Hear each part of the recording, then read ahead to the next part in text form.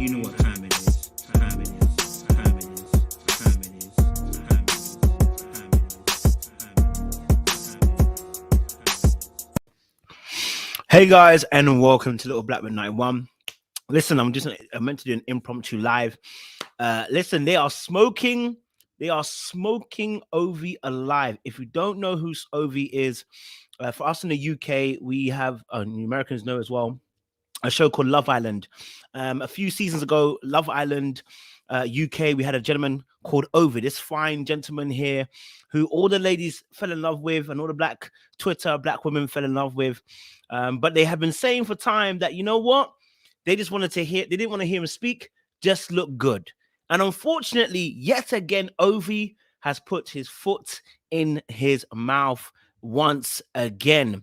And so we're going to talk a little bit about why they're looking to they've told him to shut up and to focus on his basketball game, and talk a little bit about the Kevin Samuels situation. Look, I ain't gonna lie to you. Listen, we you know what, I've turned into Avenger over this subject because I've had so many conversations over the past few days. I am tired of you men. I'm gonna be honest with you. I am sick and I am tired of you men making excuses for bull crap that can't be excused. Like things that just can't be excused, we're excusing it. Like, yo, I'm sick and I'm tired of you. I'm just gonna be honest with you. I was on Clubhouse the other day, and I entered one of the rooms to kind of hear the conversation. And let me tell you something. Listen, let me tell you something. Look, I'm all down for conversation, okay? I may even disagree with you. I am tired of bullcrap conversations where you can't articulate yourself, but you angry and you vex and you got an opinion that don't make sense, right? I was in this room and they were discussing the Kevin Samuels situation. And the conversation was around, can we celebrate, or can black women celebrate Kevin Samuels passing, right? And I explained why Kevin Samuels was problematic, why if you celebrate or you don't celebrate, whether you don't feel nothing, whether you do feel nothing, we shouldn't even be involved in a conversation. Like if you're not the one that was oppressed, I don't want to hear you talk because it doesn't affect you. And if you weren't there, I don't want to hear nothing. So I got into this beef the other day. Yeah, I got into this beef on the app on the Clubhouse, because what was happening was they were discussing like the Kevin Samuels situation, and I was explaining that how I literally got 2 seconds into my conversation around misogyny. I didn't even get to explain it to these guys, and before I knew it, I'm a narcissist. I'm controlling the conversation. I don't know what I'm talking about. I didn't even get to finish my point before the people were telling me I'm all these things, and I realized you don't even want to have the conversation. You don't care, and this is where me trying to explain misogyny became misogynistic when you tried to question what I was saying, in the sense of how is it that when I'm trying to explain to you, okay, that there was misogyny in what he was doing, and then when I'm explaining it, you're then calling me a narcissist, everything like that, blah, blah. And you're only vexed because if, and again, this is quote unquote, if you saw women do this, I saw it on Twitter, but you're vexed because they celebrated his death. And I said, well, my friend, what would you do if somebody was oppressing you? Would you be like, I'm so sad he gone. I'm so sad. Like you like, do you know what I mean? Like, think about it.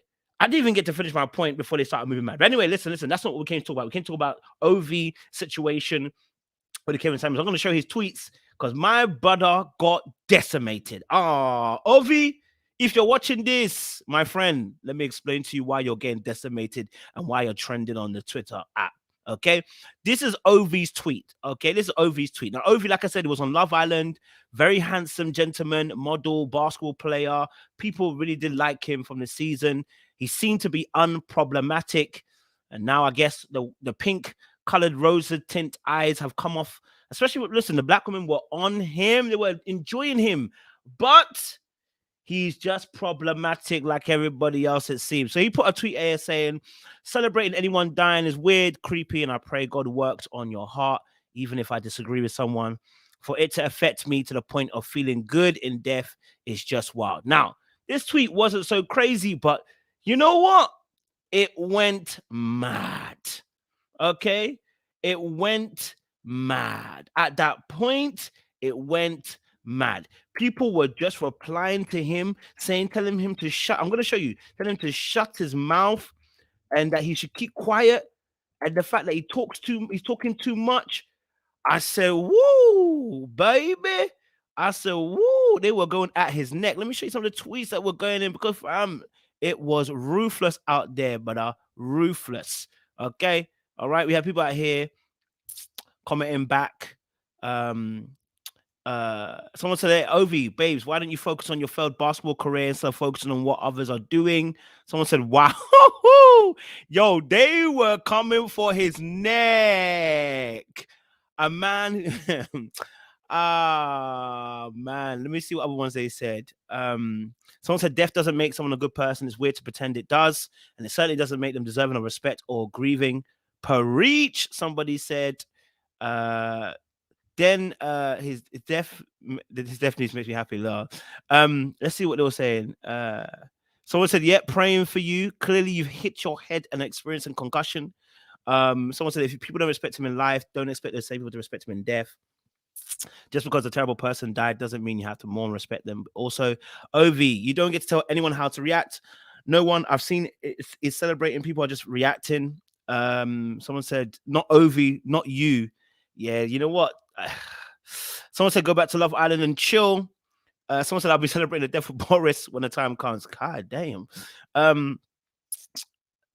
Let's see what someone else said. Someone said he's not going to pick you. You're a bit too well black for him, but keep on praising the king with no kingdom. Wow. I mean, whoo, Chile. And then somebody went to his profile on Instagram. This is where it got techie.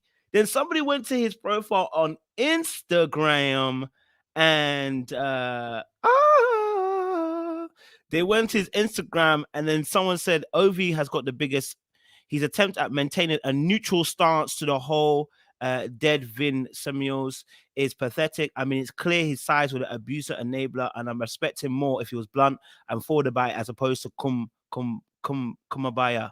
I don't know what that means. And then they went onto his profile on Instagram, and then they found out he's following Kevin Samuels, and that's where it all broke loose. They said, no. Knitting with the love. Listen, and it's going viral at the moment. I mean, I commented. I ain't gonna lie to you. So not you. Why couldn't you just stay silent and be cute? Men always got to ruin things by speaking. Oh, damn. Ovie, you've been silent on many things for so long, yet it is you chose to speak. It is this you chose to speak about. I miss when your silence was deafening. Your silence would have been nice. Hey, yeah, I don't speak on this at all unless I was affected, to be honest. And if it to that guy, I'm assuming your English is with me. Keep the same energy when Kate Hopkins and Vladimir put him in die. Oh, jeez, just pretty no brains. I see. Shame. Yay. Once again, I really need to charge for my Oracle fees because I had bad vibes. I feel seen. He definitely calls women females. What a waste of height and looks. Oh my God. I'm feeling vindicated. Finally, my sisters will be free.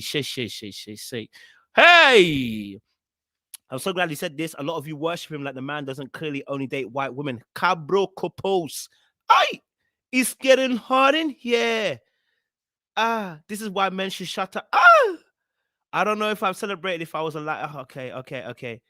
Why are you so against critical thinking? Listen, to be honest, there's a lot that's just going on. There really are.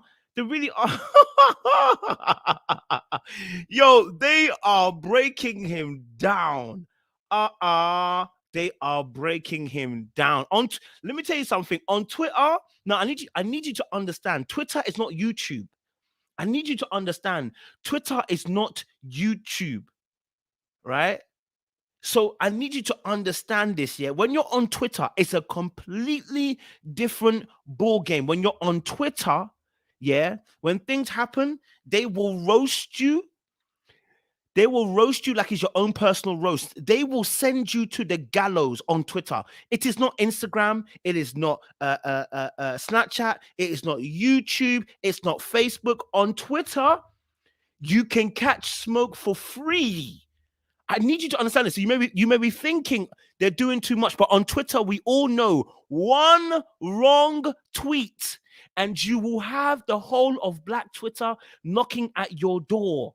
They will come for you differently. Twitter is not a place to mess around. Twitter's not a place that if you haven't thought about what you're going to say, my friend, oh yeah, think about it before they drag you to the hilts. You know what I'm saying? Twitter is one of those places. Oh no, baby. Let me just look at a few more of the things they've been saying. They were dragging this brother to filth. You better man than I am, lol. Stick to being pretty. The ladies are really getting him. Don't worry about my comment. I was explaining about the thing. Don't worry about I didn't get at him like that. I've been saying there's something not right about Ovie Don. I feel vindicated. Hey, you're deafening silence. Sa la la la la la la. Yeah. Someone said never support him. Never seen him support Black women's voices. So this is on brand, to be fair. Then again, guys' preferences were there for all of us to see from back when then. I agree. I preferred when the silence was deafening. Just another example of how men ruin things by speaking. Oh my gosh. Maybe your silence was hey, they're really giving him the deafening thing. Basically, they're just saying you are just a pretty face. Shut up and be pretty. Hey, getting cooked when you could have kept mute and focused on your dribbling drills. Yeah, those. Black men are widows. F. Just say you were a fan of that man and go. Y'all were the same people celebrating Philip's death and counting down the days to Queen Elizabeth's death, but suddenly it's wrong to celebrate anyone dying. Weird hypocrites. Ooh. Heard rumors a while ago that Ovie's part of the preference Twitter. Oh, damn. If you don't know about that, the preference Twitter, basically people that be saying, I preferentially date white women. The ones where they say everything's a preference when sometimes it's not a preference, but they make everything a preference. I mean, yo, they are dragging him to filth, blood, and this is all I can say to you. You are a failure. You can never make it. You are here breathing heavy like a dog. Think about your life. They are dragging him to filth. Think about your life. Stick to being silent. No, you have to deep it. If they're saying you're basically buff, but just don't open your mouth. That's what they're telling you, right? But it's because obviously a lot of times what was happening on Twitter, what's happened is that Ovie has oftentimes taken a stance to just keeping quiet to certain things. And so now he's deciding to talk up. People are like, wait, hold a minute. You said you're going to be silent on issues, and yet look where you are now, coming to defend somebody who has been, detrimental to Black women. And it's like, you really are showing you're really showing your tail by talking up at this particular point. And many people, like I said, when I said about misogyny, when I said about how people feel about Black women, misogyny noir, I said it is not in the tweet that person's going to tweet openly and be like, Black women are this, or you know what, you're like this. That's not how misogyny works. That's why it becomes very difficult to spot it, because it's not so ping. It's not. It's very subtle in the little actions. This little action here, I'm not saying he's a misogynist. I'm not saying that. I'm just saying that it's interesting that you chose this time and this season to open your mouth.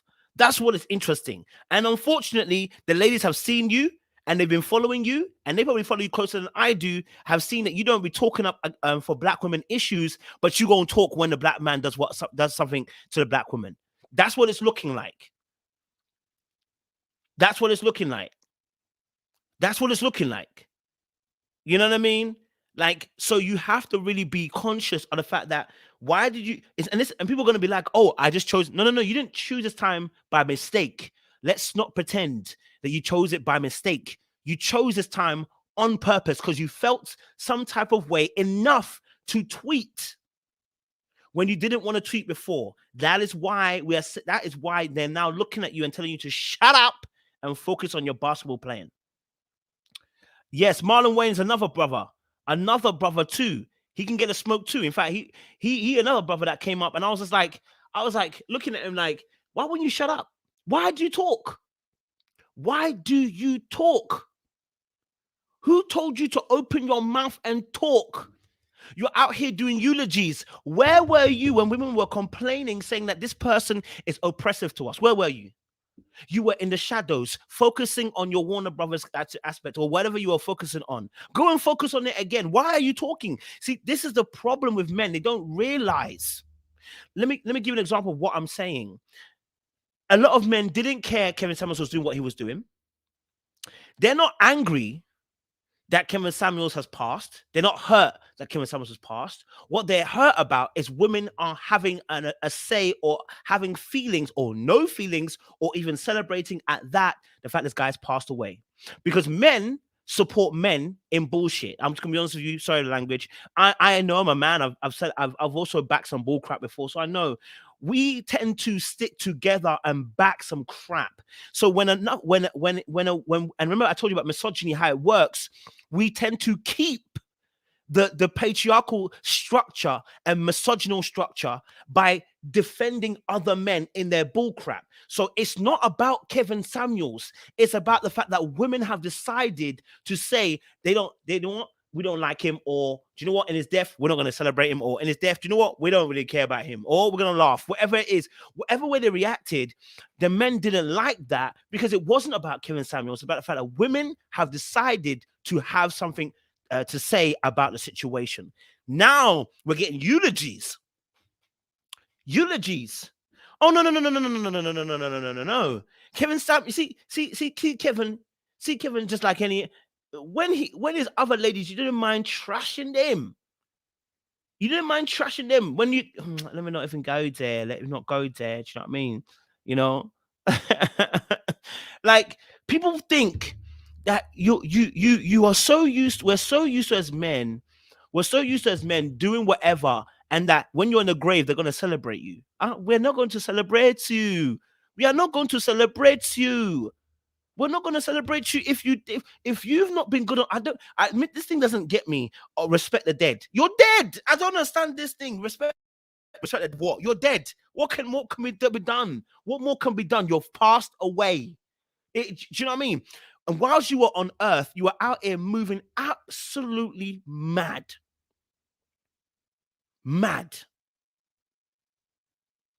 Right? Mad.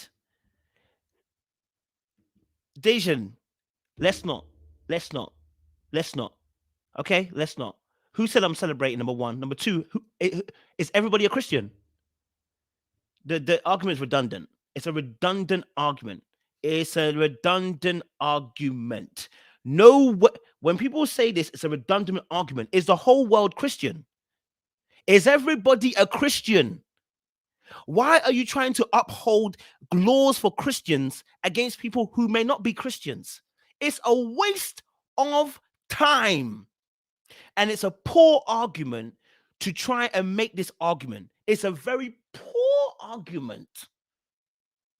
Very poor. Why is it that people tend to use Christianity when it suits them? How about using Christianity in a way of treating people as you want to be treated from the jump? How about whilst you are on earth living, you live the Christian life? How about that? Why not use the Christian Bible you just used to use against me to use against Kevin Samuels when he was alive? Where were you? Dejan, where were you? Dejan, where were you at the time when Kevin Samuels was alive and saying what he was saying? Where were you? Where were you? Where were you? I want to know where Dejan was and the likes of those who make these comments. This happened to me on Clubhouse, the exact same thing. Someone said the exact same thing. Where does it say in the Bible? Oh, just shut up there. What do you mean? Where does it say in the Bible that we can do that? Where in the Bible do you see that Kevin Samuels' behavior? People, while I was on earth, where were you? Were you challenging him? Were you saying you disagreed with him? You didn't. But whilst now you feel like to use the Bible when you need to use it as a power card. You can't use it against somebody who generally reads the Bible. Get out of here. Get out of here. I don't want to hear your voice. You're moving mad. Get out of here. You're moving mad. You're moving mad. You know what I'm saying? I just need you to understand. Don't use the scripture like that. You're moving mad. Please. No. Please don't do that. Don't do that. You know? Cubed, you're back. Do you know what, Cubed? If you're willing to, I would invite you up here, you know. I'd invite you up here. So long as you're respectful, I would invite you up here. Let's have a dialogue. Because I want to hear some of the nonsense that people keep saying. So I'm willing to. I'm willing to.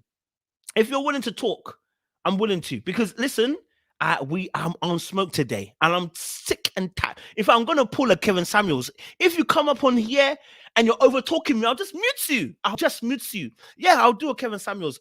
If I invite you up and you come up here, I'll just mute you. Yeah, I'll just mute you. Yeah, that's it. Yeah, we'll do. Since it's my house, it's my platform. Like this is the kind of stuff we're talking about, right? So, I'm just being real. Like at the end of the day, you know, at the end of the day, honestly, no, no. Let me put it. No, no, no. I want. No, we have to have this conversation. We're gonna have this conversation. We're gonna have this conversation. It's not even about winning or anything. It's about getting some viewpoints on here. You know what I'm saying? Whilst I'm live, I might as well.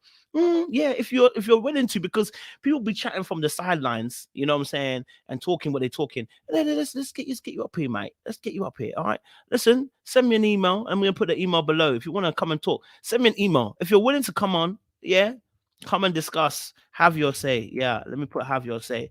Men, if you're willing to, let's have your say now. Come, because I'm tired. I'm tired. Let's come. Yeah.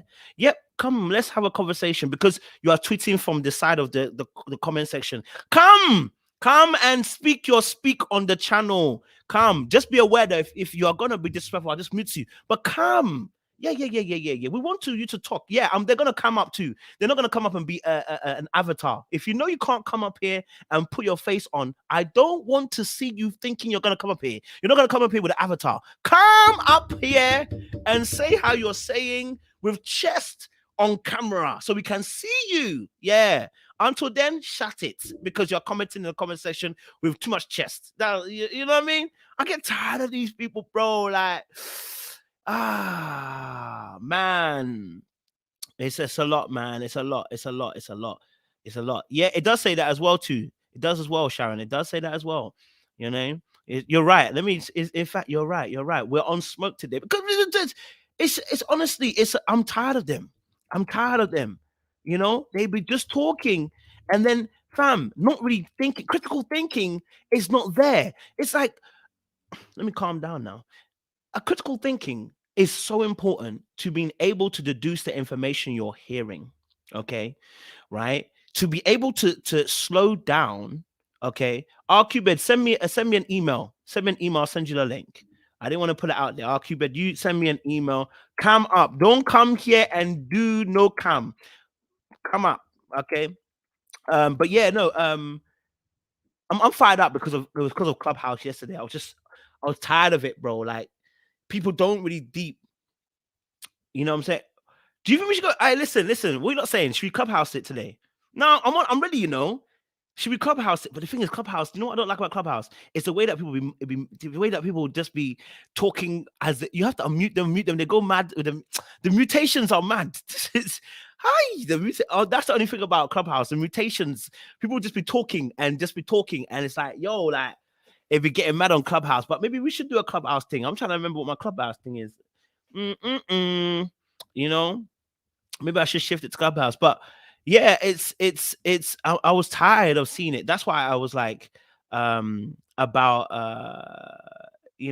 about the situation with Ovie, because it's, again, people just talk without thinking, and it's such biased thinking that it becomes problematic quickly, right? And we're not thinking about how people are affected by this. You know, the biggest thing is the way that we judge perceptually whether Kevin Samuels was impactful to women or not. And it's like, yo, you have a whole community telling you. Do you know, on Clubhouse yesterday, I had a whole brother, shout out to him, respect to me, he was respectful to me, so I'm respectful to him. Okay. And he said basically, you know what, he's all about his community, and you know, the fact that black women are laughing or black women are celebrating in that sense, or even having some whatever feeling they are towards Kevin Samuels, he's disappointed because he's all about community. And I asked him, when your community was crying out saying that he's harming us, where were you? Where were you? When the community was crying out that what he was doing was harmful, where were you? Did you hear? Did you hear? He didn't say anything. And the reason he didn't say anything is because you keep talking about community, but you only talking about yourself. You ain't talking about the whole community. You're talking about yourself. That's not community, right?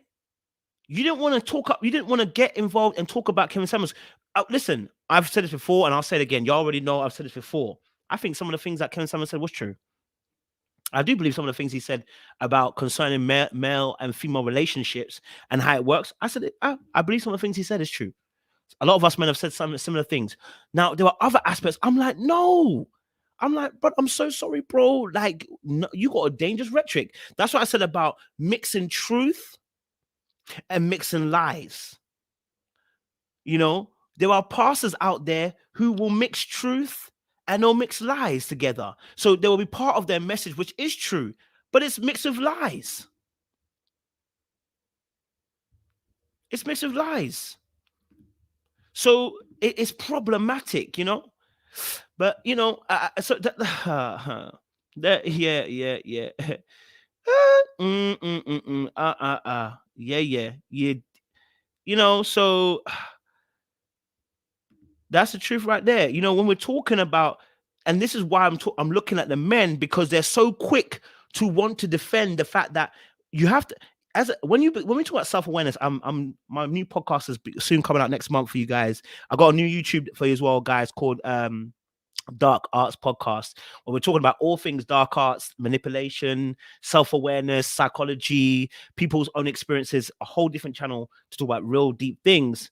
But on the conversation, right, we were talking about becoming aware of, you know, your actions, right, and know how it affects people. And then we was talking, as I was talking, I was thinking about the Kevin Samuels situation, and I'm thinking, look, when we look at our community, when we look at how we are affected by certain circumstances, why is it that the men at the point of this scenario now are defending him? And they're using the gaze of, I think it's super weird that, you know, you celebrate somebody that's passed away. Ah. And then a lot of these people don't know the rhetoric of Kevin Samuels. They know some parts of it. They don't know like I said to somebody, do you know what made me even more vex? What made me more vex? What made me more next? RQB, let me send you the link because obviously you're missing it. So, what made me more vex was when I was talking to someone, one of the guys on Clubhouse, and when I was talking to him about the situation with the Kevin Samuels situation, I mentioned domestic discipline. The brother decided to tell me that this was consensual between two human beings. I said, consensual between two human beings. This is the problem. You're not looking deeper. Why would a woman, grown ass woman, consent to another man physically disciplining her in a relationship? Would you, and before I can get to the point of saying, would you allow your daughter to be in that situation? Before I could even get to that part, then another brother cut me out, calling me a narcissist, and I'm controlling the conversation. But would you allow your daughter would you allow another man to what? Bend her over your lap and spank her, slap her in the face, maybe grab her by the hair? What do you think it would be acceptable? Right? How can it be consensual between the person who's consensual is not in their right mind? It's not in their right mind. If your daughter says she'll be okay with a man disciplining her, you'd look at your daughter and say, daughter, you've lost it. Right? You've lost it. Yes, you're right. Shahar, I've got a name, something Ali She said the same thing as Kevin Samuels. Yes. Do you know why? Because she internalized the misogyny. It's unfortunate. It's not even godly to bring that point of view. It's traditional and culture. Listen, let me tell you something. I've fought with even my dad before about culture and tradition versus what I believe is right. I fought with my dad. Listen, I don't care who you are. If I feel that you're wrong in what you're saying, I'm gonna challenge you. I don't care if you're my dad, your mom. I don't care if you're my granddad. I don't care. If I feel you're doing wrong, I'm gonna challenge you because I cannot stand around knowing that you are going to happily tell me this information. Sometimes you got to put them in place. Shut up. Put them in place where? They're a grown ass adult, not a kid.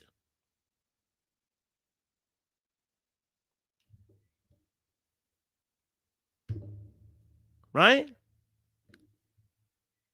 So I'm majorly concerned.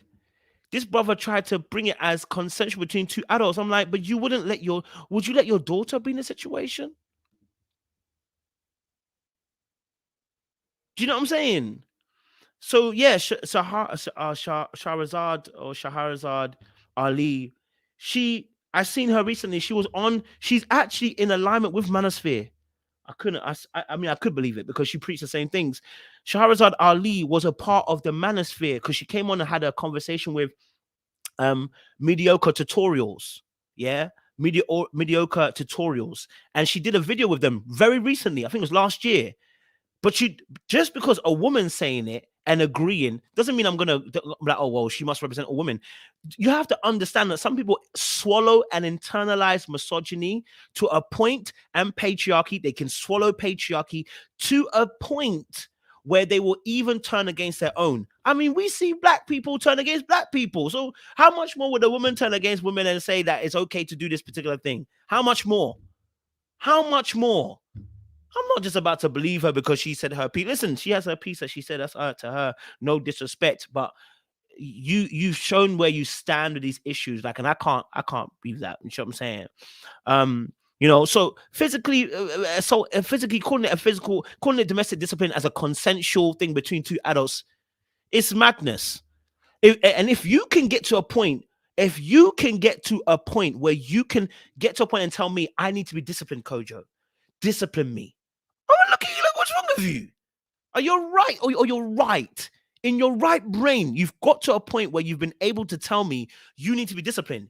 If you've got to that point, you better get yourself in line yourself. Well, how can you get to a point that, you know what I'm saying? Like, it don't even make sense. Like, you're moving mad. You're moving very mad. How you get to a point of telling me that you want to be chastised by me? All right? Like, chastised by me. Do you know how mad that is? That's crazy. You know, it's mad. And we say these things because they come up in conversations bit and part. You guys have heard me say it. I did a whole video about this. I said about putting me in my place. I said sometimes women don't realize the terminology that they even use. They swallow our ideology and it becomes part of them. For instance, put me in my place. Do you know what put me in my place actually means? Someone said no kink shaming. I hear you. No kink shaming. Hey, if that's what y'all want to do in your bedroom, y'all want to role play, you go and role play. Okay? You go and role play out there. I ain't stopping you. You go and role play that stuff. I ain't about to judge nobody in their bedroom and what they do. Okay? You do what you gotta do. But in regards to what I was saying about the situation. What was I even saying now? I was even breaking down the point I was making. But yeah, the domestic discipline situation, like some people swallow misogyny to a point. No, put me in my place. And some people use this terminology like, I need a man to put me in my place. I just need a man to put me in my place. But they don't understand where the terminology actually comes from. The definition of what put me in my place is, no, you have an idea of what you think put me in my place is, but you actually don't know what put me in my place actually means. It does not mean what you think it does. It does not mean, I want a man to to be strong and assertive. That's not what put me in my place is. Put me in my place is actually saying you are of lower rank to me. That's what put me in my place means. Put me in my place means lower rank. I had an argument with one of my girlfriends about this situation at the time. I said one of my girlfriends. That sounds like I have many girlfriends. One of my ex-girlfriends about this conversation before, and I said, "Don't use that terminology around me. I don't do that kind of thing. I don't do that kind of thing. If you can't hold yourself accountable, I'm not about to start putting you in your place and letting you know what rank you are." I had to explain it to her and break it down to her, and she was still fighting me. And I understand why she was fighting me, because what was happening is people have a sense of idea of what relationships are meant to be like, because we swallow culture and tradition, and sometimes culture and tradition is steeped in the misogyny, and that's unfortunate. But we're learning to grow and to be better. So as we educate ourselves, as we grow, I'm sure I'll have more apologies for you guys, because as I'm learning more about these things, I'll be able to unlearn a lot of these things, right?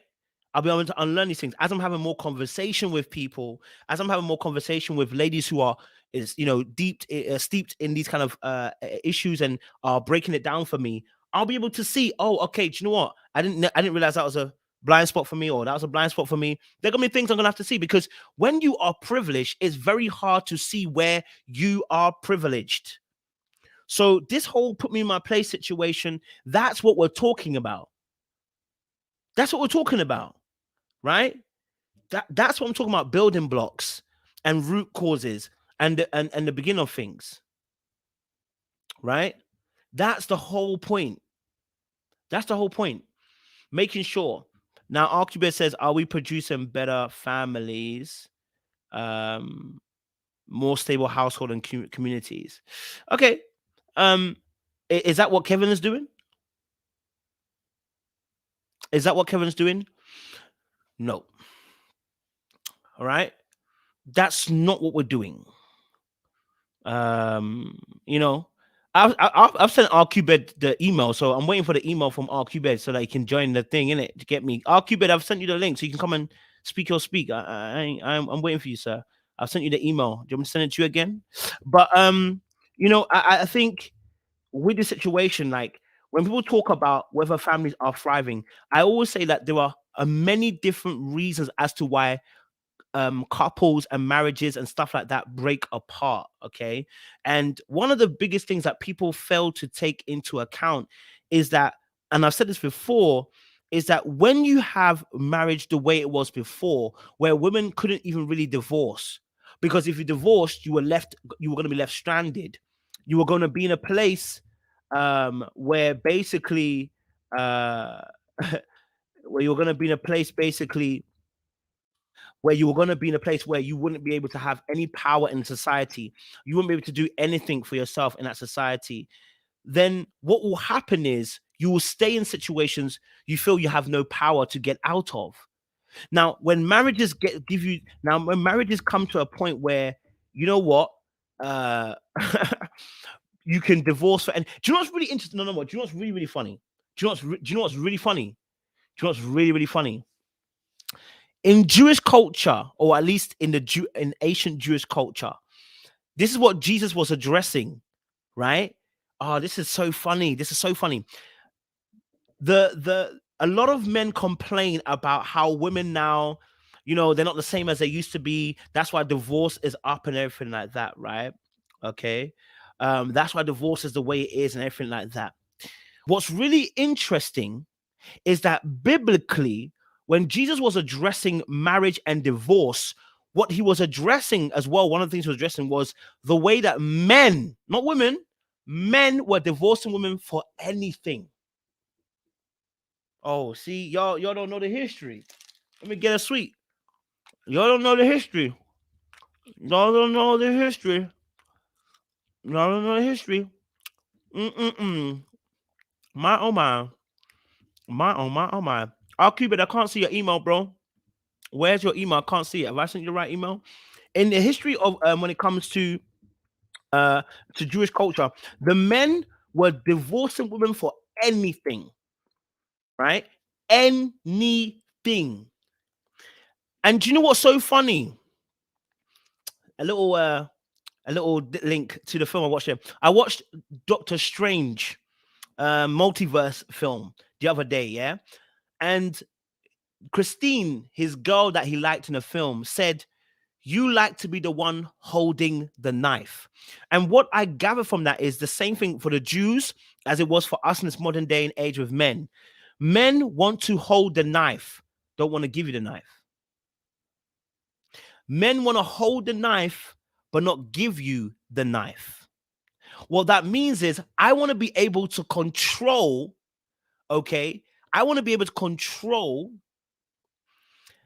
the interaction between me and you. If I decide I want to divorce you because you burnt a pot of rice in the household, I want to be able to do that. But I don't want to give you power to be able to divorce me if I burn a pot of rice. But someone might not see that. That's what we're talking about. That's what we're talking about. That's what I'm talking about when we talk about double standards and power and control. Right? So when we focus on these issues, someone said, "You'll lose me on this. I'll address your issue. Don't worry, girl. I'll address your issue." So when we're talking about these situations, I'm talking about power and control. That's what I'm talking about. Because we've got to, you see, when you're the firstborn, I know this, I'm a firstborn. When you're the firstborn, you're told, look after your brothers and sisters, right? When your brothers and sisters begin to try and act up, you tell them, hey, behave yourself.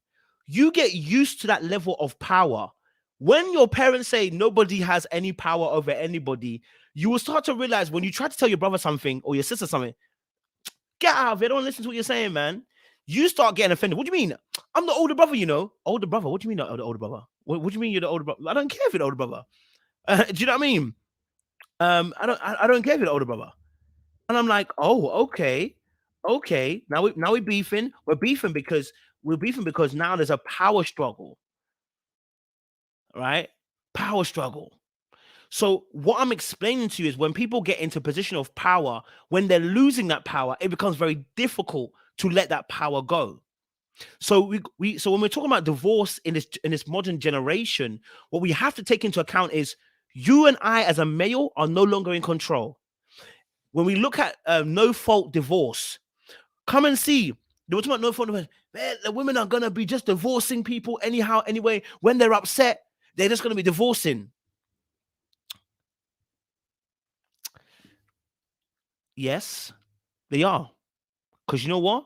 You actually have to put effort into a relationship. You can't just keep a woman in the same place. You actually have to both put effort into a relationship. Oh, this is probably going to be the first generation where you guys have had to work as hard as a woman to keep a relationship alive. Do you know what I'm saying? So you have to be understanding here that now the power has equalized almost. We're not there yet, but in terms of marriage and divorce, a woman can divorce a man just like that. At that point, you now have to be on your job. There is no more I'm relaxing and I do whatever I want. No, no, no, no, no. You can't just go out and cheat anymore. No, no, no, no, no, no. You can't just say I'm going to have my money and keep it to myself. No, no, no, no, no. You can't do whatever you want anymore because now the power has shifted. They can quit if they want to quit. They can quit if they want to quit. They can quit if they want to quit. So, of course, when that happens, when they're giving both parties power, of course, divorce rates are going to go higher because a lot of you were in marriages that were abusive, controlling, and crap. Let's be honest. Some of them are our parents. Right? People are now saying, I don't want to have to suffer my entire life. And why should you suffer? Why should you suffer? Why should you come into marriage and suffer your whole entire marriage just to keep honor and to keep an image? Why should you suffer? Why should you want to suffer? Why should you come into a life of suffering in a marriage? There is struggle, of course. When you marry somebody, there's struggle. Yes, when you marry somebody, there will be struggle. But to come into marriage and then have to struggle the whole entire time suffering, emotional turmoil, physical abuse. What's the point? What's the point? If your mom and your grandma had the option to leave, they would have left. Maybe they would have left too. But you're here sitting telling me my grandma never. Your grandma didn't have a choice. Please get out of here. Take context. This is what I'm saying. Critical thinking. Take context. Take context. Because how our grandma and our mom and even our great grandma, what situations they had, it might not have been that your granddad was good. It might not have been that your great granddad was good. It might not have been that your dad was even good. But you know what? They weren't nowhere to go. Okay? There were nowhere else to go. So I said this before, it's a scary world when women have no fear of consequence and do what we do. It's a scary world. You want me to prove why I say it's scary? Let me prove it to you. For many years now, as men, including myself, I've also used this when I was younger.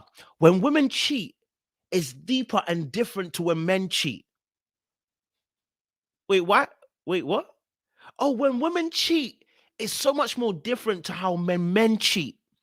Because, you know, when women cheat, they're cheating with emotions. Negro, what do you think you were cheating with? Do you think that you cheated without emotions? Did you think that when you went to cheat, you cheated without emotions? You're really being silly at this moment. You're not thinking. You're really living in a lie and a deception you've told yourself for years. Well, when women cheat, they're emotional, so they connect to their partner. So when they cheat, it's deeper. No. What's different is the consequences. The consequence of a woman cheating, this is what goes back to what we talk about society and the impact of consequences when people do stuff, right? Because of the consequences are completely different. Oh, listen, if women, who am I cheating with? Who was I cheating with? Do you think I was cheating with myself? I was cheating with another woman. Please, look, let me tell you something. When we make these comments, it served us for a time. You know, and when I was younger, I wasn't critically thinking. I was very young. I was naive. I found myself creating ideologies that I just wanted to adhere to, but I didn't really think it through. When you really think about it, when you're saying because a woman is more emotional when she cheats is different. No, what it really is that you're keeping the consequences of her actions in place. You don't want her to get to a place where she doesn't fear cheating on you the way that you fear, that men don't fear. If women didn't fear the way that men did, the consequence of their actions, it would be a deadly place. It would be a deadly place. Very deadly. Very, very deadly. Very deadly. Right?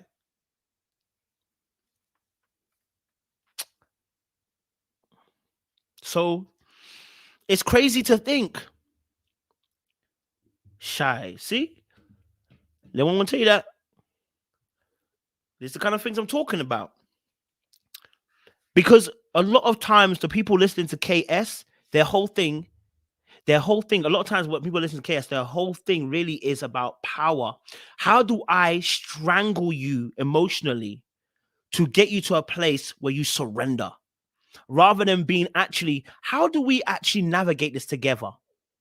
You rather want to arm wrestle and wrestle the power in that person to get them to do what you want to do. That's why a lot of times when something like this happens, my husband listens to KS and their marriage on the rocks. That happens because what Kevin Samuels is teaching you is about how do I wrestle power. That's completely different.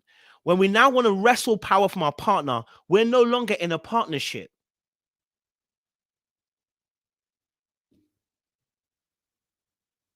When you want to wrestle power from people, this is no longer in a partnership. We're now in a place where it is me leading and you must drag along and follow. That's the problem. Right? Someone said cheat. Someone said they would cheat on you with another girl. That is too funny.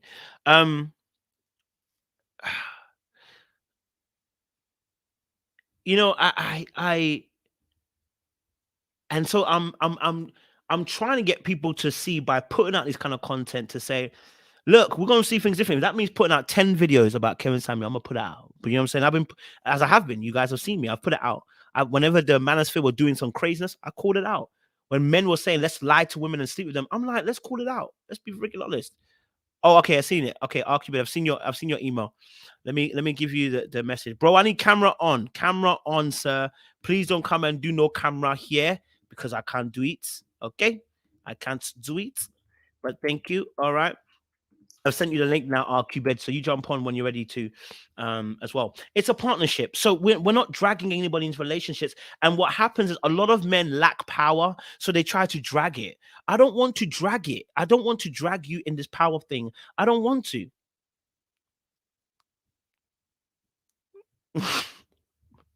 Whoa. Oh, yo, man. So yeah, look, I was a comment I wanted to go. I want to go back to this comment. So, Kojo, you're losing me on this one. Why do black women give one man that kind of power? One man oppressed a whole group of people, so much so that we're out here throwing parties over his death. Okay, so let me explain this for you, Delia. I appreciate your message here. So, we did it first, but okay, why did black women give that one man kind of power? We didn't give him that kind of power. Or I should say, black women didn't give him that kind of power. There were black women that were going on the show, but black women didn't give him that power. Black women were actually fighting actively against Kevin Samuels. That's why there was a gender war happening on our YouTube streets. There was a back and forth that was happening consistently. There are many female YouTubers that were actively having beef with Kevin Samuels. And I'm trying to remember her name, the one I was actually watching. Tonya TK. Is it Tonya TKO? Or Tonya? It might be Tonya TK, I think it might be. And she was herself and a few others were doing a lot of videos talking about the behavior that he was doing. Now, black women didn't give him this power. They were saying they did not like what he was doing. The difficulty in the scenarios is when it comes to men and their power, we really need other men to stand up and to challenge. And if that means dying, that means dying.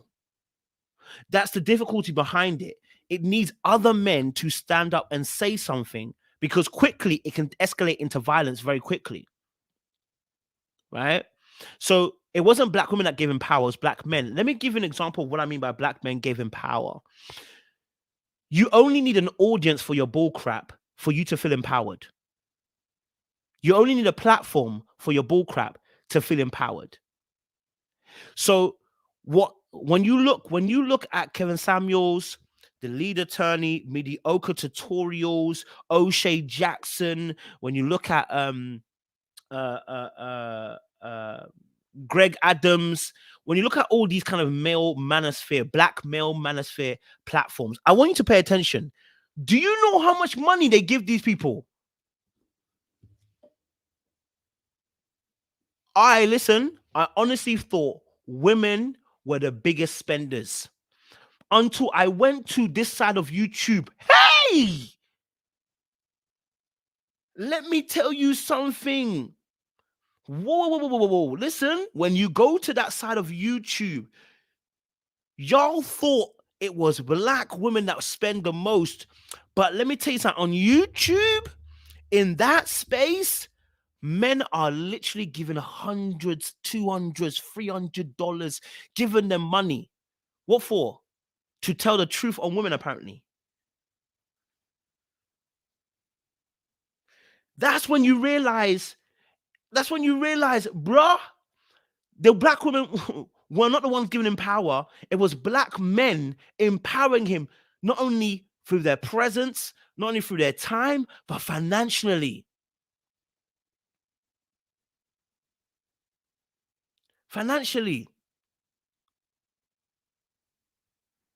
All right. So he never oppressed necessarily a whole group of people, but in his rhetoric, alongside other people's rhetoric, alongside other black male rhetorics, okay, is something that is held within men too. So all he was doing was bringing out this dangerous rhetoric, which was being spoken about across the board. He gave a voice and a platform to those men who already existed, who were dangerous to our society.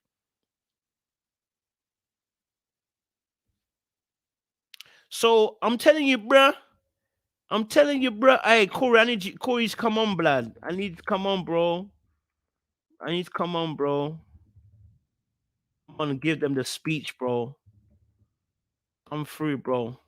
But so you realize black men were honestly empowering these people. I'm talking about the fact that, bro, I'm talking money.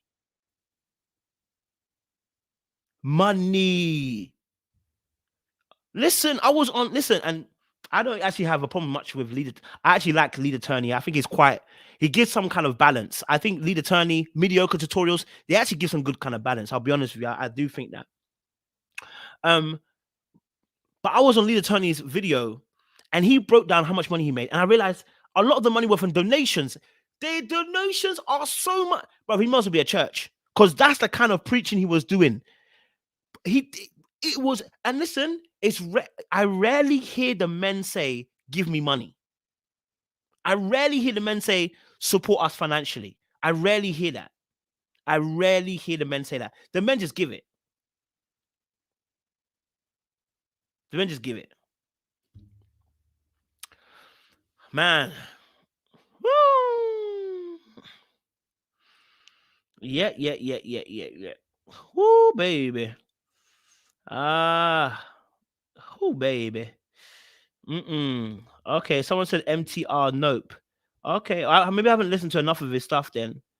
Maybe his stuff hasn't gone viral like that. They're all part of the manosphere anyway, so they're all part of the manosphere, so they will have a certain level of thinking. They're all part of the same thing. But I definitely think lead attorney does hold some kind of fairness. But again, someone said Kevin Summers made approximately 10,000 per consultation. Damn. Woo! My God. My God. Oh God. Oh God. Oh, Cupid, I sent it to you, bro. I sent you the link, bro. Why you not get it? I sent you the link. I'm now gonna send it to my other email. I sent you the StreamYard link, bro. I sent it to you. Check your email again, bro. I sent you the email. I sent you the link. So, so this, oh man. And I think we spoke about this before because I started talking about this before Kevin Samuel started talking about. I talked about the AMR. What's the name? A Alpha Male Strategies, AMS. I spoke about all of those things, bro. Like, I spoke about all those things, and you realize, bruh, they all are doing the same thing. All doing the exact same thing, bro. All doing the exact same thing. Let me get Corey on as well. Corey, jump on. So it's like, yeah, I mean, oh boy. Mm-mm. Mm-mm. And do you know what's interesting? I've started finding Melanie King is another one. There's another one. Pink Book Lessons. Cupid, you can come on now. You can come on now, bro. You can come on now. It's a conversation. You can come on now. You can come on now. Melanie King, Pink Book Lessons. There's another girl, I can't remember her name as well. There's a few of them. And I'm not saying, again, listen, I'm not saying that you can't think how men think. I'm not even saying that, you can't understand how men come from. I really do appreciate it. Thank you very much. Thank you very much. I appreciate that, honestly. I'm not saying that you can't, understand where we're coming from, what we do. But what I'm saying is it's so interesting to see how some women have come into it now and the men have flocked towards these women. Right? You'll realize some of these people like Melanie King, again, no beef for them. The men will flock to these channels so long as they believe what the manosphere believes. Yeah. It's interesting. It is actually interesting. So, yeah, I find it fascinating that we find ourselves in this situation. But yeah, I'm trying to think of the other uh other people that have joined like this manosphere space and stuff. And by the way, this manosphere space again, there's black manosphere, there's white manosphere as well. There are two different types. You know, yeah, again, and this is it, La Vida. This is absolutely it.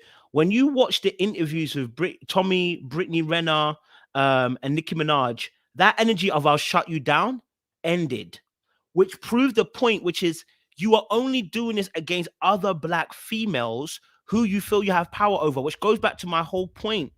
This is about power. Because I'm fresh and fit, yeah. Because when you look at it, when it came to Nicki Minaj, did you did you did you say the thing you were saying? When Tommy was on, and listen, Tommy was on there. Tommy was on there. Tommy was on there with a bit of masculine energy. Did he shut her down? Did he shut her down? Brittany Renner, did he shut her down? Also, I just want to say it. I don't want to. Anybody notice that all the women are also quite light? I don't know if that's a quinky dink. I don't know if that's a quinky dink, or maybe just the fact that maybe no dark skinned women wanted to go and have a conversation with him. But um, do you think that that could be a bit of a coincidence, or that the fact that the older women were of a lighter tone? I don't know.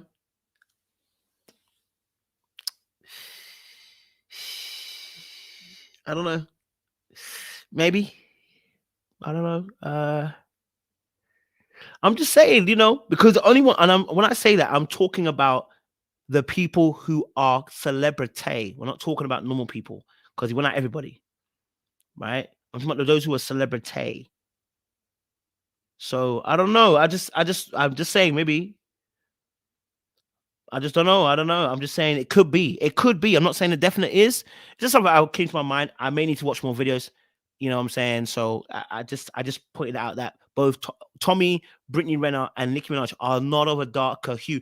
Brittany Renner and Tommy are probably the lightest, but Nicki's probably a little bit darker, but not that much. You know what I mean? Like, I'm just saying. I'm not saying definitely what it is. Probably more to do with pretty privilege than anything. But I'm just saying, yeah. Okay, so yeah. I'm just putting it out there. I'm not saying that it's exactly that. I'm not saying it's exactly that. I'm not saying it's exactly that. I'm just saying that there is something to look at, maybe, just something to consider. Okay, something to consider around that as well. Okay. RQ said he was going to come on in a minute or two. Okay, he's getting himself ready. He'll be on in a few.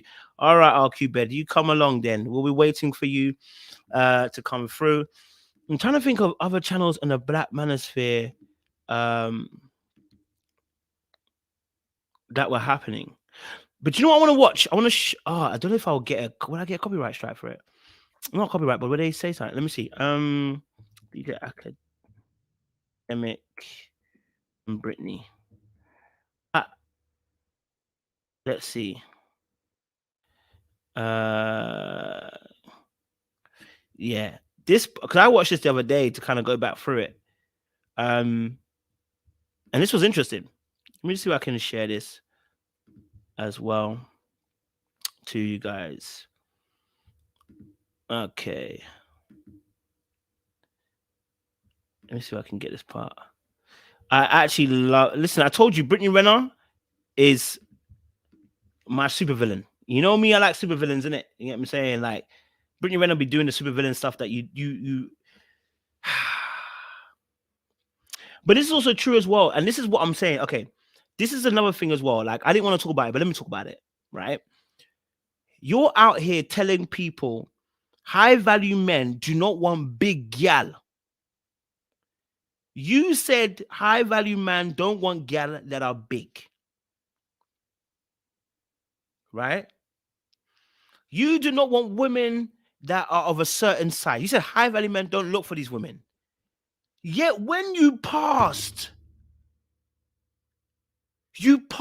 in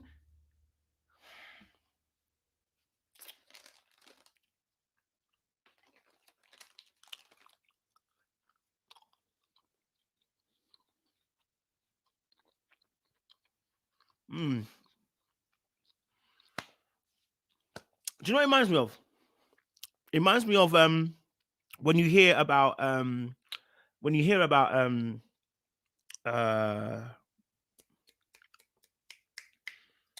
Hebrew Israelites. When you hear about Hebrew Israelites, those people that like to do those, I don't know, Hebrew, all the people that are around that kind of section, Hebrew Israelites and those whatever, right? They would be like, or like even Black Panthers, right, at the time, right? They would say, we believe in black power. We believe in black power. We believe in black power. Black only. Blacks are going to heaven. Da da da da. Da. And you find out their wife is white, and you're like, what the frick?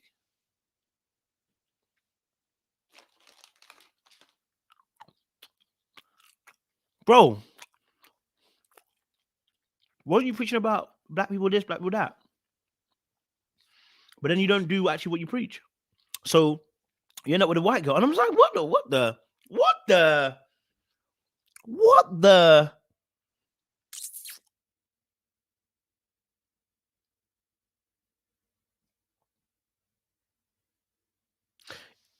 The irony of it. I'm gonna be honest with you. I don't want to listen. If anybody's white here watching my show, appreciate you.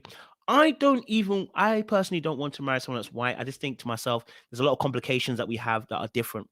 I want to marry someone that's black. So if I end up marrying someone that's white, I'm going to ask myself some serious questions because there are so many black women in this world. Why am I dating someone that's white? Not to say that white people are bad. I'm saying that as a black man who understands cultural traditions, who, has enjoyed being around black women and enjoys my own blackness, I don't want to date somebody that's white. Okay? Even people that are of biracial, when you have one white parent, and I get concerned because I'm already thinking about, one of your side may have some madness to you, and I don't want to have to deal with that. Even that I think about. So let alone, so if then I'm preaching, I love black women, then you see me with one white woman, I just think it's ludicrous. So what you are preaching, you're not even really believing. You don't believe in. You don't believe in what you're preaching. Just be honest. You don't believe it. Be honest with yourself. You don't believe what you're actually. You don't believe it. You don't. Yeah. So you're right, Zion. You should block me because at that point you can't trust a word I'm saying. All right. I'm not saying I'm not saying a word. I'm not saying a word. Right. Like, so it's like, so that's see these people that want to do too much. This is what happens. When you want to do too much, that's what happens. Right? Absolutely. And it's the truth. The same rhetoric runs through them all, which is why they could respect him in some shape or form. The same rhetoric runs through them all. You know what I mean? That same rhetoric of no, you know what I mean? So again, all we're asking for is a little bit of balance. Don't try to utilize people. Listen, let me tell you something. Me, I like women. I like shapely women. I like them thick. Okay, so I'm not about to come on here and be like, well, I don't like skinny women. No, I'm gonna tell you straight. I'm gonna like them thick. I like them thick. It's just the raw truth, what it is. You know what I'm saying? So that again, so that's what I'm really saying. Man, it's so sad to see, bro. Like that's how you ended. But there's a lot of these kind of things going on. People preaching stuff that they actually can't back up because they're all trying to show machismo, trying to show that they're actually, they are that they are bigger than they actually are. There's a lot of people here, and this is true. This is very true as well. He was holding men accountable. He was, and he should have kept it there. But he saw an angle for business. Um, you know, the angle that he saw was a detrimental one, right? Oh, okay. I don't even know that. What do you think of FBI investigating Manosphere? I didn't know they were investigating Manosphere. I know they were investigating Red Pill. Okay, so yeah, that would be the same thing. Yeah, investigate Manosphere. Yeah, they have been investigating for a little while. I remember they had a documentary on this. Um yeah, they've been investigating manosphere for a little while because of the incel behavior. They had been doing it for a while. They've almost classed it like it was a cultish kind of thing. So they never really done it. They done a documentary on it. So there has been for a little while. Um, it's been going on. So I don't know. I don't know, man. Um, oh, is it? Oh, snap! I didn't know that. Okay. Hmm. Lavita Loves Cole says, like him and Melanie King are friends. Why isn't he spending intimate time with women that look like her? He may feel insecure because he probably can't pull them. Can't pull them.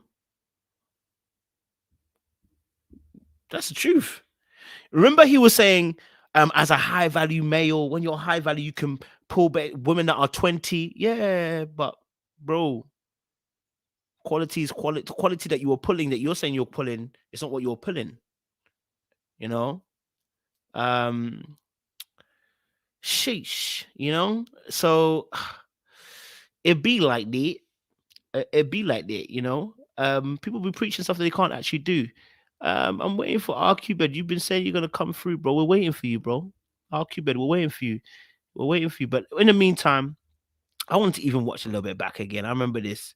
Uh, you know, this is the kind of stuff I'm talking about with Brittany Renner and Fresh and Fit, where men don't know what they're talking about and they just chat rubbish. Rubbish. Let me see if I can play it still. Okay. Yeah, to a degree, sure. Yeah. I mean, like a lot of girls want to do. I mean, well, here's the thing. You've been so adamant about me being incorrect and I don't know and you don't know me and all this other stuff. Tell me then. Maybe we're off. Who knows? Well, I think, first of all, let's bring it back a couple notches. Mm-hmm. Okay. So there's really a lot to unpack here because my first question to you is, what do you gain from telling girls that they're not special? How does that make you feel? I mean, I know everything is a joke, but I'm asking you a real question. So how does that make you feel? Because if I say you're a bitch ass nigga, that does something for me, right? If I insult you or if I tell you you're not special, you're forgettable, what does that do for me? No, but that doesn't, but that's what I'm saying. No, but I'm saying, what if I call you, if I just say that, again, you're forgettable. That's why I didn't want to do your guys' podcast. Forgettable. Hate the setup. The name is underwhelming. I didn't really see the value in it. Right? That's how I feel. Right.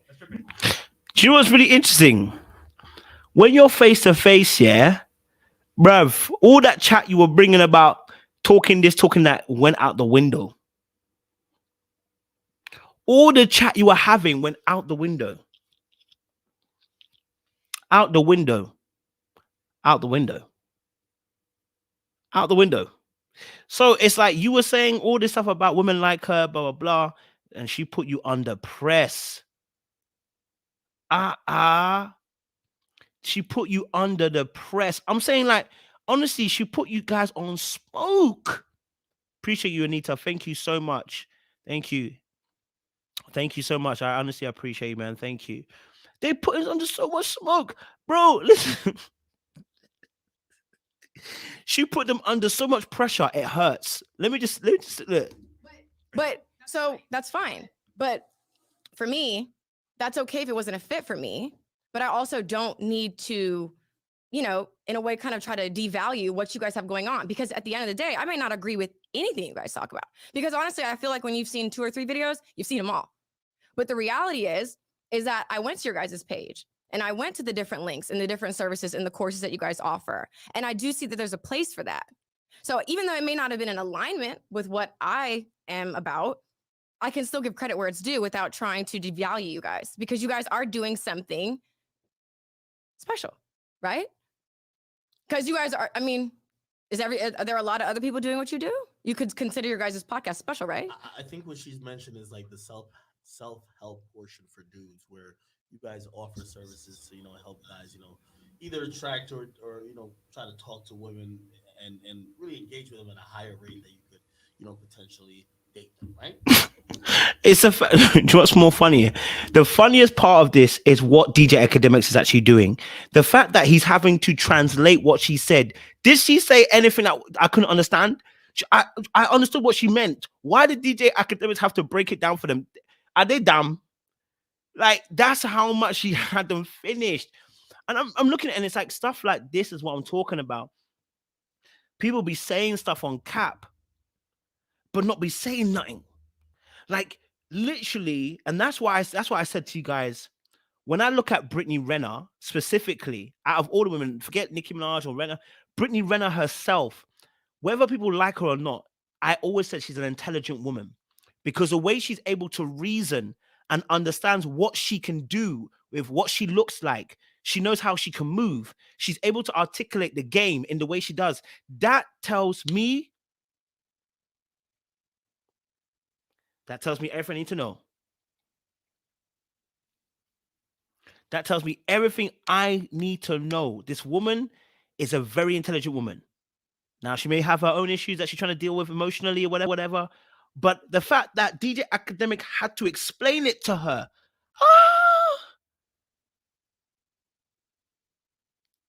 Bruh. And at this point, she ain't even dragging them. At this point, she's even asked them simple questions. So what do you get out of doing this? And that is where their men are stuck. It was not a hard question, you know. It was simply, what do you get out of doing this? Like, no, real spit, what do you get out of doing this? That's all they're asking. What do you get out of doing this? And he couldn't answer the question. That's when I knew that the jig is up for them. The jig is up. How you not answer a simple question, bro? How you not answer a simple question, bro? It wasn't a very difficult question. They're just asking you why you did what you did. Why did you say, I'm not special? It was crazy. Let's watch a little bit more in it. Luckily, it's DJ Academics and it's not fit and fresh. Otherwise, it'll be striking me, I'm sure. But it's DJ Academics. Yeah. I guess the point that I think she's disagreeing with, right? When that will not sit down and have a conversation with you just because of the comments that you guys made. Well, you made. And well, you chimed in. So you guys are tweedledee and tweedledum kind of, right? So I'm here to have a conversation with you guys. Because for me, I feel like what a lot of male-dominated podcasts are missing is the bridge of understanding. So I came here not to argue you guys or to call you out of your name or to disrespect what anybody's doing, because I felt like the interview I had with him, there were things that he said I didn't agree with, but I wanted to sit down and hear his point of view. So that's what I'm trying to do here. So for you to say you're not special, well, I'm special to someone, just like you're special to someone, just like he's special to someone. So for you trying to generalize all groups of women, then we would have to take it back to where this even began, like why you even have this view of women. And like I said, you have a bunch of dumbass bitches on your guys' podcast, and I get it. They don't challenge you. And I know you're a really smart guy, but it's like, I feel like you need to kind of. Let me tell you about something about Brittany Renner. Yeah, she's a dangerous woman. I'll tell you why. Do you know what she did in that moment? Oh my days! I'm watching it. I've watched it the first time. I watched it the second time, and I realized this woman knew exactly what she was doing, right? And she got Myron. She actually got him by the balls. As she was explaining, she was telling him, saying, "Look, you know, you guys' podcast is a bit mad. I haven't come here to fight." Then she threw in a compliment at the same time, like, you know what? Obviously, you're an intelligent person. He nods his head. You know, you're an intelligent person, and you know, I'm confused basically by your. Basically, what she's saying is, I'm confused by how dumb you're being. So, but you're an intelligent person, and you have to understand the only reason why Fresh and Fit are not talking is not just because she's intelligent. It's because she's beautiful. Let's just keep it a buck, okay? Niggas will. I shouldn't say niggas. I'm so sorry, guys. People will always feel some type of way. People will always chill when they realize the girl is bad and she's smart. Now you don't want to. Now what it is I'd rather be on your team than lose to you.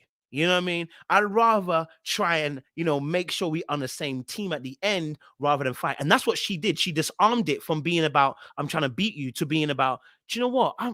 You're a smart guy. I'm just like, I'm really confused by why you've taken this line of thought. And what it does, it throws you completely off, because now, instead of it being a heated debate, an argument where you're going, you're emotional, you can't say that, because she's like, well, no, I'm seeing where you're coming from. Like, you know, you're an intelligent guy. You know what you're about. Like, you know, you've made some comments on that. and it literally throws them off. And so they never could find their balance, which is why that whole segment, they're just thrown off, completely thrown off. But let me get Black May Media. Let me get Corey on as well. Corey, bro, it's good to see you, bro. Hey, what's good, man? What's Everybody good, doing all bro? right? Man, I've been hearing you, man. I've been hearing what you've been saying. I'm like, yo, you on the roll.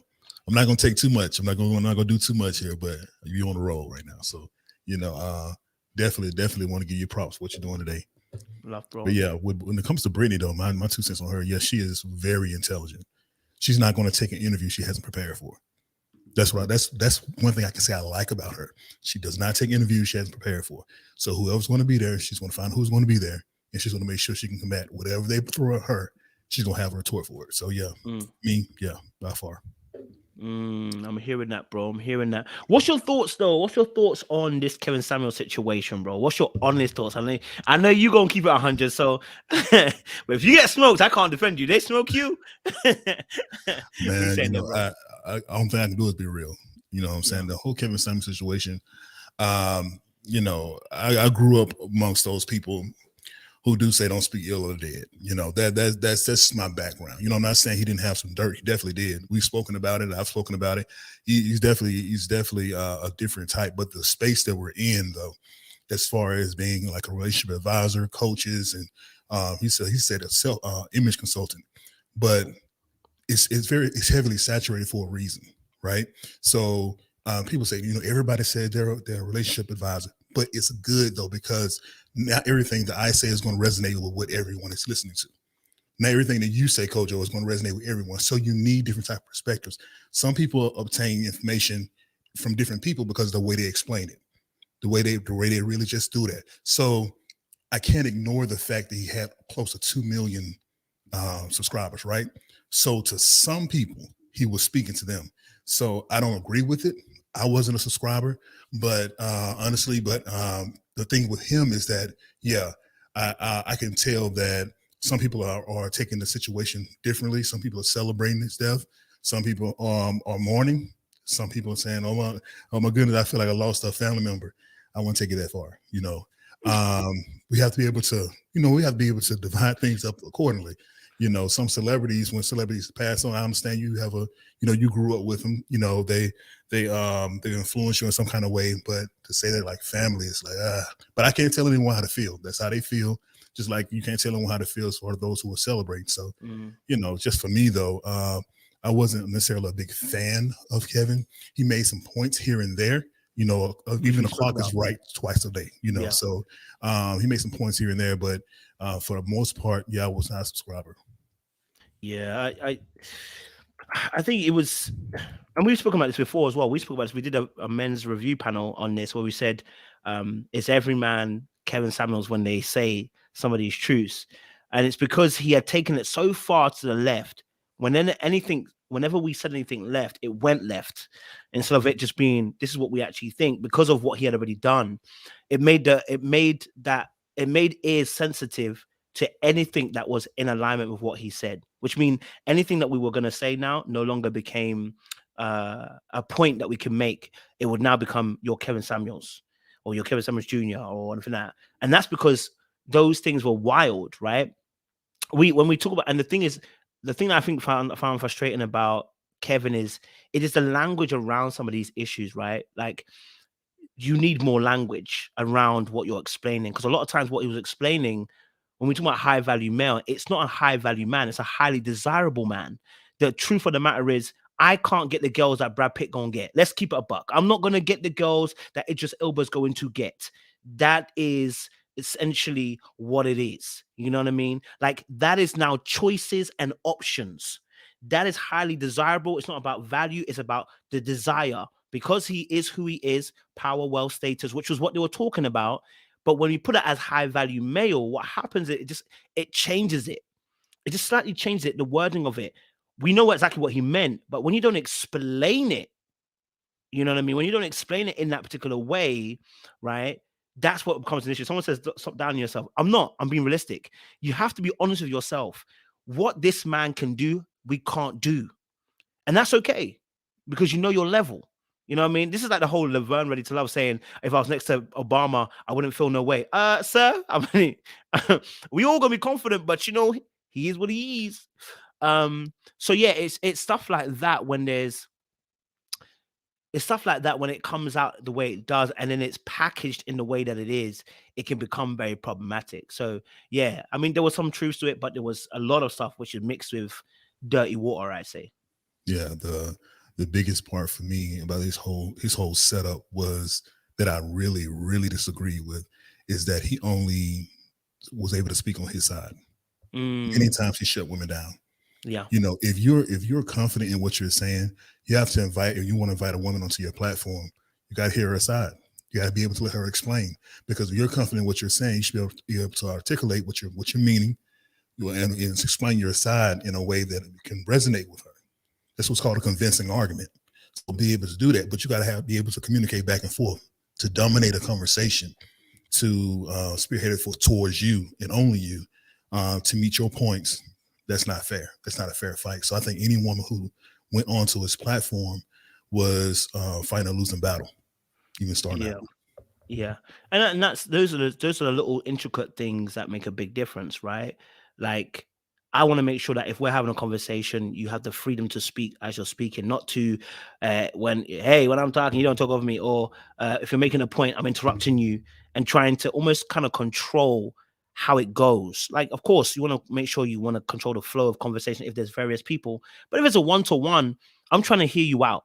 I'm trying to hear what you're saying. Maybe I can make a deduction by hearing what you're saying. But if the aspect becomes about make sure you control how someone moves within the conversation, that you corner people with very specific questions.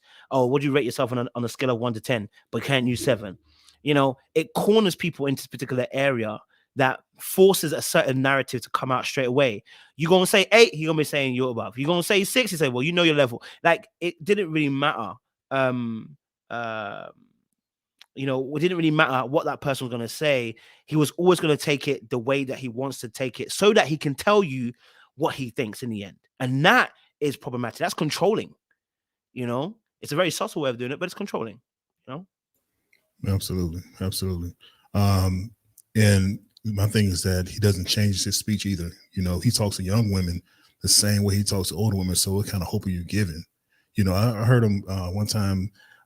He talked to some 19-year-old girl. She was in college, and she had a real question. She said, "What, you know, the dating pool for her? She doesn't know what to expect." And he was just like, "It's your mama's fault. It's your parents' fault. They didn't raise you right." It's like, oh, come on, man. You know what I'm saying? You can't. But people, when they go onto his platform too, they have to have the understanding that it's his opinion. He's not speaking gospel. Yeah. So because he said it does not mean that it's automatically true. And I think some people took his words to heart as if he was actually preaching the gospel. And I think that's where a lot of people went wrong. But, you know, there's different reasons for people going onto his platform. Some people want to be seen. Some people want that validation.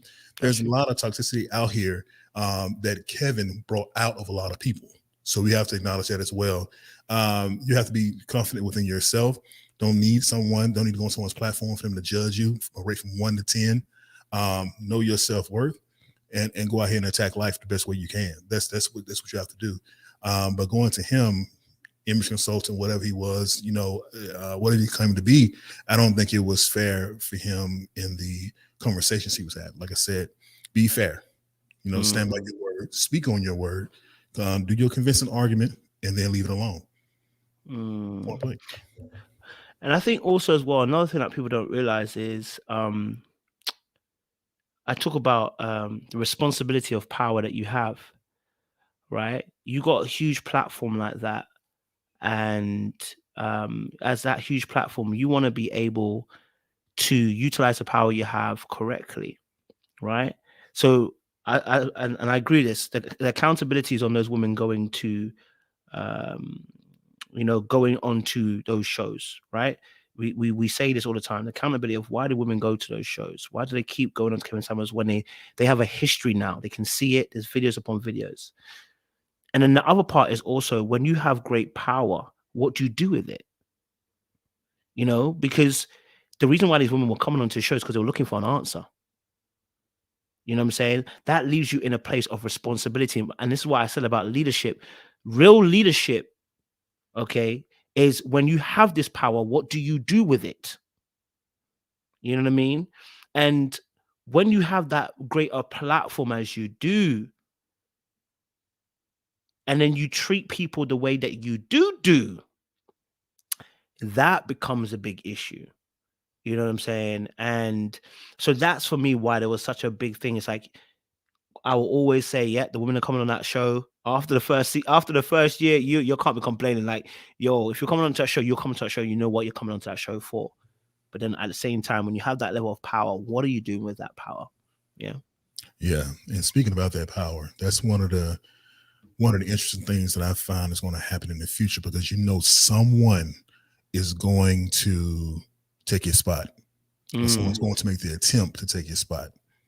So whoever that individual is, be prepared to be shot down, because he's going to get shot down as soon as anyone sniffs a whiff of that. He's going to get shut down, and it really just depends on how he handles that. So I do think someone's going to try to take his spot, though. Definitely hear that. Q-Bed, it's good to have you on board, sir. Let me unmute you, sir. Hey, Kojo, what's up? I'm good, man. I appreciate you taking on the mantle and coming through. I appreciate it, bro. Kojo, you ran the other night. Like I told you, I was gonna make some curry chicken and be back. When I came back, you were gone. Right? You were running. Oh, bless up, Black Maid Media. Bless up to you. Right? Yeah. The ladies in your comments are something else. I'll tell you that. They're something else. Like, I don't think they're reading to understand. They're reading just to have a response. And I want to say a couple of basic principles. Okay. Right. I think I had a discourse with you like previously, and I was telling you like the personality of my father, right? And I think you said you could relate to an extent.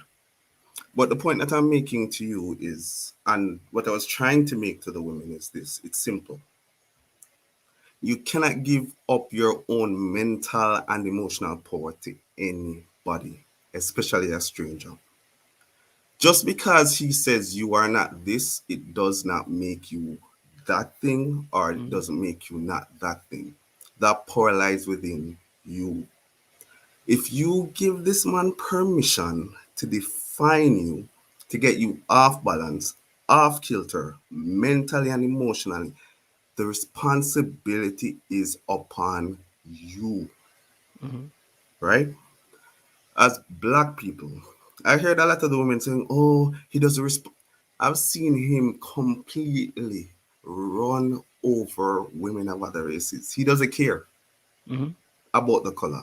So it's not like he was saying, oh my God, you're white, I must worship at you. No, I've seen him, like, I've seen white women get up and leave his presence or hang up on him because he brought the smoke, right? And I also want the women to understand this. No one is perfect. It doesn't mean that I necessarily agree with him. There are certain things that he said that I'm like, I'll throw that away. I don't agree with it. However, pick sense out of nonsense, right? That is something Jamaicans always say. Pick sense out of nonsense. It means, all right, give to Caesar what is Caesar. Look at what the positives are that he brought. And I'm looking at it from a Black man's point of view. He's like, yo, the world is set in a way that is against you. People have a perception about you before they've even spoken to you. The society as it is set up in a way that is sort of to preclude you from having similar success as other races. That's okay. Work twice as hard to get where you need to be. Have your goals, set your goals. You have to have financial goals. You are in a Western capitalistic society. How do you get ahead? Know and find out how you get ahead and put your shoulders to the wheel. Work towards that, right? He's been disgusting to men, like beyond disgusting. Absolutely beyond disgusting. But I looked past that and I was like, you know what? I live abroad, right? So I'm in the USA. I'm not in Jamaica. The rules that apply in Jamaica do not apply to the USA. But he provided some really good Like he's like, yo, if you're working 40 hours a week in America, that's not gonna work. How much do you need to retire? I never thought about those things. Are you gonna need at least this? How do you get that? Do you need to work 48, 56, 60 hours per week? If you need to do that, get on your grind. Nobody wants to hear anything about you complaining. The world didn't promise you anything. It didn't even necessarily promise you life, but you're in it. Look at what the rules of engagement are and get on it. Stop talking about what you didn't have. Let me give you a simple example, right? So I know you're English, right? Mhm. So in Jamaica we do O levels as well. I was always a gifted student, but when I was in second form, so black made me the second form would be like eighth grade to the American youth high school system, right? I'll never forget. A teacher came to me. She gave us a piece of work to do, and she said, it's difficult, for your age group. Do it. Did it. She put an A on the paper, and then she came back to me and she said, "Let me talk to you. Did you produce this work?" I said, "Yes, I did." She said, "You sure?" I said, "Yes." She said, "Are you sure you did not copy that work?" And I said, "Yeah, I sat here, you were here, and I wrote it." You know what she said to me, Kojo? She said to me, "I don't think you are capable of producing work this good." Right? So let's remove that teacher. Let's put Kevin Samuels into that situation. Kevin Samuels says to you, "You are not this, you are not." What are you going to do? Believe him? Where are you trying to go? What are the goals that you're trying to accomplish? Listen to how you need to get there, but don't let anyone else define you. Right? When O-level exams came, I got a distinction in that subject. What if I had said, all right, so for black made media, distinction is an A, right? So this is an international exam. This is an internationally graded exam for high schoolers, and I get a Mhm. distinction. What if I had said, well, she's the teacher, and she said, "I'm incapable of producing this work"? That must mean I just don't have it. Whatever it is, I don't have it. You, I think sometimes we give our black women an out because we know the issues that we face, whether in the UK or the USA. It's different in Jamaica because obviously it's a predominantly black society, right? And if you know Jamaicans by nature, they're very aggressive, sometimes overly aggressive, extremely confident, right? Mhm. I do not believe that our people could have survived 300, 400 years of what we went through, still be here, somehow, still pushing ahead, accomplished all that we accomplished, but then we're making excuses as it relates to dating. The rules are true. Pick better.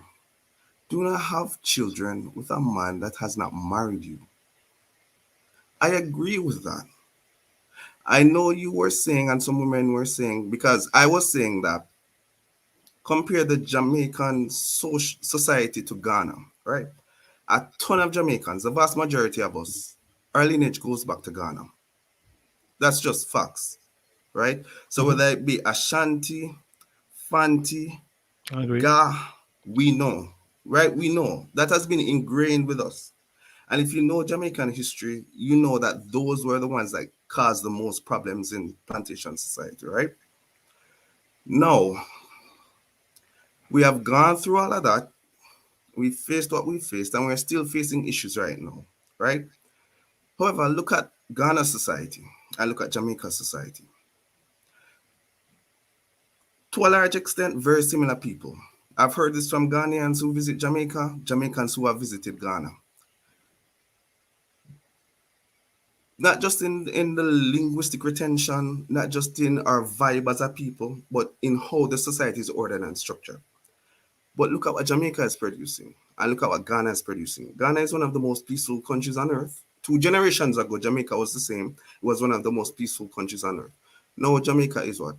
Third in the world in terms of murder per capita.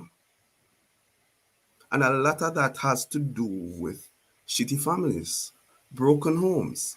2 generations ago, people weren't getting divorced. Regardless of how difficult it got, they were not getting divorced. Women were not saying to men, I gave birth to this child, so this child is mine. It's no longer yours. And if I'm upset with you because a lot of dudes, a lot of Jamaican dudes, let me be real, they don't control their thing. So they're having 2, 3, 4, 5, 6, 7, 8, 9, 10 different baby mamas, right? Mhm. Right? However, that didn't just start yesterday. So why is it that we are in a situation now where we have broken homes, a broken society, and it's filled with violence and chaos, Mhm. right? I'm not telling anyone to take cheating. I'm not saying take abuse, but I'm talking about people that leave and get divorced for frivolous reasons. Nothing is wrong with saying try harder. Let's work at it more, right? Even if your husband might not be the greatest husband, how is he as a father? Because both things can be a little bit different. And I'm going to give you an example. My father, 10 children, 10 different women, right? But my mother never once said, you know what? This dude has women all over Jamaica. I don't want him anywhere near my child. You know what she said? She said, yo, this is your father. Respect him. I'm going to let him have access to you. I saw my father every day, right?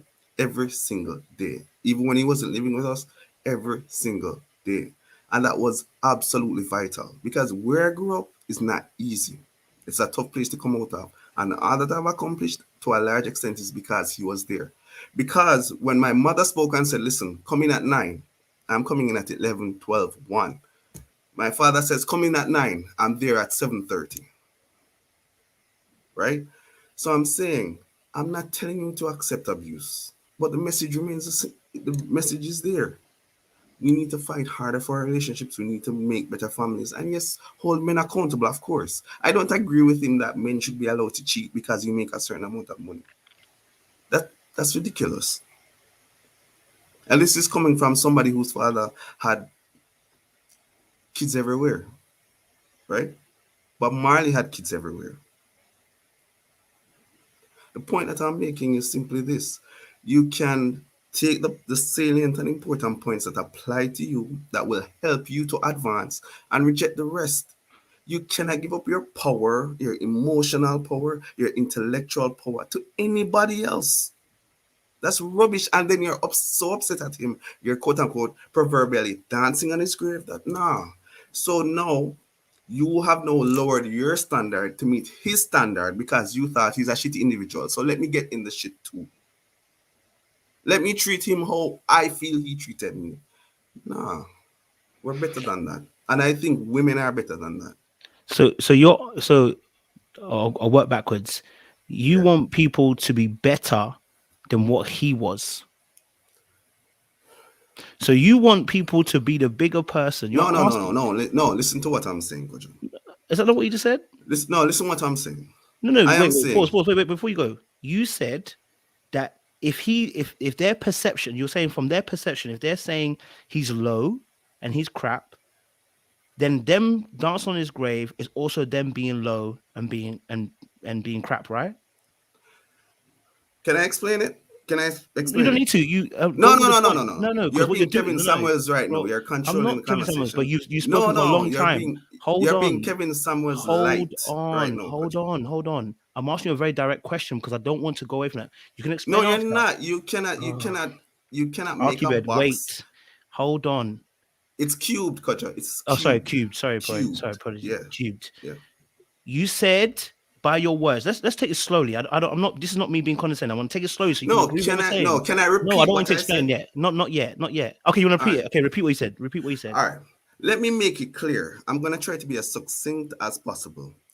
Just the last part. I don't want a whole section again. Just the Listen. last part. Thank you. Do not lower your standards because of someone else. If this is who you are naturally, and if you don't like someone, and if they die, you dance on their grave, fine. But do not allow someone else to change your own standard. That's what I am saying. That's not what you said in the beginning. This is why I didn't want you to explain it because you didn't repeat the exact same way. When you started it, I was listening to you very, very carefully and I was making What notes did as I you're say, talking. Kojo? When you said it, you said, if he's going low, why are you also going low with him? that's completely different to what you said, which is why I'm questioning you on what you're saying. So are you saying Kevin Samuels was low? I'm saying some No, person's person. don't go No, around no, no, no, again. no, no, no, This no, is what I no. was saying. This See, is you're not. doing No, it no. again. Hold on, hold on, hold on, hold on, hold on. I'm Cubes. telling you what my perception of him is.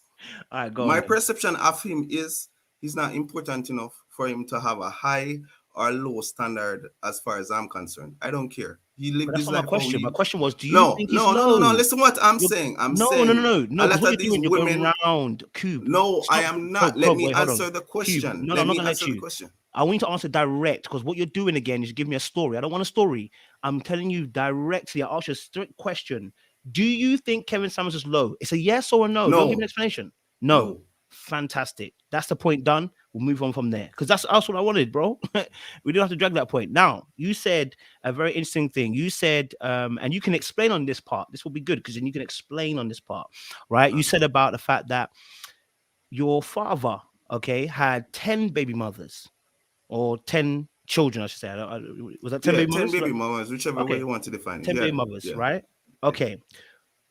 As a, and just you can explain it after if you want. As you were talking, you said about your mother. I want to just make it very, very clear. Did your mother stay with him or did she leave him when she found that he was having other children? Just want to just get down to the perspective. Uh, that's a tough one to answer. It's deeper than that, but I would say she stayed. Okay. So she stayed in that relationship. Yeah. Okay. For you, just from your perspective, because you made it sound like, and I want you to clear it up just in case, you made it sound like it was good that she decided to stay in the case of no? Okay, clear it up for me. Thank you. Clear it up for us. No. That's cool. Clear it up for us. Let me make it clear. Yeah. Whether she stayed or she went, because there were periods where they're separated. Mm-hmm.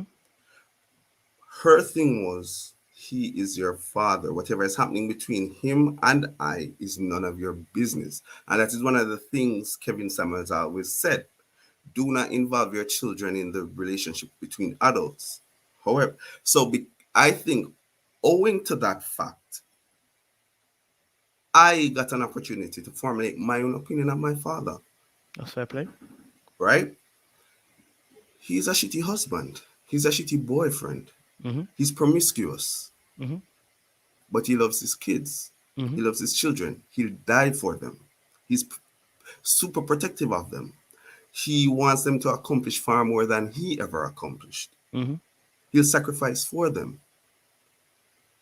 He'll love them like beyond words can imagine. But I have other siblings who their mothers, knowing who he was, were like, nah, I don't want you around. You're not committed to me. You can't see your son. You can't see your daughter. And you can see a clear difference between the kids who had a relationship with him, because my father was ultra aggressive. It was like, yo, you're going to work hard. You're going to study. You're going to go to school. Yada, yada, yada. Right? You mean he was aggressive in terms of how he was child How he rearing parented. or aggressive in Overall. In general. overall?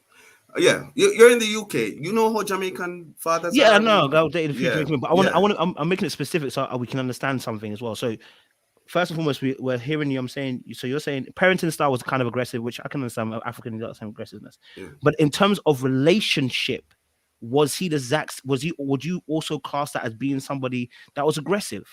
No, he was the only father that I knew of any of the fathers that I knew that kissed his children every day, told them he loved them every single day, multiple times per day, called his children every single day, spoke with them every single day, very affectionate.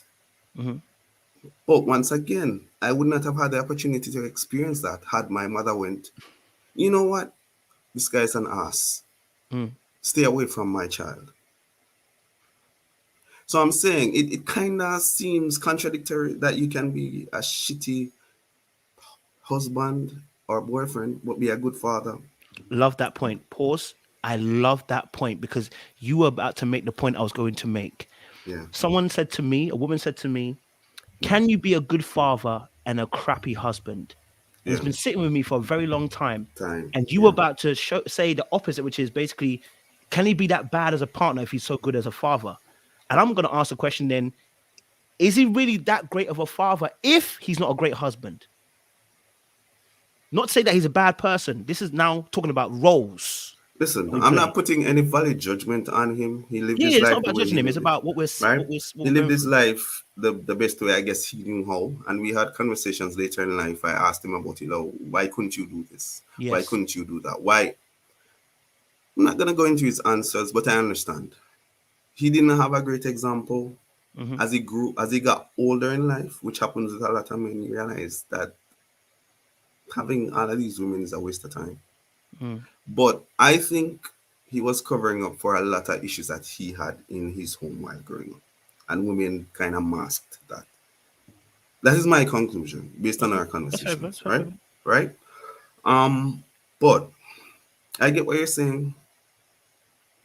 It's a tough one. All I can say is he was a far better father than he was a spouse. I'll leave it at that. Mm. Okay.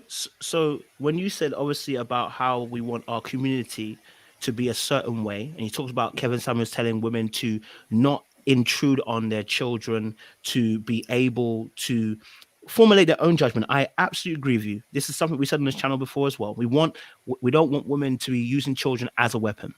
Yeah, I yeah. also want you to also keep the same energy on the other side, because a crappy husband is detrimental to our whole family in general, not just for that generation, but generations to come.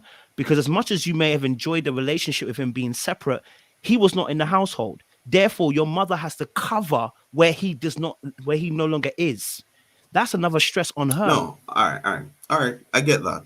And but there are lessons learned because one of the things he'd always stress to me is, listen, son, do not make the mistakes I made. These are the Okay. mistakes that I made. And he laid them bare. There is Mhm, no excuses. It was like, this is what I did, this is why I think I did it. mhm, Da, da, da.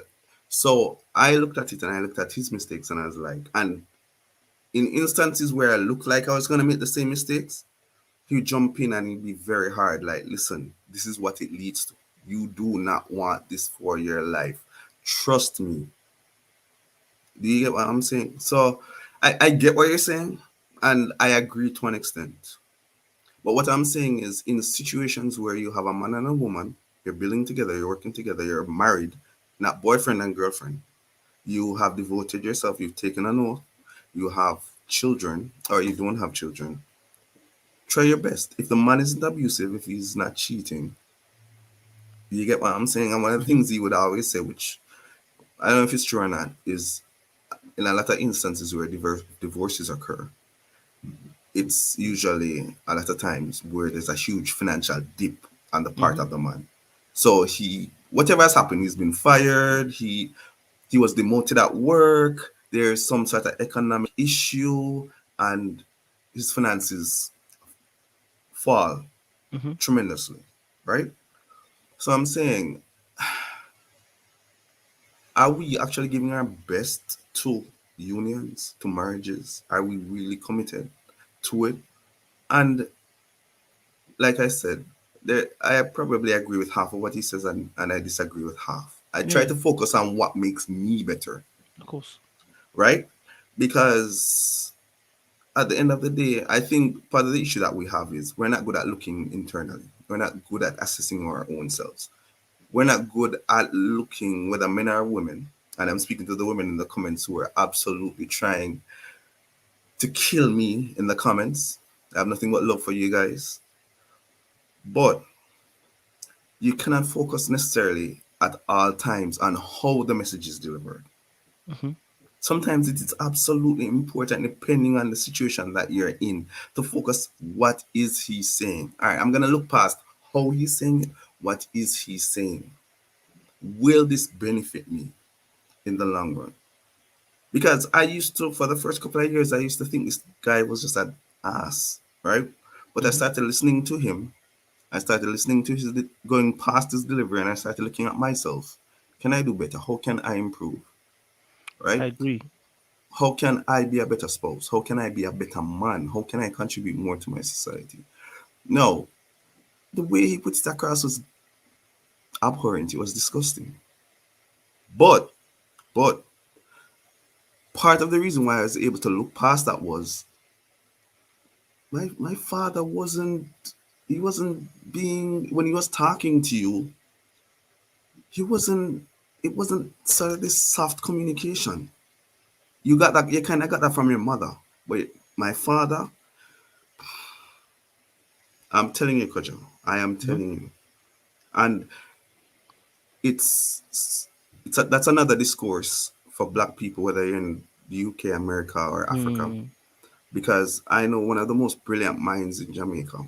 He was talking about how he became as successful as he was. And he was like, yo, when I'd go home and I'd get an A, my mother would be like, yo, why didn't you get an A plus?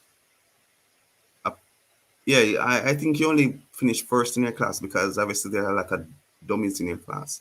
I'm not recommending that type of parenting to anyone. But I think we do ourselves a disservice as parents when we become too soft, or as leaders when we become too soft, because the aim should be preparing you for the world out there. And if we're saying that the society is stacked against us, right? The issue has to be preparation. Maybe a generation or two from now, when things are a lot better, maybe we can be a little bit softer in our communication.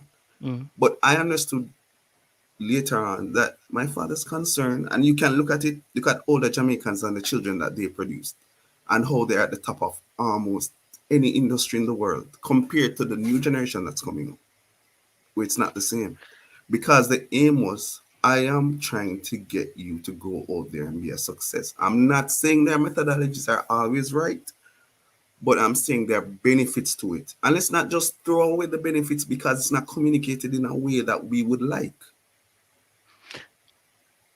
I get what you're saying. I think where the missing part here is, whilst I believe in there is sometimes communication that needs to be direct, I think what we tend to see, and there's a lot of successful people. I listened to Shaq just recently speak on the podcast talking about how hard his father was. What people are forgetting is that hardship that it will make you successful in life, but how does it affect your relationships? See, you forget that part. What was his relationship with his dad? It was magnificent, right? It was to a point, but it didn't help with the relationship with women. This is the whole point. This is why I keep saying that you can be successful in life, but how does it affect you when you deal with relationships? Yeah, but what did he say about how it negatively impacted his relationship with women? I mean, when he spoke about how him and his wife actually passed, he couldn't understand. He said he couldn't spend his time with that person. He was so dedicated to his work, focused on what he was doing, and obviously doing a bit of madness he was doing as well. He couldn't really give his time to his wife. Do you know why? Because he was never taught that. What he was taught was success and being direct, etc. Blah blah blah. Now, but why did she leave? Wait. Now, the key point I'm making here is you can be successful. You can get a child to be successful by doing all these tactics, whatever, speaking sternly, not speaking sternly, whatever you want to call it, right? And that child can be successful. Right? They can. But I keep telling you, look at the way they relate to people. Number two, listen to how they themselves think about themselves. What people don't realize is a lot of times is because we don't get to hear how they think about themselves and how they think about relationships with others, this is normally where the deficit is. The deficit isn't in the ability to have the skill or the trait, the gift that God has given you that you've honed. That's completely different. The parent honed that. We saw the film with Serena Williams and Venus Williams, right? We saw that you can hone the skill that's already in you. That's a God-given gift, if I hone that correctly. But how people deal with relationships now is completely different. That requires a whole set of different skills that are required to be inputted into you. And so this is where you will start to see the deficit of when you can't speak and you can't emote, you can't say how you feel, when you haven't got a good example of having successful marriages, how it can become difficult when you get into actual relationships. So yes, we will look at that particular way. We look at Will Smith and look at Jada. And when we listen to Will Smith's history, we can see, I know why you're still with Jada. We know why you're still in this situation. We know why you're acting the way you are with Jada. Because when we listen to your history of how you dealt with things, you're successful in your life as a career. But when it comes to the relationship aspect, you're taking some stuff that you don't really need to take. This is where and this is why I'm addressing this point, because now you're talking about a father who had 10 sons, or 10 sorry 10 children, Kids, 10 yeah. kids, I apologize, 10 Mhm. children, right? Mhm. And who wasn't in the home. And I'm saying to you, the impact, no matter how much he talks good stuff to you, you never saw him, or I shouldn't say never, you didn't get to see the end product of him staying with your mother. And that is going to have some level of effect on you. That affects not just you, it affects your community. You are not free as a man when you now leave your family, regardless of whatever it is, that you can say, I'm absolved of the responsibility or the consequences that come when I fail in this area, regardless of whoever's fault it is. If I get married and I divorce, it's my failure, it's their failure, whatever. But you're not free from those excuses. When you started, you said, Kevin Samuel spoke about women who should work harder. How about the men?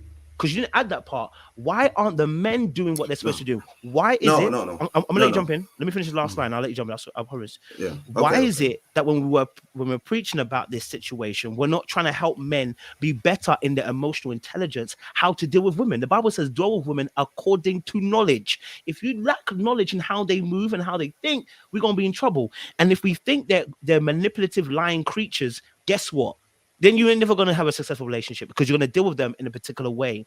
So that's why I'm bringing up these points about what you said, because you brought in and said, Kevin Samuel said women, talks about women and how women should, try harder if the man's not abusive or he's not cheating.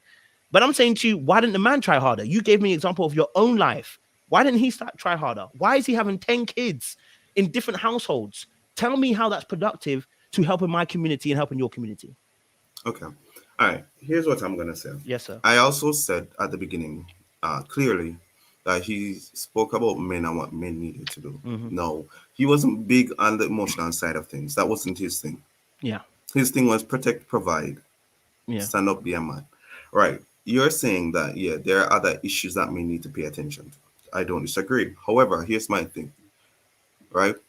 Going back a few generations ago, these things were not necessarily the greatest part of relationships between men and women, right? But people were staying together, people were living together, we had better communities. Regardless of how poor and how against, I guess, black people societies were, right? You saying the black community we had better communities as black people? Yeah, right. Okay, We didn't have we didn't have as many social issues as we have currently, in my humble opinion, right? No, my thing is this. Shaq said it impacted his whole relationship with his wife, right? And you're saying it probably goes back to his relationship with his father. My thing where does personal responsibility come in, right? What you experience in your home, around your family, around friends, with teachers, whomever, the wider society, it can impact, right?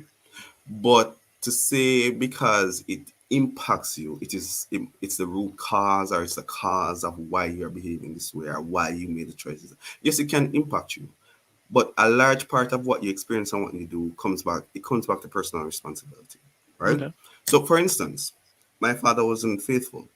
If I go and cheat on my woman, I'm gonna say, oh, you know what? It's because I had a father who couldn't keep his willy in his pants.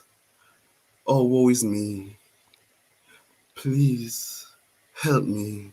I am this poor man who's just trying to battle against the flesh. Help me, help me, help me. No, personal responsibility comes in. I'm doing it because I wanted to do it. I'm doing it because for whatever reason I found value in doing it.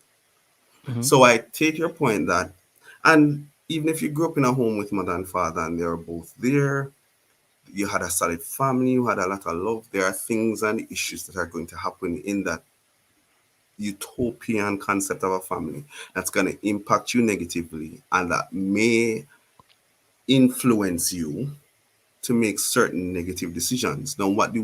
Do we blame our parents? Do we blame the family for it? I'm speaking from the standpoint of adults here. Mm-hmm. Did he know that cheating on his wife was wrong? Yes, he did. Yeah. Right? The other issues in terms of him overworking, working a lot, ignoring her emotional needs. A lot of men were not in tune to that, and that's something that we also need to learn, right? And more of us, because speaking from a Caribbean perspective, I know a lot of Caribbean men, we believe that money solves everything, right? You have a nice house, you have a nice car, the bills are paid. Like, what is your issue? And where does that mindset come from? I can't account for that. See, and that's why we have these type of conversations, Cupid, because when we have these conversations and we sit down and start to really process where these ideas are coming from, then we can start really making these changes. Because you're absolutely right. In the African household, the exact same, if I talk about the history, that's the exact same traditional cultural kind of thought process that comes along. So long as I pay the bills, you got clothes in your back, you got food in your tummy, fantastic.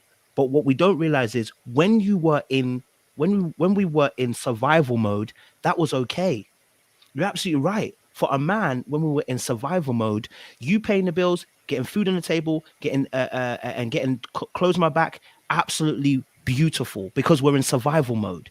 We're no longer so much so in survival mode now, right? We're in, and this is the thing that's unique to a Black community in general, is that when we talk about our marriages and our relationships, that where we put food on the table and put clothes on the back is good for then. It is no longer good for now because we're in a state of luxury, if you want to call it that, or a state of thriving, where you and I can choose to be on. I can choose to be a YouTuber. I couldn't do that before. I couldn't even be around white folk. I couldn't even drink from the water fountain. 70 years ago or less, you know as well. You couldn't even drink the same water fountain from a white person. We had a different set of social problems that were impeding upon us.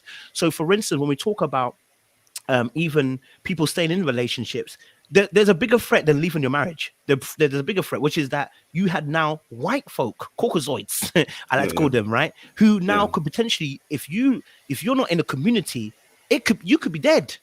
So now there's a different set of factors, what making, especially a woman who is, as the Bible goes on to say, the weaker vessel in terms of physicality, her now being left out of the community, it could be very dangerous for her to make that choice. Now we're in a generation where that threat isn't so existential. It's more, if you want to call it financial, structurally wise, we have those kind of threats rather than being physically all that way. Women can now have the choice of saying, I don't need to stay in a marriage that doesn't work for me, right? The same way that as a man, if a man says, this doesn't work for me, I can leave. And that's what I said earlier on. The reason why divorce has gone up so much, one of the reasons, not all the reasons, is because women too have now the power to do what we can do. Since we've both got the same power, why are we not working together in tandem to make sure both men and women are improving, to make sure we make the best choices for one another, right? If I choose a partner, I'm also equally liable for the choice that I made. She's also equally liable because she decided to accept my proposal. Now, when we both go forward and the thing mash up, and and the thing is frass, fam, at that point, we have to ask each other the question of how did it go wrong? And so that's what I'm saying about equal weight of accountability. But I would even go one step further, that since we are leaders of our community, as Black men, we're supposed to be leaders, there's even a greater onus on you than even the women.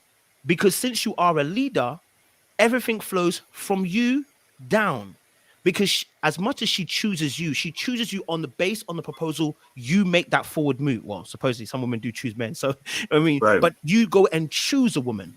Therefore, the greater onus on the person choosing, because now you've seen, you've spotted, you looked around, you've made a proposal to somebody. At that point, the weight comes onto your shoulder even more so, because you are now guiding this situation.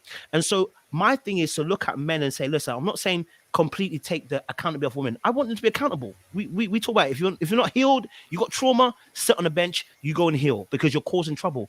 But at the point for us as men, in order to bring a change for the community, and I've said this, we need a spiritual awakening. When the leaders wake up spiritually, and I mean that in a sense of when they have a collective mindset of waking up from a particular point in time, change happens collectively, right? And so for us as men, I'm saying let's slow down, really, really look at Kevin Samuelson, what he was really saying, because I agree with you. Some of the points that he made, I agree, they were good. You know, there were good points he was making, but there's a lot of stuff that he infuses in his commentary that, bro, if you hear someone speak like that, you'd fear for your daughter. You'd fear. No, I wouldn't. Okay, so okay, let me give you an example. So your son-in-law says to you, he wants the domestic discipline, and your daughter says she agrees. You comfortable with that? All right. What is domestic discipline? Two people agree. Apparently, two people agree. The woman agrees to the man physically disciplining her when she's out of line. They have a Well, safe for word, all right, and they physically, that physical, all a right. physical thing will happen. So all right. So here's the thing. She's grown up in a household where she hasn't seen her father, quote unquote, I should hope discipline not. her mother, right? No, Yeah, she yeah. won't. Oh yeah, She yeah. won't. Okay, yeah. She won't. Like, all right. I was having this discussion with someone else, and I'm not gonna go too far into Yeah, it, it's fine, but bro. I was saying, regardless of whatever was happening when my parents were together, so to speak, if she got upset, he walked away. I have never seen him raise his voice at her ever. And this is someone that's like extremely aggressive. Extremely aggressive. Never raised his voice to her, was never verbally abusive to her in any way. His faults lay elsewhere, right? Yeah. So if you've grown in that situation, I've spoken to you and I've told you and I've shown you what love and commitment is, right? I'm not saying in all instances, but for the Mm. most part, these things just don't come out of the night. I hear you. There have been other things that she ignored. Would I be happy about it? No, of course not. Who would want their child to be in a situation like that? However, which I keep, and this is the thing that I keep saying in the comment section, women, Mm-hmm. you have to be accountable for the decisions you make. Mm. Most men do not change overnight. There's Mm-hmm. been a pattern of behavior that you've chosen to ignore. And if you made the choice to have a child or children with these men, there are consequences to it. Doesn't mean I'm a horrible person. Doesn't mean I'm a terrible person for saying it. But if you say you're confident and you have multiple degrees, you should be acting and behaving in a better way. You should not be making decisions that a woman who has basically no way out, she might be using you, she might be making these decisions to survive economically. And most of these women are saying, no, economically I'm fine. I can have a child, the father doesn't need to be there, yada yada yada. But you're choosing the type of men who are gonna leave you scarred emotionally, are going to either reject or ignore your child and will make you vulnerable. And that's not good either. And you have to look, that's what I keep saying, look inward. I agree. There's crap on both sides, men and women. And yes, we have to come closer together. But sometimes, in order to learn the lesson, we have to ignore the rhetoric. Like we have to ignore a lot of the foolishness that we disagree with and say, all right, what is this person saying? Does it add value? Yes, it does. All right, let me take these things and leave these things behind. I don't believe you should be celebrating the death of anyone. That's my opinion. A lot of the I hear you, ladies but disagree. that's not what we're discussing here. In your point we're talking about, I asked you a question. How would you feel if your daughter came to you and said, "Look, I've agreed for my husband to domestically discipline me"? I wouldn't be happy Why about would it you not be happy? because she's putting herself in a state of vulnerability and to be abused. But words do not do that. No, no, love that, love that. You said the word what? Abused. Yes, Okay. How would you words feel about the by husband? themselves. How would you feel Mhm. about the husband? What would be your thought about a husband? So you've seen this husband treat her nicely. You've seen he comes to the house, he talks to you nicely, but you heard your daughter say, "I'm happy to be in a place where he physically disciplines me." How are you going to look at that man? All right. Firstly, I'll say to her, listen, you've never seen me do this to your mother. You've never seen this happen with any of your aunts. It's not acceptable. You're putting yourself into a ridiculous position. And I'm going to tell you whether you like it or not. If he puts his hand on you, it is absolutely my job still to protect you. And if it means that I have to go get my machete to take that hand off, that is what I will do. Right? And and I'm gonna end up in prison because of you. Do you want me to end up in jail? And I'll No, tell Dad. him that I'll tell him that no. I'm gonna give you I saw that happen with one of my sisters, right? She didn't go into detail to my father what happened, but he was trying to fight her. And my father came and he basically let him know, listen, she's not telling me everything that happened, but I think, I'm not sure, I think you put your hand on her. And he's like, do it again. I will kill you. Never saw him again. Beautiful. Now, I'll tell you why it's beautiful. I'm going to tell you why it's beautiful.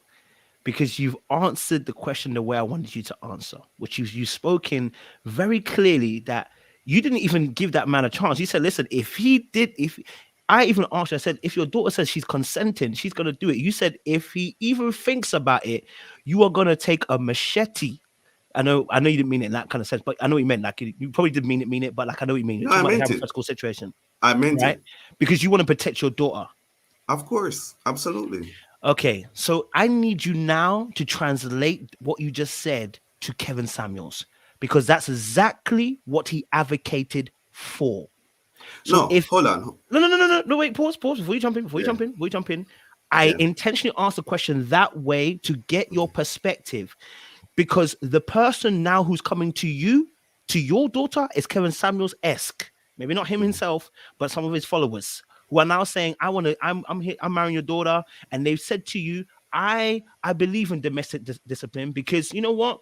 I see it being of a benefit. Now, you've heard him speak. He talks comfortably. He talks good. You know what? He sounds like a loving husband, but it's just one aspect of his character where he says, one aspect of his behavior where he says, I don't mind domestically disciplining. You said yourself, even your daughter, even if she came to you and said, I consent, you said, nah, Mercedes coming out. I'm ready to go rounds.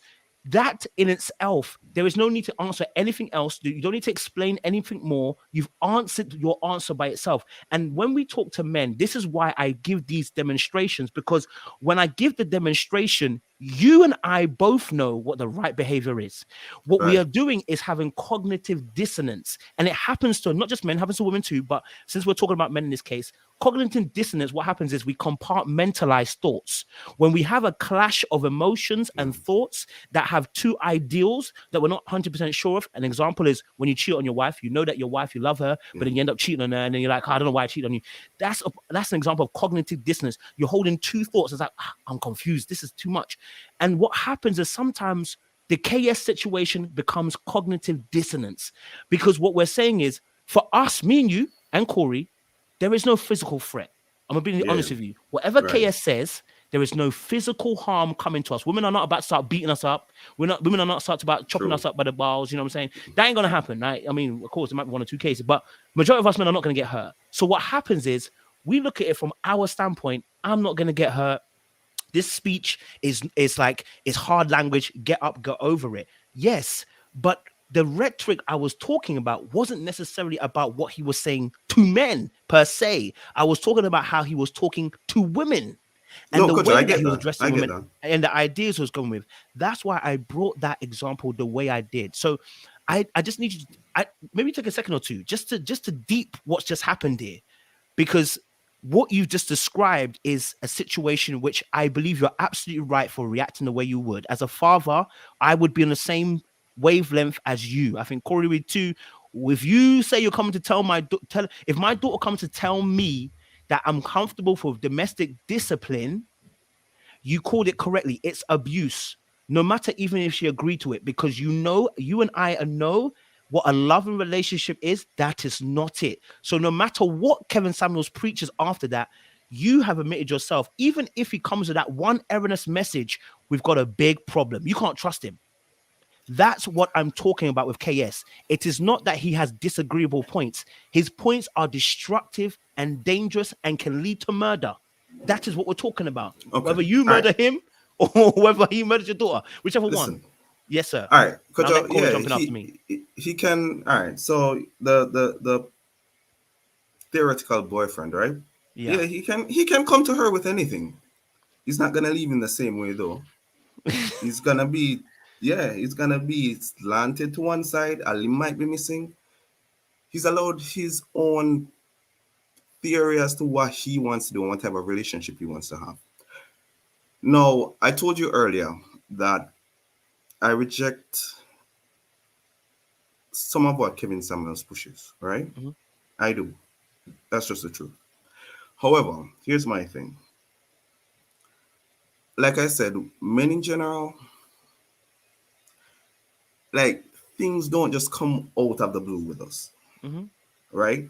Women see certain behaviors, they might call it brash, whatever they want to call it, right? And you choose to be with that person, right? No, I get what you're saying. If he's pushing this, there are idiots, there are simpletons who will go, well, Kevin Samuels said, so it's right, so I'm gonna try.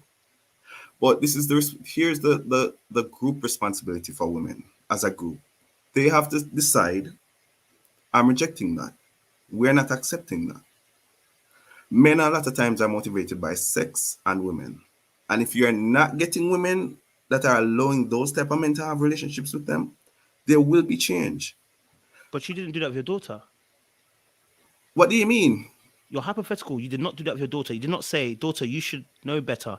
You told her, listen, if he even puts his hand on you, you go and start a riot. No. The first thing I said was, okay, go on. Sorry. You've seen the example with me, your mother, your aunts. You've never Mhm. seen us do that. You know it's wrong, right? Mhm. So I'm just looking at it. She's looked past all of that. When I've spoken to her and basically said, are you an idiot? Why would you agree to this? She's looked past that. She's like, oh, daddy, I love him. I'm going to be with him. I then have to say to her, listen, you're my daughter, you're my child. As long as you're breathing, it's still my responsibility to protect you, right? And I'm telling you, you can agree to whatever you want to agree to. But if he does it, I'm prepared to go to jail. Do you want your father to go to jail? And let's pause it there. Yeah. So, because what you did after that is you went back on to explain how women have this responsibility, right? But when Yeah. you were addressing when you were talking about your daughter, even just now, although you told her, listen, he shouldn't do that, you took the responsibility from her and said, if he even goes ahead to do it, you agree to it, I'm going to be involved. You took the responsibility from her. So what you're doing here is, that's the cognitive dissonance I'm talking about. You're holding two opposing values at the same time. Right there is what you just did there in that moment. You said, my daughter, though, for her, I will snatch that responsibility from you. I don't care whether you agree to it or not. But you're saying then, for those who are with Kevin Samuels, when they're hearing this message, y'all got to be responsible for what you're saying. Y'all got to be responsible. How do you? And that's what I'm saying to you. If you slow it down, I know why you're saying what you're saying. This is what I'm saying about us as men. When we don't slow down to think critically about what we're already saying, you won't realize what you really are saying. That you've made this distinction because instinctively, for instance, if I'm going to play a woman, right? If I'm going to play a girl, right? Let's be honest. If I saw every woman as my sister, would I play women? No.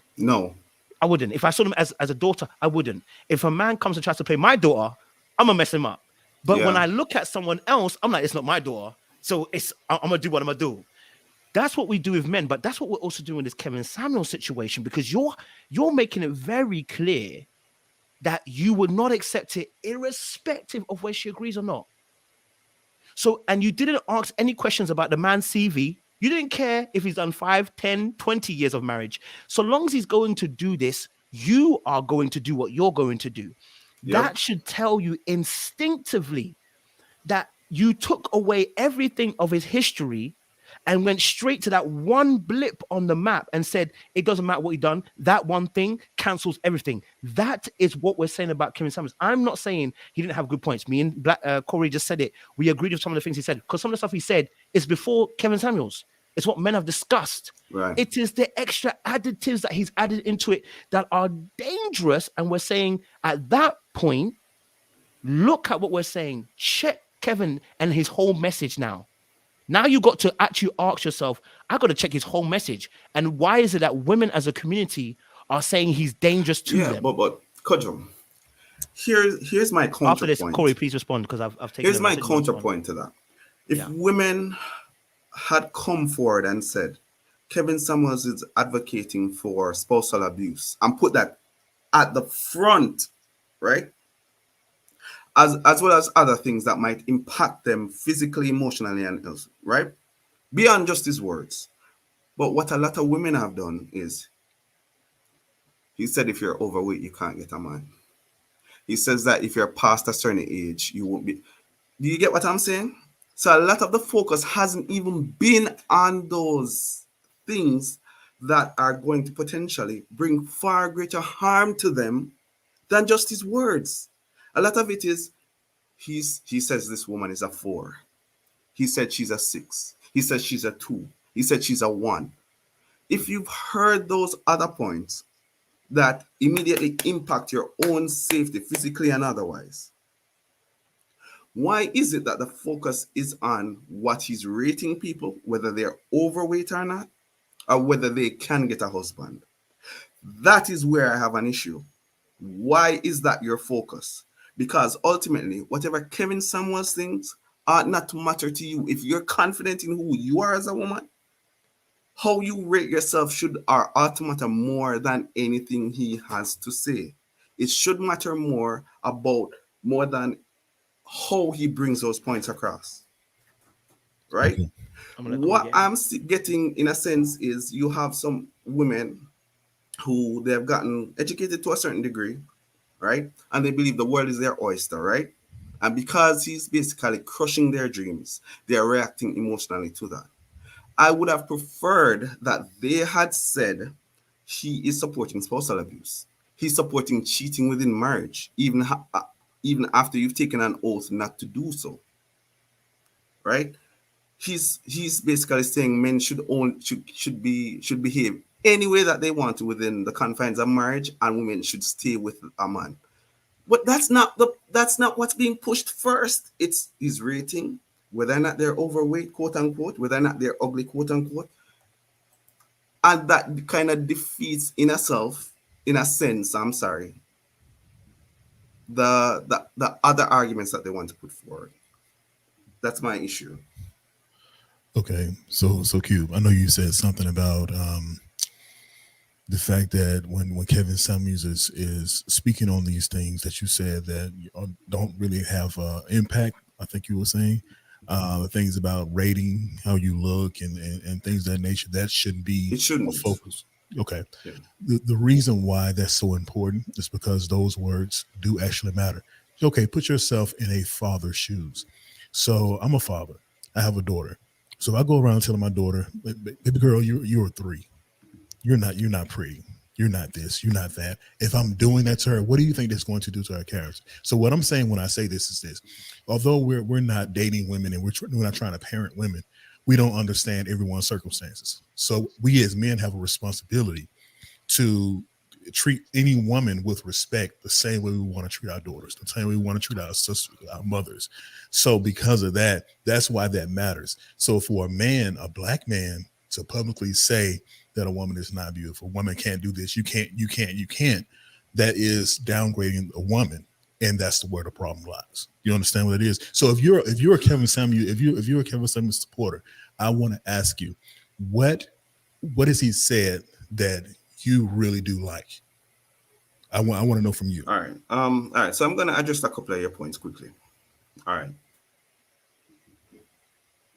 A lot of us, if we're not on the continent, we're not in the Caribbean, we're in predominantly white societies, right?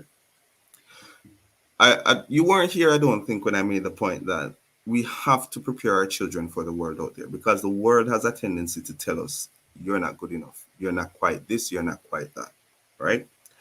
So we need to produce young men and young women who understand that not just because someone else says that you are not this, you're not quite that, it should matter more than your own confidence in yourself and your own worth and value. You're a father. Yes, your child ought to look up to you. You have a responsibility to her, right? I get what you're saying, right? But my thing is this: if people aren't related to you, they don't take your own feelings and ethos into consideration as much because they don't personalize it. So as Kojo was saying, because we have a tendency to not personalize things, Kevin Samuels is not looking at your child and saying, how would I communicate it to my child, right? Is that wrong? Probably, right? But my argument remains, if we are truly confident in who we are as persons and how we value ourselves, what someone else says that contradicts what we believe about ourselves or where we want to go, it really ought not to matter. I shared a story about high school. This is a teacher. She's responsible for educating the people coming up, and she's telling me, yo, I don't think you have the ability to do this. There's no way you're able to predict. What if I had said, oh my God, she's a teacher. She should be molding black minds. She should only be speaking. But guess what? I use it as fuel because I'm going to show you that you are stupid, you're ignorant, and you are wrong. Aced the exam. So the point that I'm making is, yes, I get it. You're a parent. The responsibility between a parent and a stranger is different. It would be lovely if we all spoke to black women in a positive way. It would be wonderful. We'd have a better world, right? But knowing that it is what it is, it's kind of like saying, yo, I'm gonna take a walk in the park, but there are a lot of crocodiles and alligators there. And I'm saying, yeah, it's beautiful, go take a walk. You have to be aware of what is out there. And you have to prepare a child to understand that people will come at you this way. If you're dark skinned as a woman, they're gonna automatically think you are less than someone who's lighter skinned. You're probably gonna have to work twice as hard to get the same impact as someone else of another race. Nothing is wrong with telling your child that, but you have to inculcate that in them from an early age so that Kevin Samuels, whoever else, whatever they want to say, it does not, it might go into their ear, but it doesn't get here. It doesn't impact their heart. It doesn't impact their mind.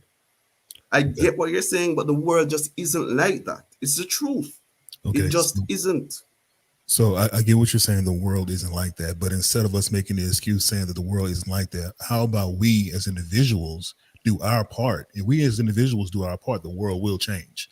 It so will. I want you got to understand it. So to say that the world is not built that way, it's not like that, society doesn't expect this, that's in a sense a cop out for your personal responsibility, because your personal responsibility. I'm going to be honest with you here, because you're saying that little girls should learn from a young age to be respected, to go into relationships a certain way. I get what you're trying to say when it comes to that, but when you're dating, when you're out here, when you're an adult, you don't know what anyone's circumstances are. So you have to bring essence of yourself, your responsibility to make sure that woman feels protected.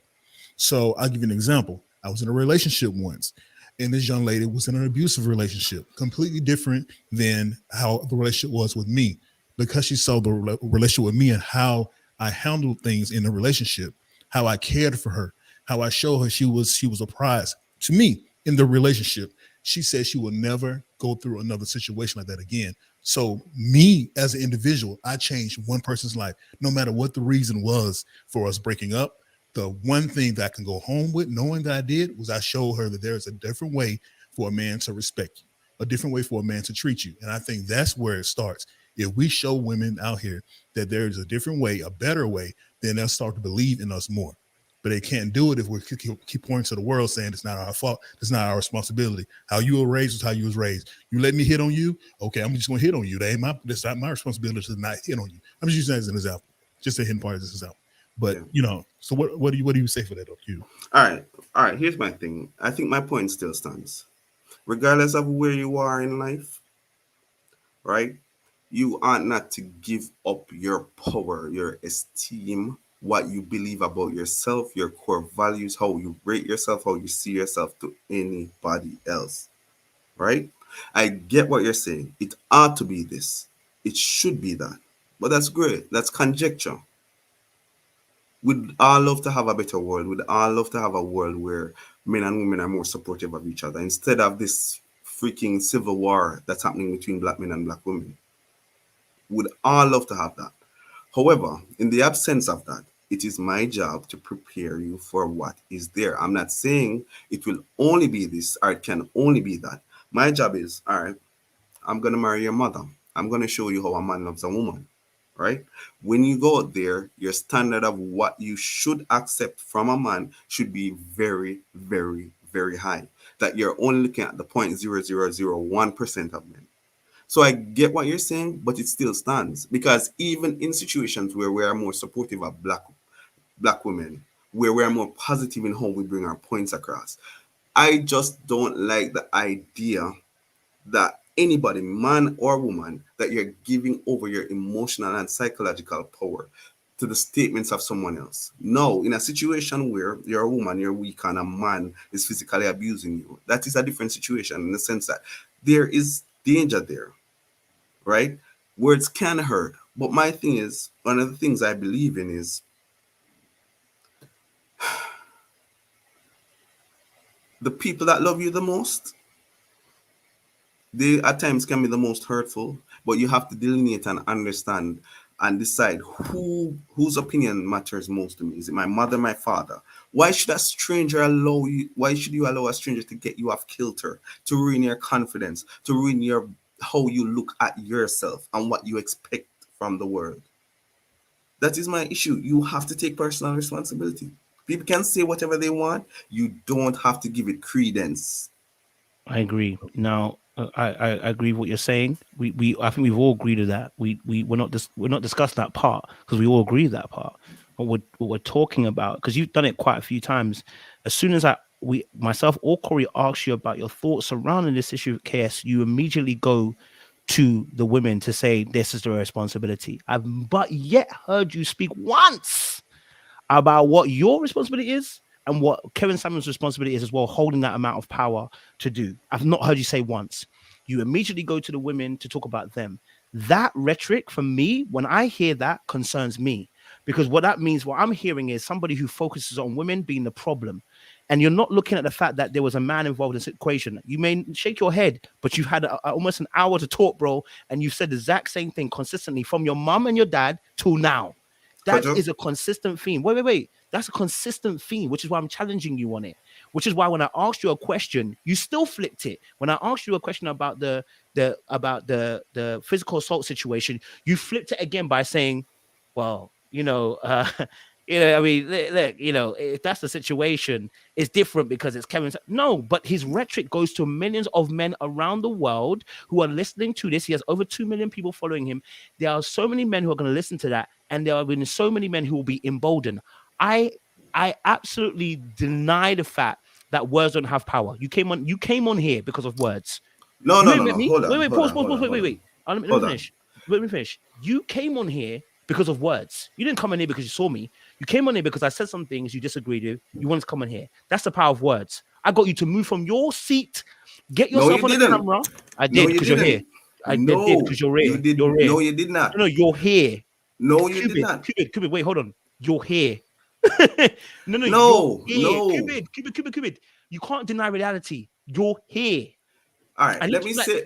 I can give you the Kevin Samuels energy. You're here. I don't need to. You're here, Cupid. Yeah, but listen No, to my point. I'm finished. Yeah. You moved from the audience to come onto a screen, put your camera on to give your opinion.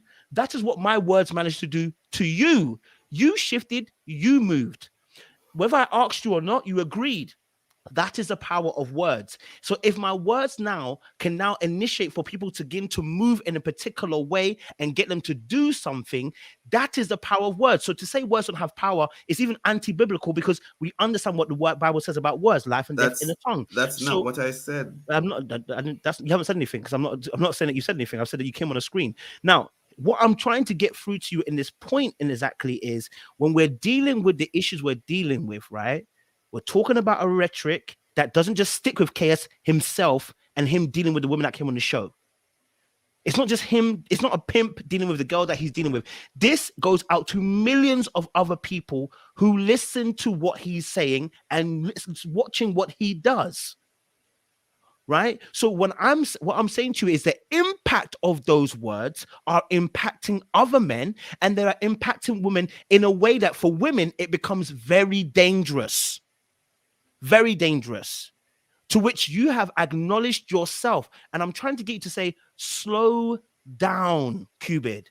Slow down and think. It has got nothing to do with the world is cold. I'm not missing the point. I'm trying to get you because that wasn't the point I was going to get at. The original point I'm trying to get you to understand is you've already showed what side you're on. Like most men do. Wait, hold on. I'm not talking about, you know what I'm talking about yet. When I say you showed what side you're on, when I asked you the question about your daughter being the case, you gave me the answer I needed that destroyed the whole conversation. It's done. It's finished because you were able to understand in that moment what a dangerous rhetoric is. You didn't ask no questions. You don't care about CV. You don't care about what a man has done. You knew instantly in that moment. Now I'm trying to tell you to look at Kevin Samuels the exact same way. You're not doing it. And I'm telling you, that's You're cognitive wrong. dissonance. And you're intentionally now doing it because both myself and Corey have told you the exact same thing. And you're now fighting that. But you're going to have to sit with yourself and Okay. figure that No, out. no. Q, All right, Q, let me. Q, All can right. I ask you a question? I just want to ask you a question. Yeah, go Real ahead. quick. All right, my question to you is this: do you feel that you are a better man by listening to Kevin Samuels? Yeah. Here's why. Okay. Here's why. I reject whatever he says about women. And I've said that multiple times. Somehow Kojo has missed that. I've said it was abhorrent, it was wrong. I use those two words, right? I said I focused on the parts that he spoke about how men should get ahead, right? That I said that specifically early on. I said I focused on how is it that I maneuver within a new society which is disparate from the one I came out of, right? I knew how to maneuver in Jamaica. I'm in a different situation now, right? Work your ass off. 40 hours a week isn't good enough. Plan your retirement. How much do you need to retire? How do you go about it? You should invest. What should you invest in? How much should you invest? How much should you save? How long should you save? At what age should you retire? No, I said, and I'll say it again, I said his opinion on women were abhorrent, they were disgusting, and they were wrong. Somehow Kojo slipped past that, completely past that, right? And then said he knows what side I am on. Now, let me address a couple of things that you said, right? I am not saying words do not have power. I never said that. You actually did, but go on. Right? I am saying the power and the degree to which it impacts upon you as an individual, a lot of it has to do with you. I gave the example of my teacher in school. I could have believed what she said, and I didn't. I knew, I was like, forget you. You don't even know the power that I have. And I'm going to say this to Black women, right? I come from a culture that is, for the most part, matrilineal, right? Let's make that clear. The leader of one of the first Black rebellion that unseated the British in the Caribbean was led by a woman. The leaders were all women.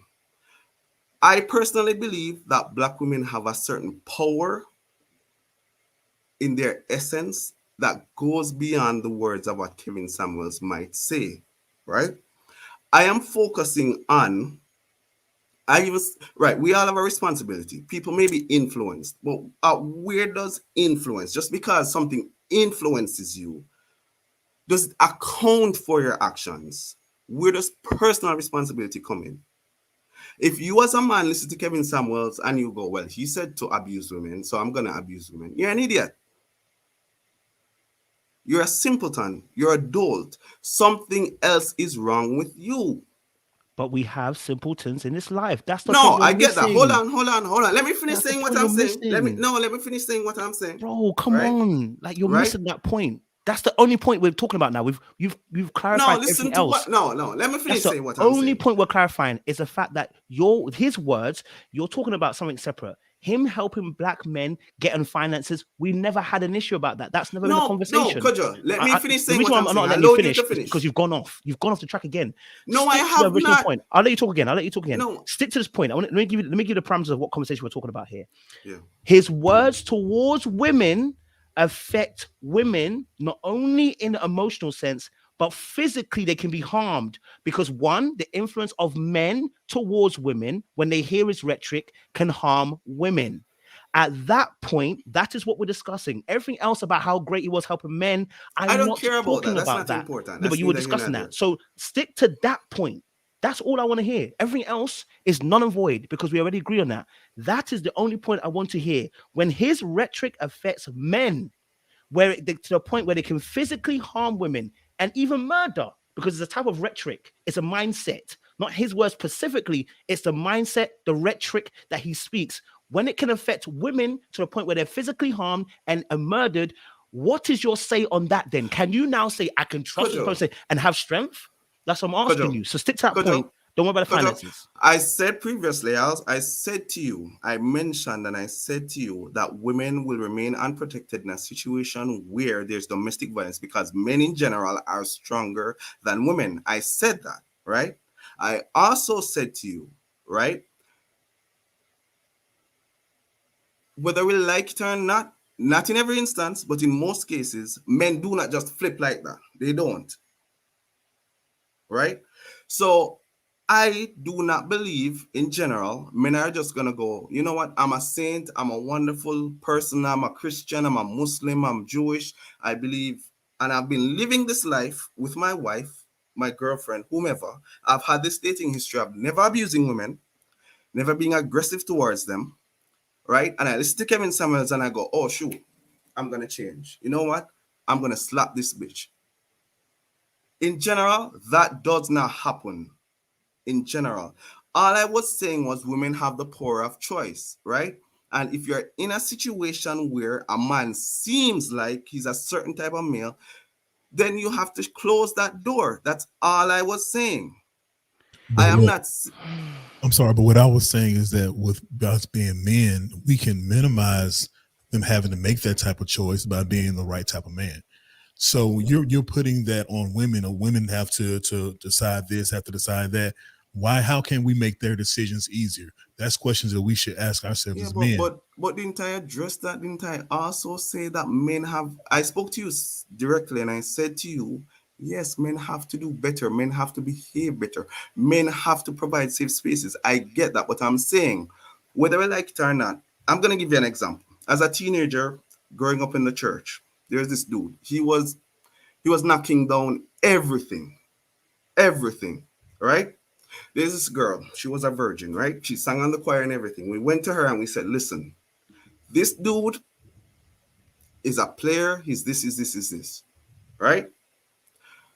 You know what that put into her mind? I want him more, right? We spoke to her as young men, as Christian young men. We went to her and we said, this dude is a dog. Yeah, we're friends with him. Yeah, he's a cool dude to hang out with. But he's just going to hit it and quit it. What happened? Guess what happened?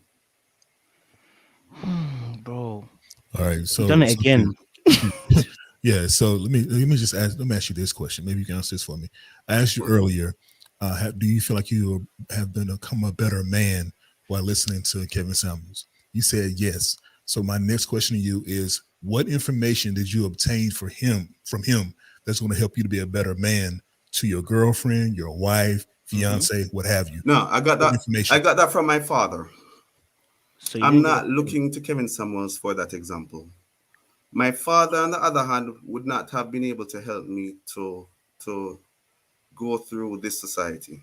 But there are lessons that he taught me, the mistakes that he made, the example that he showed me, do this, do not do that. So that means that in the area of dealing with relationships and my spouse, that information and example I got from my dad, from his mistakes and from the advice that he gave, right? I'm not looking to Kevin Samuels for relationship advice, right? Why not?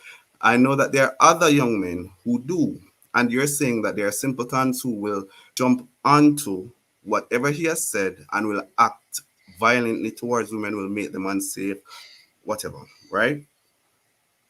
Why would you? I get that. Wait. No, don't skip that. Why would you not listen to Kevin Samuels for relationship advice? Why? Yes. Because I don't go to the internet for relationship advice, for the most part. So, freaking hell, bro. Why? I'll come back to you, Hashim. I will come back to you, bro. I will come back to you. I promise you, Kobe. I will come back to you. Thank you, Corey, for that question, because I think that solved the crime. Hashim, you can unmute yourself. What's your thoughts, bro? So, all right. I'm gonna say this. The Will Smith situation kind of was disheartening, seeing how many men was not willing to stand up for their women. Mm. And then now this, seeing, Buddy be celebrated that he dead and stuff is kind of weird and low-key disheartening. Also, while I do understand it, like he was punching down on women for to get to what was it, almost 2 million views? Like that's crazy. And you see the clips that come online, and I decided to watch a video or two of Buddy, and like, so you ever been in a lunchroom and somebody busting somebody on someone, and it's kind of like it get to a point where it's like, all right, man, like this is overkill, this is out of pocket. It seemed like he just went on a rant he went on a tear with that, because he seen that it get him the views, he seen that it got him the engagements and everything. So I understand why women mad, but it's kind of, I'm not gonna lie, it's disheartening seeing with those both situations how disconjointed we are, and how we need to shore up our stuff. It's a lot of stuff within ourselves that we need to heal, and it's a lot of stuff with relationships with family and the opposite gender that we really need to shore up, because it's this last month or two, or however long it's been kind of weird, and I'm an optimistic person, and I kind of been losing hope that we even going to get to where we need to go. And yeah, it's bad. And I learned, like, as a man, I was in a relationship, a long-term relationship. I started around 21, 22 years old. I didn't set the tone. I ain't set the tone at all. And you know what happened? Mm-hmm. Everything went downhill. I took accountability for that. I held myself to that standard. And it was hard to do at first, because think about this. I'm 22. I'm expecting a woman to be able to cook like my grandma, macaroni and cheese, fried chicken, all this little other stuff, when I couldn't even do that myself. So I'm expecting my spouse to be able to do that. But what I'm lucky to have is a skill of self-reflection, to be able to, like, you know what, I was wrong here. It's some stuff from my childhood that I need to handle, and my experience with women growing up in a household full of women, and like how women carry baggage from their experience with life with men. I realized that I was carrying baggage from my experience with women. Not cultivating my confidence, talking down on me, and all this other stuff, and then I'm just dropped into the dating world, and I'm just a boil in the china shop, destroying things. So I had to learn over time, and with my long-term breakup, that as a man, we gotta really lead, we gotta set an example, and we gotta build the pavement for us to get to that end of the rainbow. And with the manosphere, with the red pill, excuse my navel, it put me in a position. Not me, but it put us in a position where, all right, so now we complaining now. We whining online. We making podcasts about pointing the finger, a bunch of whataboutisms when it comes to women. We are solution based. We are all about action. We need to move like that. All this whining and complaining is not going to get us nowhere as men. And it starts with us, and we gotta hold ourselves accountable and understand it starts with us. And we gotta do what we need to do to shore things up. We can't just point at women all day. Oh, you this, that, and the third. We really gotta do our due diligence to, cover our women and our children. And I had between the pandemic and everything and dating, I've learned so much. And kudos to you and watching your platform. Not only you affirm some of my feelings, but you also, you and panel also brought like the other thing that, I need to work on myself. And I think, like, we gotta look in the mirror. Like, we can sit here and blame all day, women, we know that. But until they see us do what we need to do and see the proof in the pudding from what we do, we can't be up here whining and pointing a finger, man. To me, it's whack. It's real whack and corny. I appreciate your position. Thank you very much, Hashim. Love for that. And I love what you said about obviously being introspective and looking in the mirror. You're absolutely right. As men, we're solution orientated and based, and we look for solutions to problems. So I definitely appreciate your contribution there, Hashim. Thank you. Jay, talk to me. I know you've been waiting for time. Sorry. I know you've been waiting for time. She gonna kill me today. I said my prayers to be calm before I came in here. So, you know, I'm on a different energy right now, a different energy. And Hashim set the tone. Hashim set the tone just now, you know what I'm saying? That the biggest thing is accountability for self. What KS was doing is the same thing Adam did in the garden.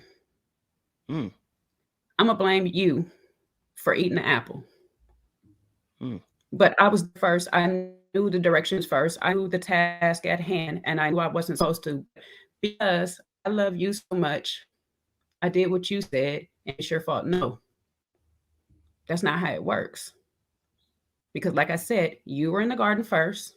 You talked to God specifically by yourself before he even created you a partner. You knew the rules. You knew better than she did. The world that we live in, unfortunately, how it's all set up, if this is for real, is man-driven. So the accountability falls on your head, then trickles down to the woman, that trickles down to the family. If you're going to be a leader, the example that you're giving us is not very good, because what you're doing is telling the woman that she's less than automatically, that she needs to take whatever I give her, be happy with it, sit in the corner, don't say anything, smile, and teach the children that same rhetoric. When you want to sit here and say that the women shouldn't be mad at Kevin Samuels for breaking them down, that's their fault for getting on that platform. That's their fault for getting on the platform. But it's also his responsibility as a person of that platform, having all of these people follow him, is to show an example of how a man should be, how a man should address and talk to a woman. If I get on your platform and I can't have a space to speak to you, that let me know something right there. I'm not going to tell you, let me know. Y'all that know? No. But I'm not going to sit here and tear that man down or whatever. But if you can't have a decent conversation with me, that puts me in my mind, as if I go by Q standards, because how I think is large Q standards, you can't bring me down up here above already, because you can't even have a conversation with me, cutting me off. Yes, that's true. But what it tells the people that's watching it is it's okay to not have conversations with these people, because their intelligence is not good enough for me.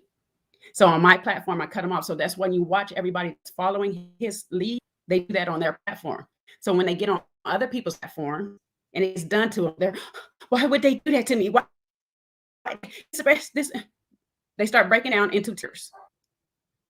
We got two brothers that have been shut down several times on other people's platform, but when they get on their platform, they do that. They want to be dismissive to the women and all this stuff like that, kick them out because that's their platform. I should be able to go to anybody's platform, have a decent conversation with you as another human being. If we can't do that, then I don't have a problem. Yes, you have a problem. Secondly, I'm not tearing down anybody's house without giving them tools to repair a better one. Hold on, Jay. Hold on. You better preach. That's that last point again. That's just in general. That point was based on God. I'm not going to tear down anybody's home without giving them tools to repair a better one. We don't watch home improvement channels and they just tear down somebody's home and walk away and say, oh, that's the end of the episode. That's all we see him do with women. They get on that platform. You are not this, you are less than you. Y'all know my biggest argument with him on that. He got points. He got points. I got a lot of male fans. He said a lot of stuff that men say, but they say it better that I listen to it. And I'm not about to get on the platform and you ask me, the first question you ask me is, how do I rate myself? How I rate myself, my comments is, right now, y'all see me right now, no makeup on and whatever, my hair is not combed for shit, 10. You're not about to break me down any kind of way. But unfortunately, my parenting, when it came to me, I'm raised by my father. He let me know, no matter how I look good. So I have that confidence, but a lot of people don't. That's why they went to that kind of, that's why they went to that and for that advice and all stuff like that, because people already been picking away at their people. They haven't filled in them pieces. So now they're coming to that man broken, and all he did was break them down some more. And when you know what that starts? That starts a form of slavery. Because that's what they did back to Black. They just kept telling you to break us down more and more till they could fill our head with anything up in it. And that's what he started to do. He started to Jay, fill don't skip people. past that point. Come back again. You're speaking truth. Honestly, you're breaking some nuggets. Talk about that slavery thing again. I'm just saying, just speak on it again, sis. One more time. Seriously. When I start to break you down verbally, emotionally, mentally, the physical, the last thing I got to do. Really, that's the last thing I got to do. That's just a disciplinary thing at the end to make sure nobody get out of line. But when I have broken your spirit emotionally, physically, mentally, I have you mentally enslaved to me now. Now I can put anything in your head. Why do you think they put men in the hole when they go to jail for all those days? Because after a while, mentally, you will be ready to say and do whatever it is I need you to do. You will be obedient just to get out of that state. We are social creatures. We form bonds and cues and blocks and all this stuff with each other by habit because we need each other. We're packed animals. So if somebody is speaking into my heart of the things that I want to hear, oh, women, tear down, hurt them because I'm hurt, I'm going to run to that person. I come to this platform right now because it's even kill platform. There's nobody over trying to overpower each other. We're trying to gain understanding of one another. That's what I look for. All those men that was going to that platform, all those women that were going to that platform were broken. And what he found is a niche up in that and said, I can take your broken souls and turn them into whatever it is I want.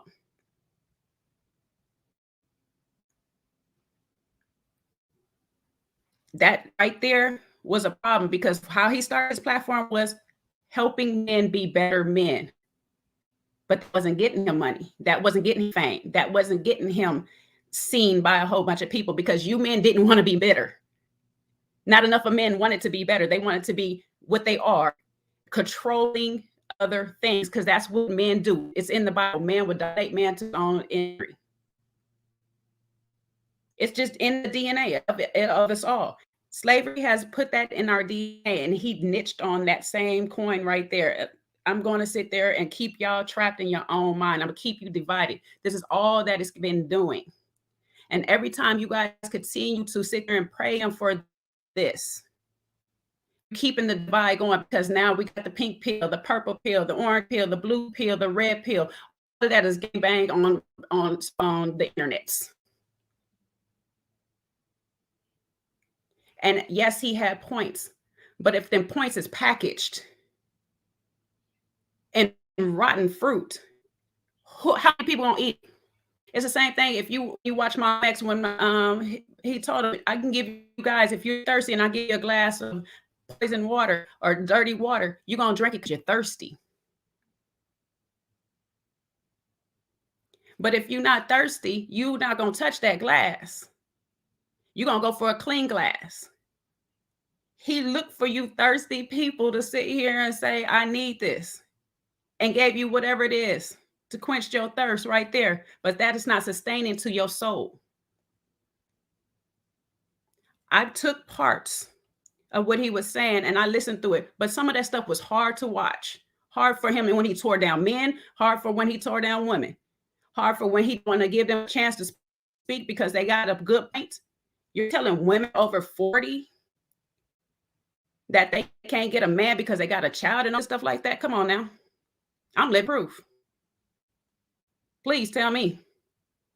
I wish you would.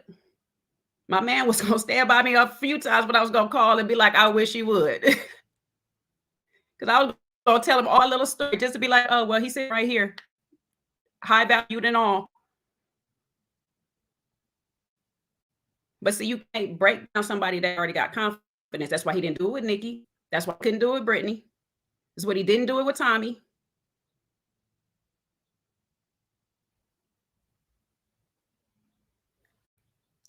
I'm just saying. If he can you a man, how?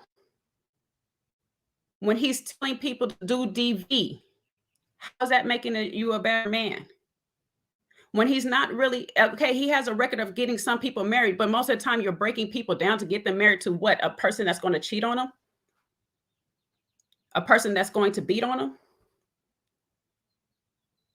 So you're doing everything outside of the Bible. And that's another thing. That's why I really stopped listening to him when he took the Bible out of it. You're doing everything outside of the Bible. So what cycle is that going to really bring forth? Because the Bible tells the man to value his woman. If he finds a wife, he found a good thing. So I'm going to cheat on my good thing that I found. I found good fortune. Now I'm going to lose it all.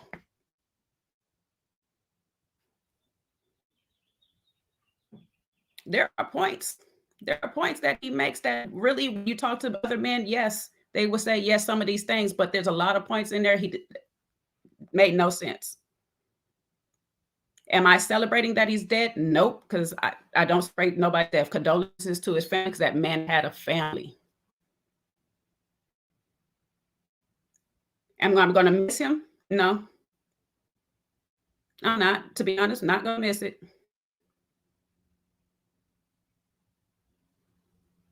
Because if you can't have a conversation to understand the other sex, to understand what's supposed to be your counterpart in life, to be honest, if you ain't even got a good track record on relationships in the first place, I don't even know why I'm going to go to you in the first place. That's just. But if you got something out of it, I don't know how to be the better man, I would like to hear it. I would really like to hear it. I'm not talking to RQ. I'm talking to any man that's out there. If you got something on being a better man from him, please share. Because I didn't watch enough of his stuff. I'm not going to even lie. I watched plenty, but I ain't watch enough of his stuff to hear where, especially of late, where you became a better man. In the beginning, yes. Tell you how to dress, how to wash yourself, how to tie a tie. He did all of those wonderful grooming things in the beginning. The man's not a relationship coach. That's a fact. He was a relationship coach. He was a image consultant. So to tell you how you look or whatever and stuff, like amongst the masses, Brittany Ritter would have been me on Kevin Samuels stage. Baby, it's somebody out there for me. You can't tell me. I'm going to tend to somebody. So I'm going to stay in every day. That's why my daddy, that's why he named me EJ, the 10th letter alphabet. I'm at 10 always. Figure it out. But yeah, y'all go ahead, because I ain't going to hold up all the time. Go ahead, go ahead. Oh, no, it's just you preaching. I didn't say nothing. I appreciate the preaching. I didn't say nothing. I mean, this popcorn was good. It was like a movie that was going on. So how you was eating it. But you see, I was eating it. I said, God, have mercy, Lord. This is good. And I said, this is good. This is good food. I appreciate you, Jay. I appreciate you. I think you broke down some key points. I won't add anything to that. Crystal, what's your thoughts? You want to jump in? I guess it's good to have another female point of view as well. I think just to help us understand where, you know, women are coming from as well. So let's hear your thoughts as well. Thank you, everyone. I do want to piggyback, and thank you, Hamish. And I want to piggyback on what Jay just said. Jay was coming in hot with the hoodie, but I really want to piggyback on what she just said about how his delivery, how he kept interrupting, especially women. He would say, "That's the problem with you. That's the problem with you, women. That's the problem. That's the problem." So not giving people the tools to rebuild. And we saw several months ago when we were on Kojo's show, Alicia, I can't remember her name, but we all asked for what's the solution then? So since you've come on here, you berated, you called Corey Black a liar, you berated all of us. What's the solution? Give us a solution. And she then said, "Oh, I'm not here for solutions. That's a black man's thing." That's not what you do.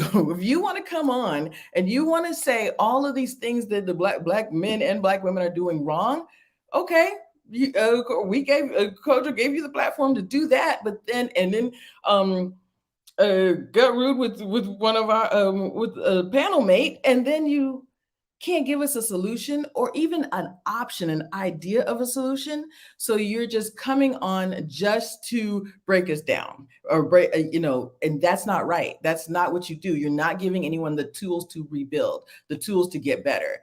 And that's the issue. That's why we come on Kojo's show, as Jay just said.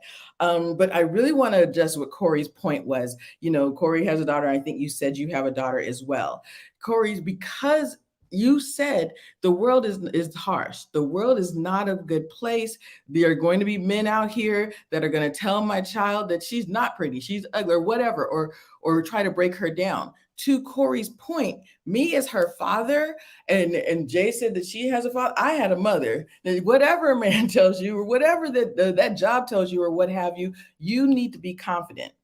Because even though that man does not support you, there will be somebody out there that does. So when your rebuttal to Corey was, well, the world is cruel. No, because the world is so cruel, you may have that innate confidence. I had innate confidence, but I also needed, as Jay just said, that parentage to reinstill that, because as a daughter, I'm going to be looking for that man to give me that security that my father did. So that is what Corey's point was, that we need to have that security in our parentage as well. So when your rebuttal was, well, the world is cruel, and so she's going to have to be prepared as an adult. The person that is going to have to prepare her as an adult is that my father or my mother or her parentage, however, she may need mentor, what have you.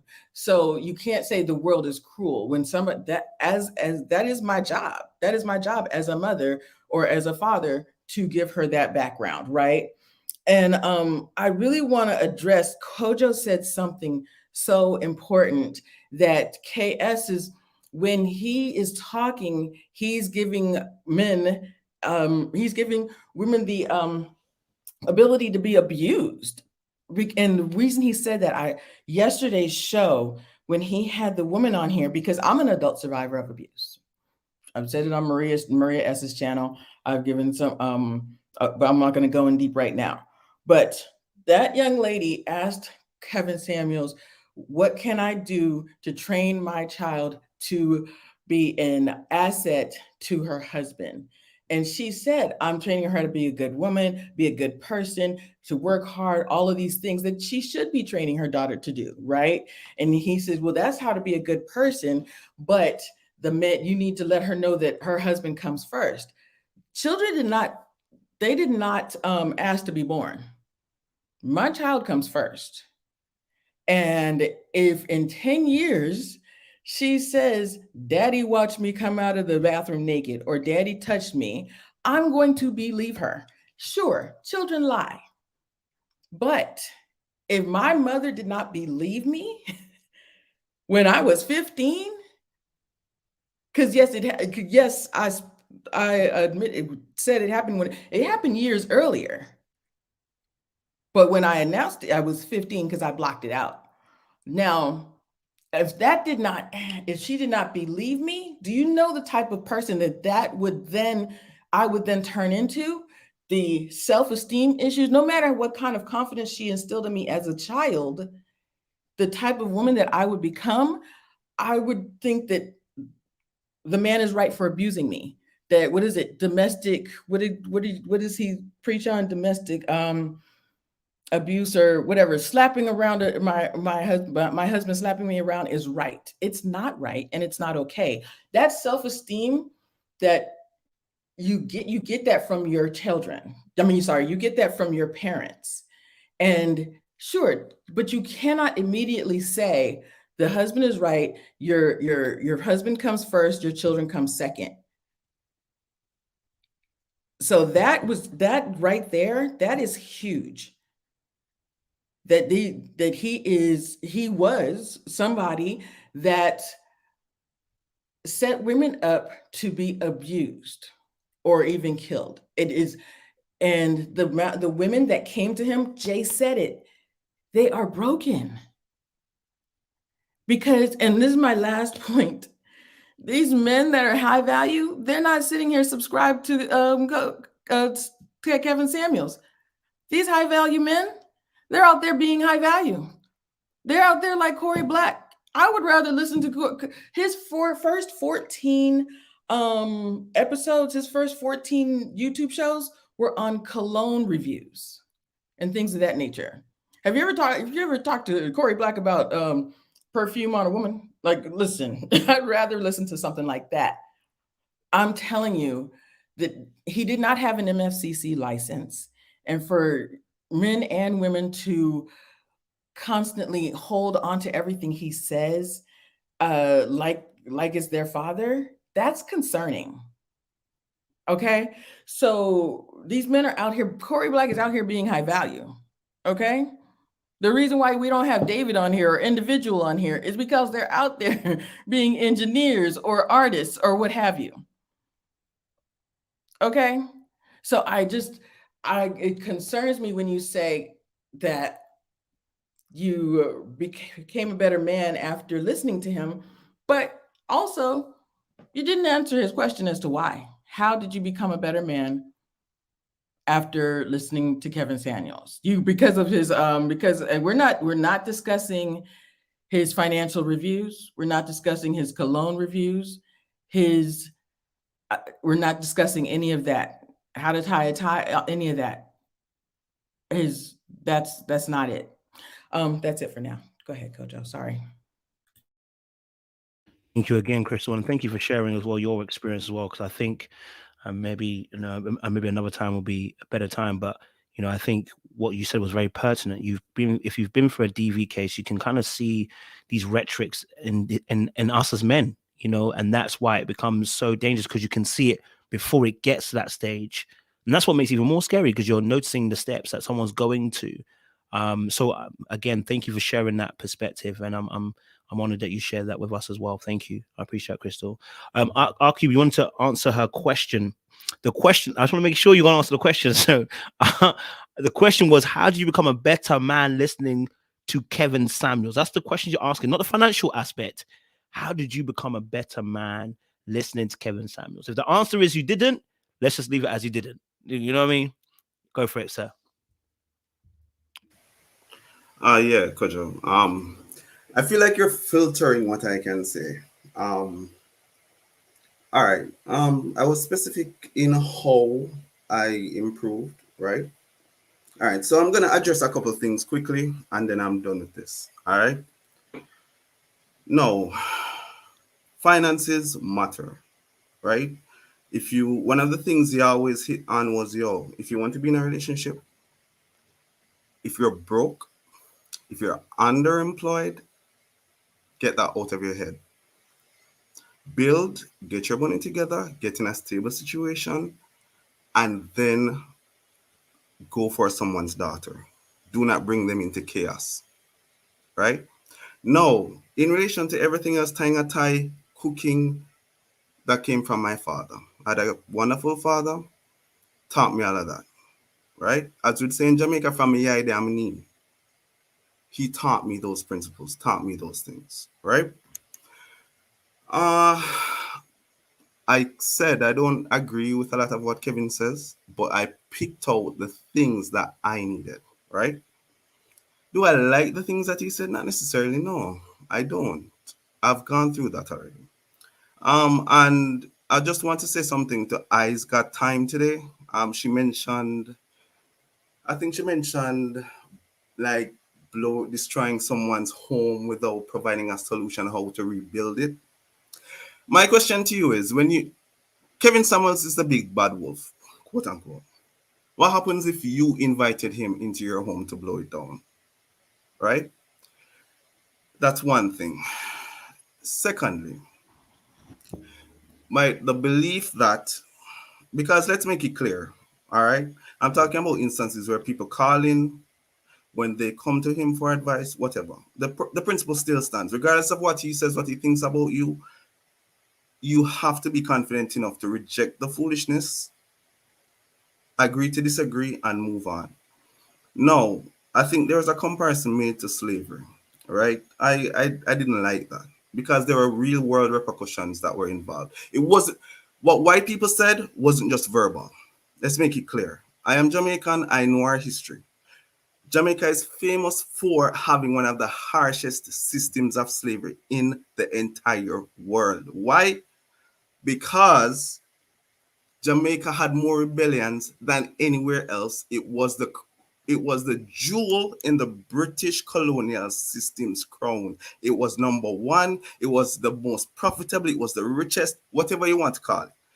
You don't want to lose that. So in a situation where you're bringing quote unquote Africans who are highly rebellious, them not in a chat, as we say in Jamaica, you're gonna find extreme methods to punish them. It wasn't just verbal. Pause. And, no, Pause. let me finish. No, I'm gonna let you finish. I'm no. gonna let you finish. Pause. You didn't interrupt anyone else. Let me I'm gonna finish. interrupt you. Unfortunately, I'm gonna interrupt you. Now listen, you just said something. I want you to explain that. What did you just explain? You're about to make what she just said as a point. What did you just explain Will about you slavery? let me finish? Can I finish? I'm not and gonna then let you. make your I'm gonna point? let you. Don't worry. I want you to because what you don't do is you don't listen. When you talk, you just go. Listen to what you're saying. Let me finish speak. Pause. I'm gonna let you finish. I promise you, I'm gonna let you finish. What did you just that rewind slightly? I'm going to let you pick on this point. Bro, What did you just say Kevin about Samuels slavery? light. I'm telling you, you're Kevin Samuels light. He just wants you to slow down and That's it. Your point. Because you're about to make a point. He doesn't like what I'm saying, and he disagrees. No, I so do. he interrupts. You're not listening. You're not He wants listening. you to go back and Go just back. explain it in detail. That's it. You're about to answer a question that Jay has already said. So I want you to explain what you just said. When you just said about slavery, Jamaica being one of the rebellious, I know about the history of Jamaica because very Ghana and Jamaica very close. I know about that. It wasn't just words; it was actions, right? Right. But where did it start from? Words. No, hold on. No, don't hold on. No, let me make my point. No, don't interrupt my point. Let me finish my point. Words. No, Kojo, let me say what I'm saying. Let me land. I'm only asking a simple question. Did it not start from words? Yes or no? But if Kojo, let me speak. Did it start from it started from words. It started from words. Let's end that. Beautiful. Right. Thank you. All right. That's all we wanted to know. Let me finish saying what I'm saying now. Let me finish saying what I'm saying. Because you think you raised this grand point. All right. It started with words. No. Jamaica is delineated between basically two different ethnic groups, right? You have the Maroons, yes, and you have other blacks, right? Yes. So, as I said to you, Jamaica's war was won by women. Regardless of what anyone wants to say, the women won the war. They were the leaders. They did their thing, right? No. I've read the transcripts that they said, and one of the things that they pointed out was, we don't give a shit what the British want to say about us. We do not care. We know who we are, we know where we're from, and their words cannot change how we think and feel about ourselves. There were real world consequences. I know of instances of them starving African children in front of Maroons, and they had to literally watch their child starve to death in front of them, right? The point that I'm making is, and it remains the same, while I do not agree with Kevin Samuels' method, or nor do I agree with the things that he has said from a moral standpoint, right? Yes, you can say it starts with words, but there has to be something else there as well. If it's simply words, right? And I'm saying, right, if it's simply words, you should not allow that to control your emotions to the point where you're celebrating someone's death. That's what I'm saying. It wasn't just words. That's the point. I just told you that. I explained that to you. Why don't you get that? You're intentionally not listening. No. Because I will cut you off now. I've told you that the you can words cut me off. That is fine. That is when fine. we talk about femicide, it starts with words and then it goes into actions. So if the rhetoric leads into that type of behavior, that's what we're talking about. That's exactly what we're talking about. The people that hurt women carry the same mindset. So you've just explained it, and I'm telling you, you've just explained it beautifully. Stick to that. Why do you keep having a cognitive dissonance with the point that you're making? You're making the point that we're trying to say. Because you're not slavery. you're not listening to the point I know, made. because you give me a whole story that doesn't answer. No, that's question. not what I'm. It's almost if you want us to hear the whole thing. I'm tired, bro. If you can't answer a question straight, that's problem. You don't answer questions straight, bro. No, I do. I also. I'm gonna say, bro, it's been good. It's been good because you don't answer questions straight. So it's been good. I appreciate it. Maybe next time we can bring you on. Next time. Okay. I'm Kevin Samuels Jr. So you recognize the pattern. You recognize the pattern. I'm glad you do recognize the pattern. I appreciate Have a wonderful evening. Thank you. Thank you for not allowing me to make the point that I was making. No worries at all. Right? I appreciate it. I realized you didn't interrupt anyone else because you were, oh my God, amazing. Yeah. Absolutely amazing. I wanted you to learn. Absolutely. Oh my God. Listen, we have disagreement. We have different points of views. I'm used to that. As a Jamaican, we are aggressive in the way we speak and how we do things. I have that in my family all the time, right? But we allow each other to speak. You're not allowing me to make the point that I want to make. Much and when you agree, when you agree, this is you. Yeah, I did. This is you. When you disagree, interruption. Yeah. You're accusing Kim Samuels of something that you're also doing. That's fine. I'll take it. I mean, maybe I have to work on it. Maybe I have to work. I don't know. It's down to you. It's down to you. But as I said. Maybe I'll be a better man for it. We will see. Who cares? Have a good day. I appreciate you, Cap. Thank you. Oh, man. I'm tired, bro. I let him speak for too long, bro. My head is hurting. You don't listen and you just give me stories and analogies every time you speak. Every answer is an analogy? Oh, come on, bro. I just need a straight answer. Is the sky blue? Hold on, let me tell you about the clouds. Bro, I don't need to know about the clouds. I just want to hear the answer straight. Do you know what I'm saying? And, you know, it felt almost like an Annalisa situation again. It's like you're just dragging it. Like, answer the question direct so we can get to it. Boom. You know what I'm saying? And you're making the points that need to be made. And that's what makes me frustrated. It's like you are making the points for us. You actually understand what we're coming from, but you don't want to see the other side. And it's like, bro, how long are you gonna be in this space for, bro? But anyway, sorry, I've spoken enough. What's you guys' thoughts? You know, maybe you can add something on. Should I address the points that he was asking me about the home repair and the, you know, I mean, if that's your job and your job is relationships, if your job is to build homes, I don't expect you to come in my home if I invite you into my home, regardless, and your title is saying this is what I do. I looked you up. Your thing says, this is what I do. And I invite you to my home and you tear down my home and then be like, all right, job's done. Pay me.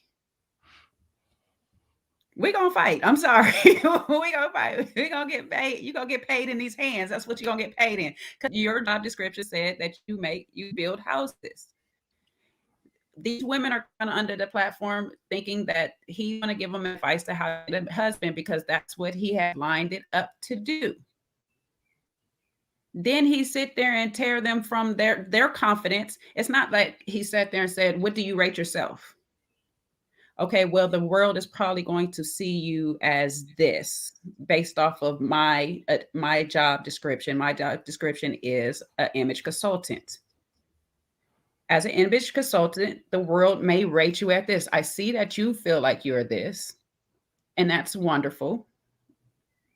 But let's get you to that number on a world scale, on a bigger scale, so you can get the man that you're looking for instead of saying, nope, that's not you. You need to get in the gym. You need to work out. You need to do all of these things. You need to get your life together. Well, I got degrees. Don't nobody care about them degrees. Well, what more can she get her life together? You're tearing her down. You're giving her all the problems, but you ain't gave her one solution. You ain't gave her one way to fix it. You ain't gave her one tool. You telling her to hammer into a wall with a shoe. That's what she came in with. Go ahead, Crystal. You hit on it though earlier when you said that he looks for the insecurities, he looks for the broken people, because when he asked her that question, what do you rate yourself? She started, well, I consider myself an 8. I was, girl, just like Jay, I'm a 10. Look, with a couple of extra pounds on me, I'm a 10. You know, if you come in with, just like you said, with his hoodie on with I am a 10, she did not give that to him. So he looks for the insecurities and he knew where to play on it. And so that's where he said, oh, there's my string. There's where I can lead. This is where I can break her down. And those are the people that unfortunately were subscribed to him. And that's why people kept coming and kept coming and kept coming. And that's what's unfortunate, because there are a lot of people that just want to hear the rhetoric. I actually don't know that he even believed what he was spewing, but he knew that that's what he knew how to gain financially off of it. So that's what he did. My real thing is if he had kept that same energy with Nikki, Nikki rated herself a 7. She did. He boosted her up. Yep. Because he knew. No, you're right. But he knew, oh, this is Nikki. Let me, you know. Yeah, she rated herself a 7. He said, no, you can't use that. I told you from the beginning, you can't use that. That's him. He's consistent on that part. You know what I'm saying? And in my field, consistency is everything. He stayed consistent on that part. So she dropped it down. She dropped it down to, okay, well, a 6. He said, no, you're a 9. And then broke down why she's a 9. Gave her so many different things and all this stuff like that. Now, I would want to say that it was because she's light skinned, but I can't, because he always kept Kelly Rowland at a 10. That's fair enough. He did. He kept Kelly Rowland over Beyonce every single time and stuff, and that's a preference thing. You know, that's definitely a preference thing. That's a fair point. I take that into consideration. Yep. Yeah, but because you were on her platform, you knew her status. You didn't break her down like that. And she was doing all the little things that I watched other people on his thing do. There was a girl that went there that was doing her eyes. She would think she would just, that was her little go-to. She was doing all the little crazy face. Why are you making this? Why are you doing this? Why are you doing it? It's like, calm down. That just might be her little tick or whatever and stuff like that. That might just be her. She's not trying to give you any negative energy. She's really trying to process what you're saying in these moments. But Nikki did those same things. You didn't do that with her. Nope. You didn't, yeah, Nikki, why are you rolling your eyes? Why are you making these faces and stuff? Nikki is good for making faces. Whether she agree with you, she does it, but it's okay for her to do it. Had he kept that same energy that he kept for every woman, I'd have just been like, oh, okay, this is just his technique. This is his style. But he know what he's doing. And that's what the problem is.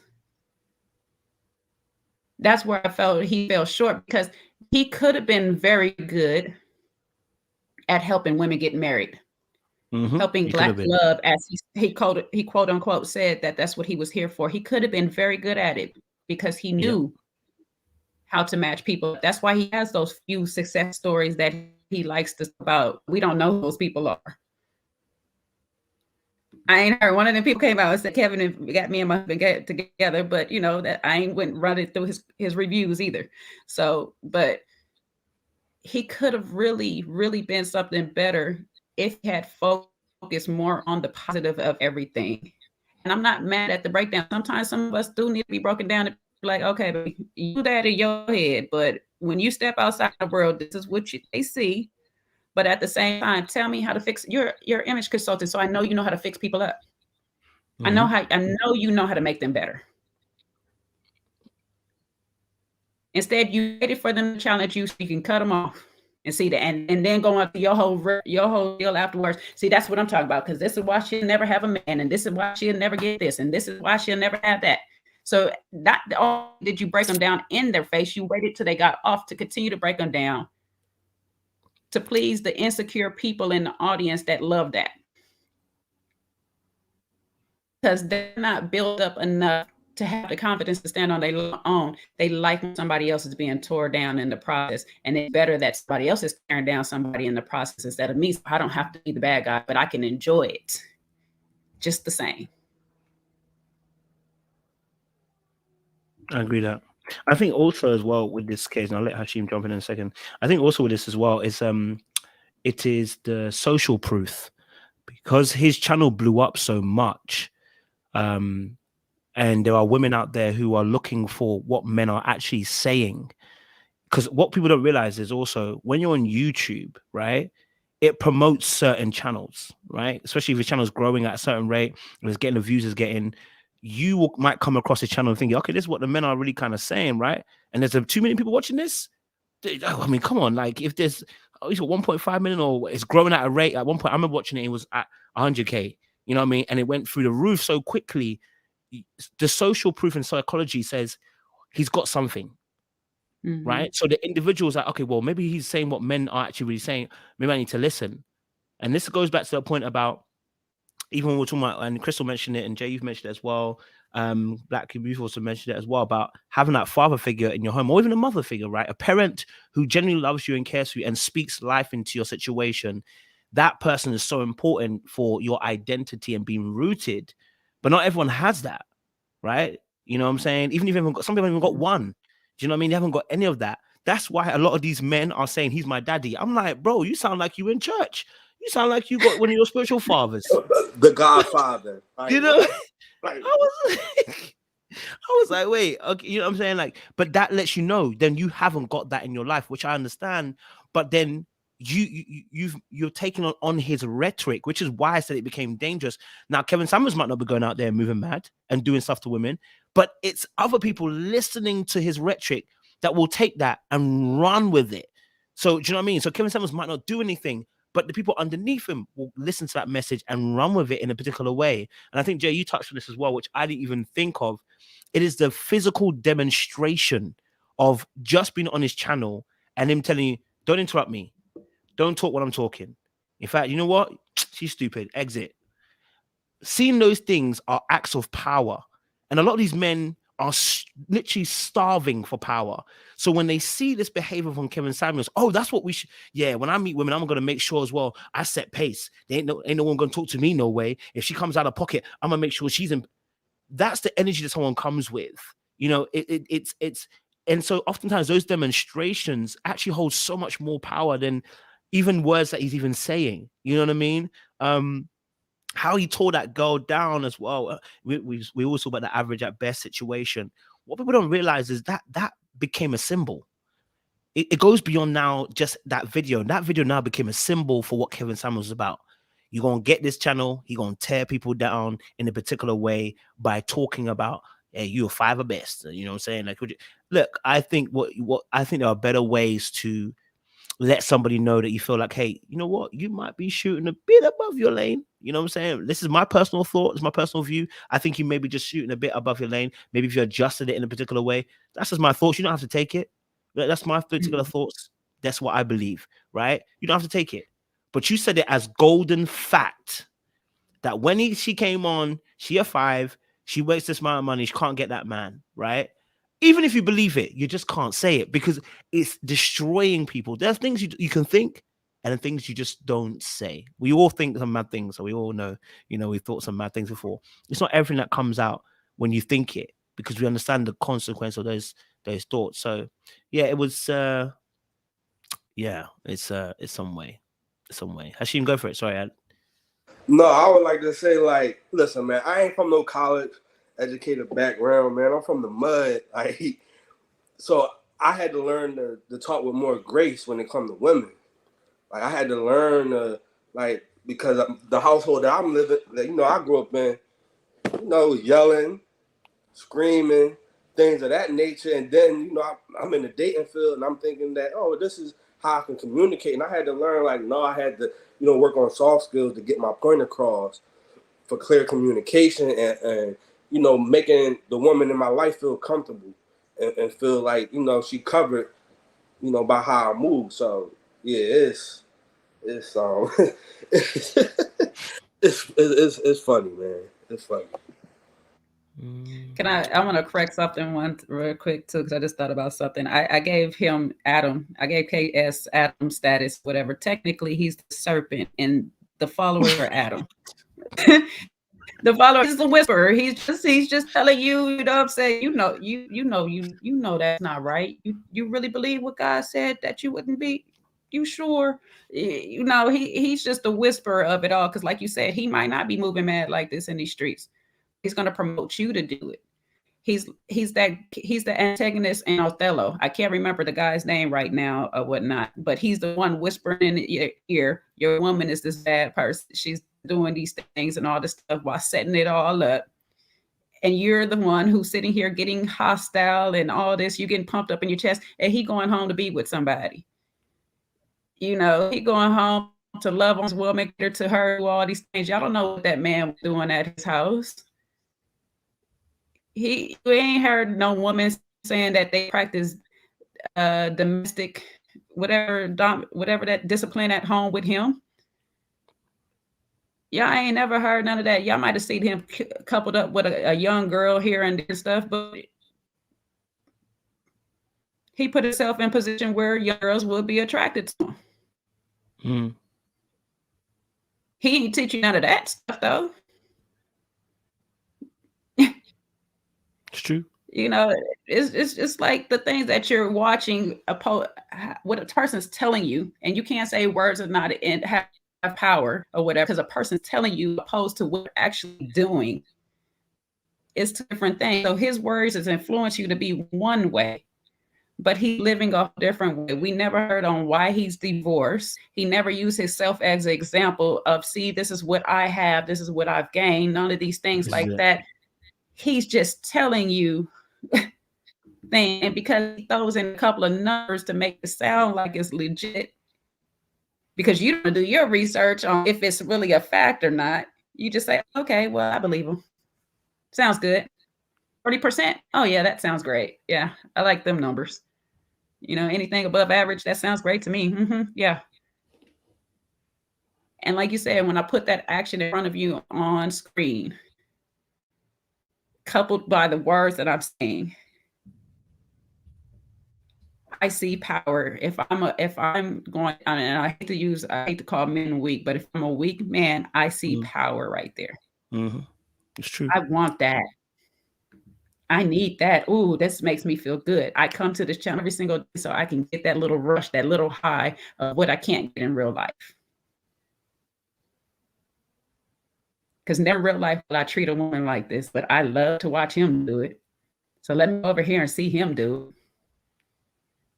And when I get enough courage in me, liquid or any other kind, I'm going to try it.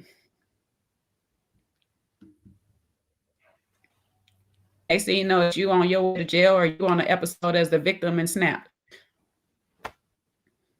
You're going to try it the wrong one. An episode of Snapped is actually the scariest thing to watch as a man. I'll tell you that now.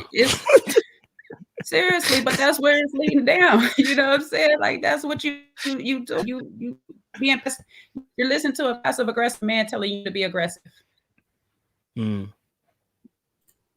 But to her point, what about these men that are listening to him but don't know their boundaries? Don't know, you know, that he's talking out the side of his neck as himself. What about, you know, that don't know, okay, that I shouldn't have done that. But KS said to do it like this, and that's how I get a good woman. That's not right. What about those men that are, and there's probably going to be droves of people following him more now after he's passed.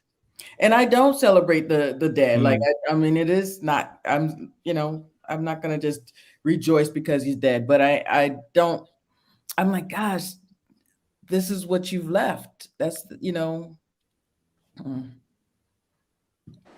I was talking to this with my girlfriend yesterday about how his death possibly going to create a vacuum of more men taking what he said and like it's going to go from heroin to fentanyl. It's going to get out of control. And I told her that was my fear, is that we're going to have more men spitting acid on these podcasts, spitting acid in these videos, and more, which I have a big problem with, men complaining. Like, and I get it. Like, we definitely need a space for us to, you know, say what we need to say unapologetically.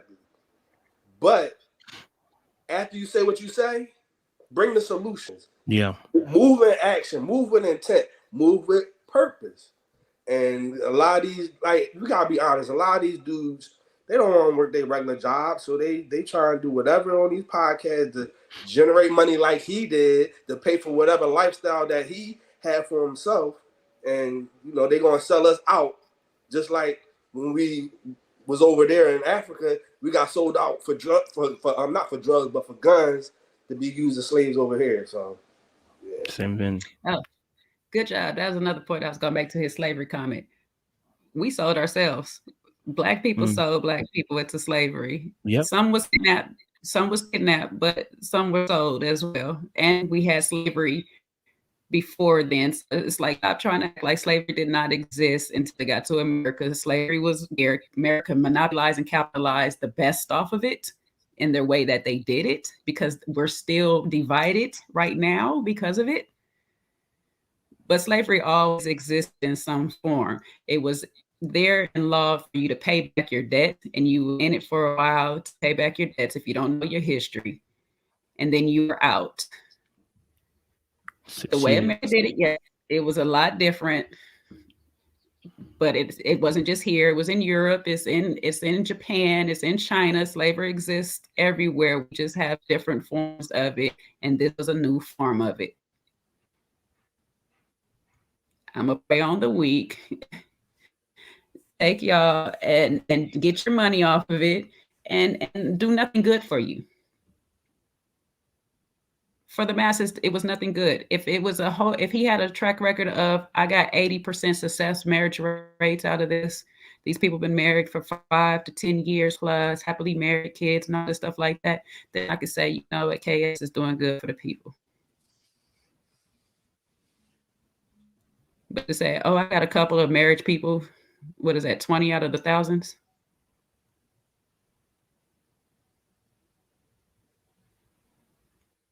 I don't know. And we got a vision because, like I said, now you got the other end of the spectrum to balance the scale, spilling all this Black men as trash bags and this and that and all this stuff like that. So we just have this constant battle where none of us is linking up like we need to be. This is how many years after slavery we still divided? How many years after the Civil War are we still divided with the problem? And all you keep doing is furthering this gap between us, because you're on one end of the spectrum saying do this to women, and now the women got to defend themselves. Now they got to be all the total opposite end, because if we stay in the middle, now we a pick me or something like that. We kind of agree with the man, this. So we got to go to the other end to try to balance out this scale. And all we're doing is teetering back and forth. We're not coming together. That's the whole problem of this whole thing that he's doing. He's not bringing people together. Yeah. We're still not even together in his death. That's the crazy thing. We're not even together in his death. Like, anyway, we're still not together. 100%. Definitely hearing that, and just to even add on that, there was a comment that was made as well. I think this is really important. So asking about why the audience of women was over 700 and 3 of his audience men. And I think it's very, do you know what, I can answer this. This goes back to the very point we said about men and the influence they have on society. This is why I'm holding him to such a high account. As a man who had influence, women want to, so when we're talking about relationships, oftentimes women want to see what the men are actually saying, right? They want to hear what we're saying. This was a man who said he knew what he was saying about what men are actually saying. So, of course, women will go in there. And also, we have to be very careful as well, looking at what people subscribe to, because sometimes people will be subscribing just to be messy and just hear what the mess is saying and be updated. But truth of the matter being that there's a lot of women out there who wanted to have an answer from Kevin Samuels. Yes, because he was now representing what men actually said. He doesn't represent what men actually said. He represents a section of what men actually said. And I've always said this as well. In society, oftentimes, it's not the majority that necessarily rule. It is those minorities who have to rule that often rule. The people that tend to be able to take it by force normally have the rulership, right? You look at your government, you look at us. We're the majority. They're the minority. But they have the power to determine. So the same thing in this space when it comes to talking about relationship stuff. The majority is not the one that's in rulership here. It is the minority of the loudest voice in the room who can say the most obnoxious and wildest things they have gathered a force, right? They've gathered a force of where men were, and they've done and said what they've said. So I just think to myself, again, it was just about the responsibility aspect. I think Jay, you mentioned that as well. It's a responsibility aspect we were asking from him to do. If we really were about bringing together people, we have to understand that, you know, your fruits are going to show whether you were really trying to bring people together or whether you just really wanted to just be able to get some coin. And, you know, from what I'm seeing, it seemed like there was more coin than actually bringing people together in the end. And that's why, like you said, we are here and we're still discussing him in our camps. We're still discussing in our camps. We're still in that same position. Do you know what I mean? So yeah, I just yeah. Sorry, Corey, I haven't heard from you in a long time. My bad, bro. Yeah. The thing for me, I think when it comes to those numbers that were posted up as far as how many people are watching, you know, don't mistake all those views for people who actually agree with Kevin Samuels. Don't mistake that, because there are a lot of people who disagree with what he was saying, but the drama behind it all can make a lot of people click on it. People know he's going to say something crazy, so they'll click on it for the entertainment. But the entertainment value of that is also still producing money for him, because, like you said, there was no value to what he was saying. He even had a segment called "Come with the Smoke," "I Want the Smoke," or something like that, for negative back and forth behavior. Like, that was his purpose of doing that. So yeah, the men, you know, they look at a man talk to a woman like that. It's like, wow, who is this guy who's able to do this? And they were moved by that. I don't understand why you're moved by something like that. Why can't you just respect them and keep moving? You know, why you have to talk down to someone, tell someone they're not this, so they think they're this, but they're actually that. Why is that so important to celebrate something like that?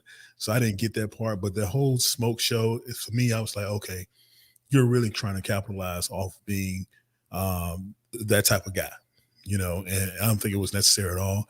But, you know, the way that it worked for them, you know, they said the bad publicity is good as good publicity.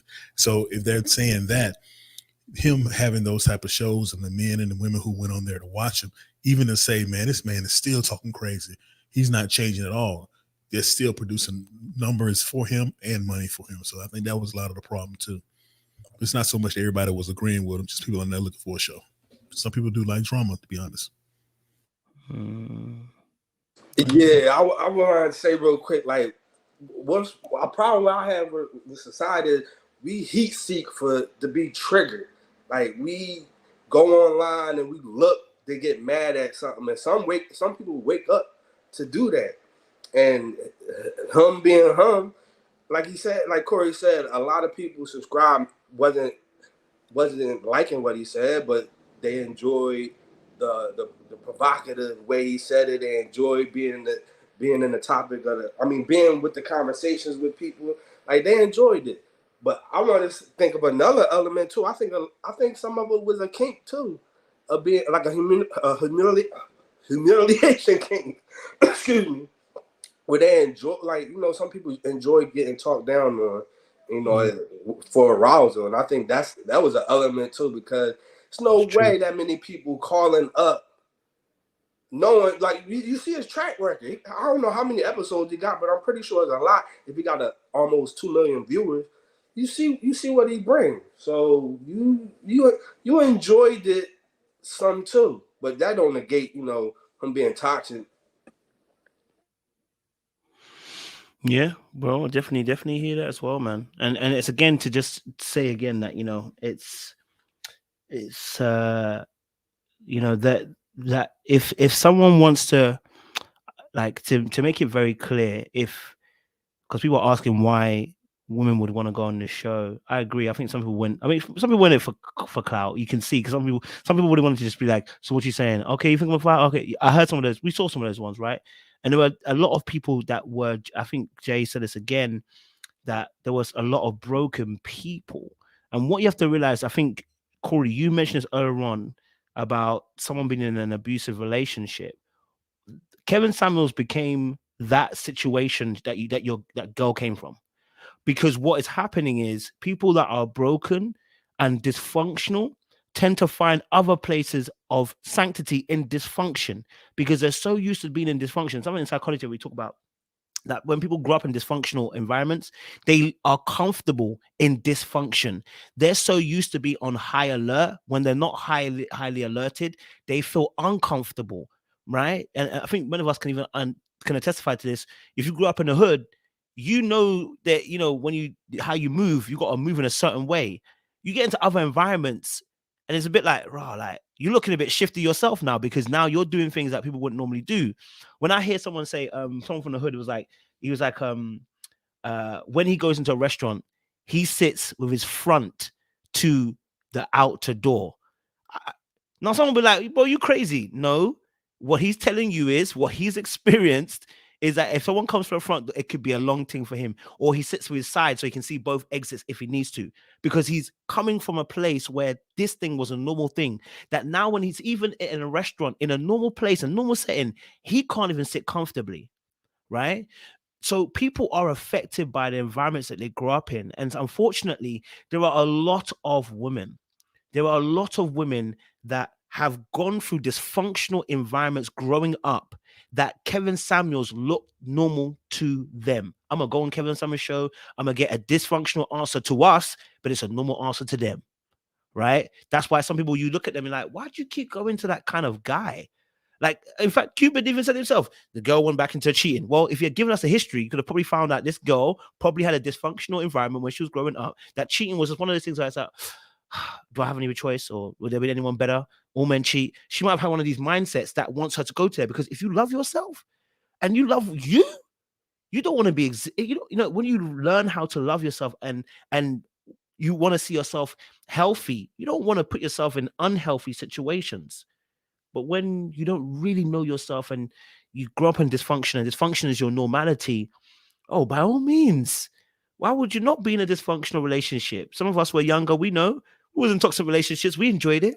We enjoyed the argumentative that we were bringing, the argument the girl or the guy was bringing. We enjoyed, you know, the kissing and the making up. We enjoyed the fighting. We enjoyed the cussing. We enjoyed walking out the house, slamming the door, you know what I'm saying, coming back 2 hours later and be like, well, let's make up. We enjoyed that dysfunction because it seemed normal for a lot of us growing up, that this is love. This is love. And when you got older, you said, probably isn't the best kind of behavior to do. Do you know what I mean? I don't need a girl that does that, or I don't need a guy that does that. But when you were younger, that's what you thought. And there's so many women, yes, would have gone on to Kevin Samuels, because so many women are growing up in that dysfunction. And it's unfortunate. You know, that's why I said he had great power. He had great power, and great responsibility came with it, you know? There's another side to it too. There's so many women that don't have good male role models in their life, good male mentors in their life, for whatever reason or another. You know, sometimes it might just be afraid because of something that happened in childhood, predatory things, so they stay away from them. Some of them are only in their lives for whatever purpose they're in their lives for, you know, and when they don't have that, they do when they want that understanding from a man, they do sometimes tend to fall onto platforms that are not the best for them. And on top of it, there are not many platforms of real men out here that is giving solid advice to women without a benefit for themselves involved. Not like really want to see women do better or whatever, or really provide a space where women can feel safe enough to say, hey, I want to learn you, but this is the experiences I've had while doing this. Let me understand. And because they don't have discernment embedded in them, they fall upon predatory platforms like KS, where it's just like, okay, I want to learn about the men. I want to hear these barbershop talks. I want to hear these on the court basketball conversation that they have and stuff. But then you get there, and this is not really the conversations men have. Like, to be honest with you, this is really not, real men do not have these type of conversations with each other. They're not going around like, bro, you need a beater. This is not The Color Purple. This is not the conversations that men actually really have. Like, they're really sitting there trying to figure their stuff out. Like, sometimes you get around men and they're really trying to figure their relationship things out or whatever on some genuine, I really like this girl, I'm trying to be with her, I might have a little issue with all these other chicks over here and stuff like that. They really be trying to sort some stuff out. Like, real men really do have real conversations. When you get to sit in a room and just be here and listen, you'll find out that that right there that he was given was a small portion of the college frat fraternity still having matured mentality that men have. When men really mature to being, okay, I am a man, this is what I understand, I got God before me, I'm going down this path or whatever, I'm trying to be a better person overall, not the conversations that they're having. They're focusing on how do I become a better man, not how she is a problem, not how everybody else is a problem. They don't have those talks. That's why, like you guys said, high value man is not on these platforms having these conversations and all this stuff like that. If he was having panel talks with more high value men, then I'd be like, okay, ladies, tune in. They might have some insight. Some of the stuff, let's find out what these men are really talking about in the thing. Most of them men is going to be talking about other business things, other business ventures, because that's where their mind is at. Their high value. They're like, shoot, I'm not worried about a woman. I'm worried about money. I'm worried about what next business can I buy? How can I move up? How can I get bigger in the world? They're not worried about women because they know women is going to be there, period. Those are not the conversations that they're having. Go ahead, Black, because I know you just touched something in your head.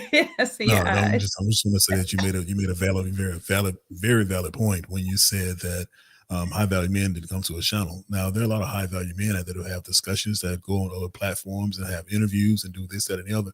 I understand that they're out here making money, but they do make time for those interviews. None have made time for his interviews. So although men who were considered high value, this whole term of high value, man, it's a headache, to be honest with you. It really is a headache because the definition of high value is don't have nothing to do with finances.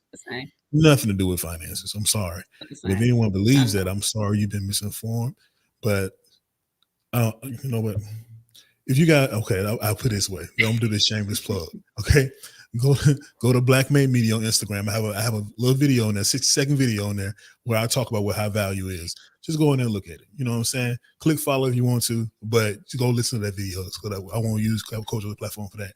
But yeah, so high value. Oh, please promote yourself, bro. Don't worry about that. I'm just saying, man, because the people feel like high value has to do with the finances, and I'm like, no, it doesn't.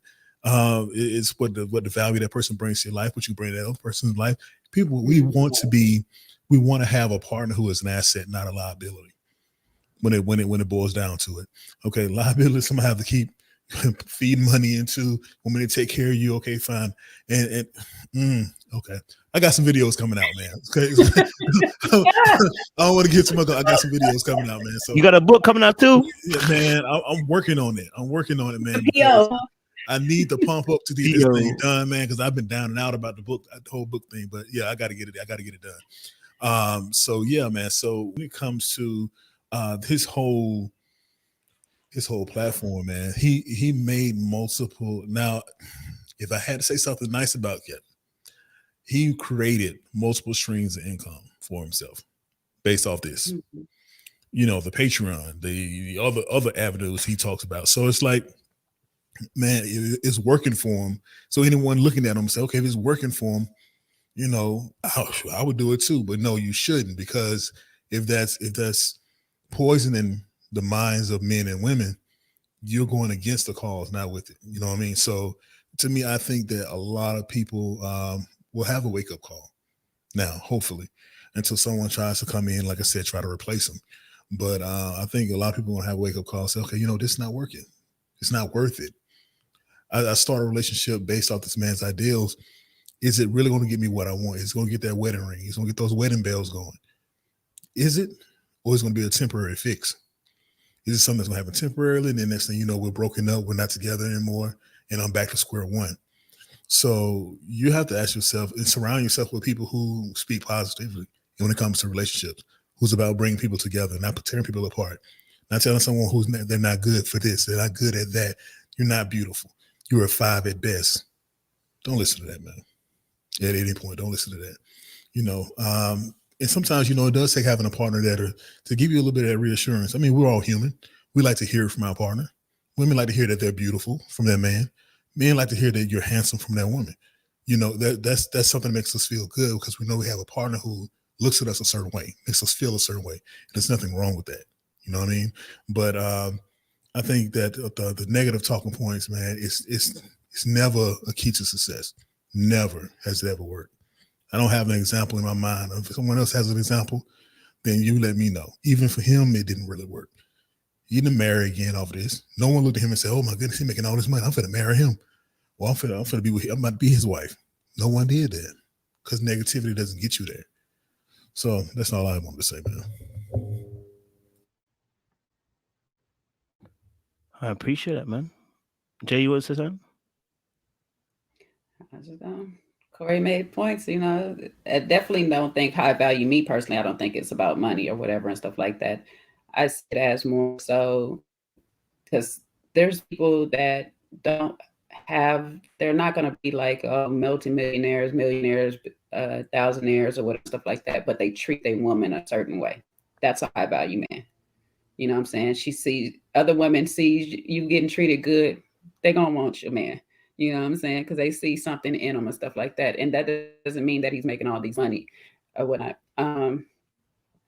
But yeah, I don't know. We're moving forward. It's just, we need to just stop all this pointing fingers at people, making other people take the blame for our failures and stuff like that. As far as dating goes, our thing, definitely only person that I could say is can't totally to blame, but it's someone, it is your parents, but then you also have to learn how they were parented, and that's just a whole cycle and stuff like that. What you do when you're an adult is you break that cycle.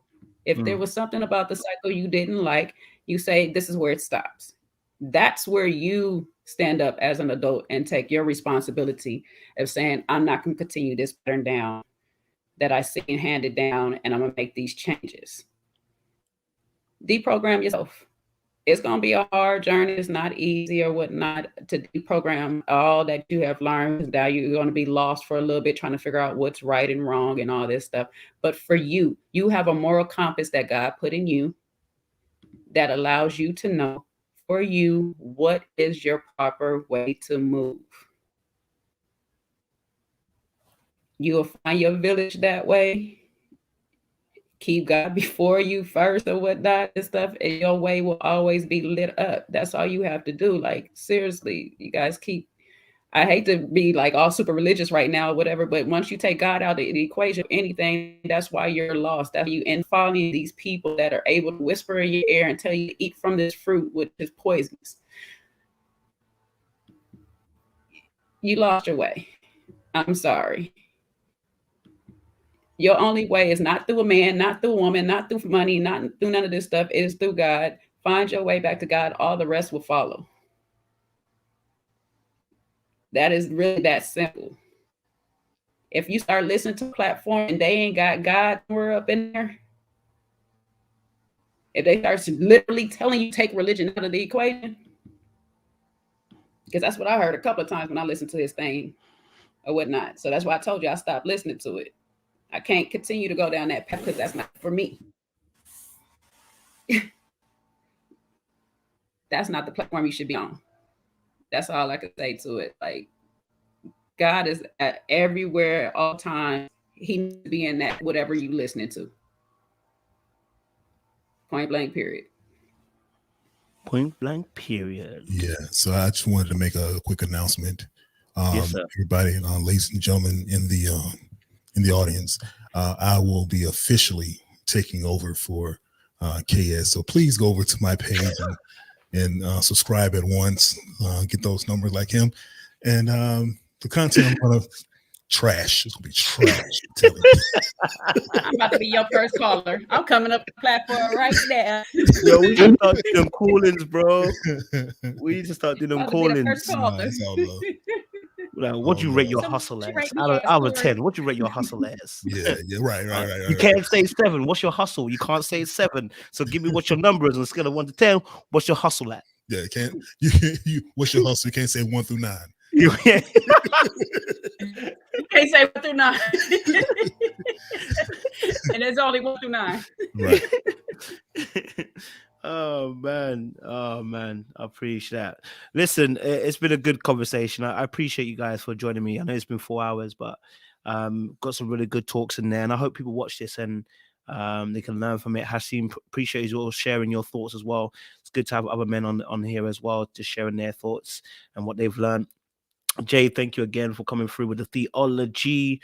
We appreciate you for that. You read the rights correctly. You know, even if I wanted to stop you, the popcorn was in my mouth. I couldn't. Crystal, thank you as well. I know you're not here, but Crystal, much love and appreciation for coming on board and sharing your thoughts. Corey, again, thank you because, like I said, I messaged you that one question, bro. That one question that you asked earlier on, bro, just split the sea like Moses stick, bro. I'm telling you, bro.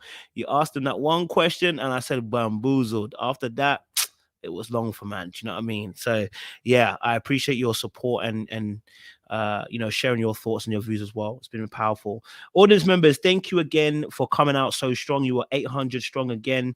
I appreciate you guys sharing your thoughts. I know it's a difficult subject for some people as well. Like I said, we are going to start having our normal relationship conversation so you guys can all join in and share your thoughts.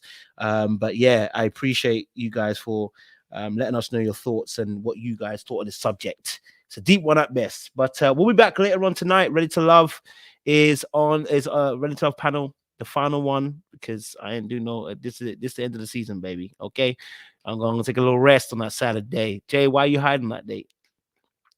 Don't know why you hiding like that. They gonna hate me tonight. They gonna hate me tonight. They love me now, but they gonna hate me later. Because you know how I felt about Joy now. I done told y'all, Nick. I mean, I told y'all about Joy. Joy, shout out if you're there, because I do appreciate you. You know but what? she was with a maid. Man, I've been missing it. We've seen it with Demetrius. We've seen it with Demetrius. I don't think I watched since like the Demetrius fourth episode, so I'm behind big time. So that's why I haven't been on any panels, y'all. So Corey, you've been missing it, bro. Yeah. You missing it, but bang bang. Hey, Joy came out with bang, and then reloaded. She came with bang bang. She said, "Just in case you ain't dead yet." She came with an automatic. For real, I was like, I was taking cover at the house. I was like, oh, we shoot it. We shoot it. Oh man, I gotta go back and watch it. She came with a Tommy, bro. Destroyed the Kia, like, bruh. She was like this, and then she said, and she reloaded. Was it both reunions or just his last one? Bro, she was kind of saucy on the first one, but the part two, she came differently, bro. I'll go back and watch. If I watch both of them, I'll join you guys. But you just need to watch part two. To be honest, you just need to watch part two because part two is separate from part one. I'll be honest with you. I still love her, though. I still love her. That's why I said people gonna hate me because I'm not gonna stop loving you. It was rough. I still love her. We still love Joy. No, I still love Joy, but she just got to take some smoke because she was moving a bit mad. You know what I mean? You know, I'm sorry. I think she took smoke from all them bullets that she the smoke came from the gun. She had a smoking gun for real. She didn't drop it. Yo, all over it. Oh man, see where you joined so late. We're about to jump off, you know. I know. I was just gonna be backstage. Oh, sorry. Okay, yeah, my bad. But hey, guys. Hey, Steve. You so cute. Someone out with a I know, looking like it's a beach day. Stunt real quick. Go ahead and stunt. I'm on my Cali vibes. I had to adapt. You have to adapt. I hear you. You know what I'm saying? Hey, Mark's arm. Oh wow, it's Mark. I see his arm. Marky, baby. Hey. I do, sir. Just move her out the camera, sir. Just move her out the camera. Here. Yeah, that's me.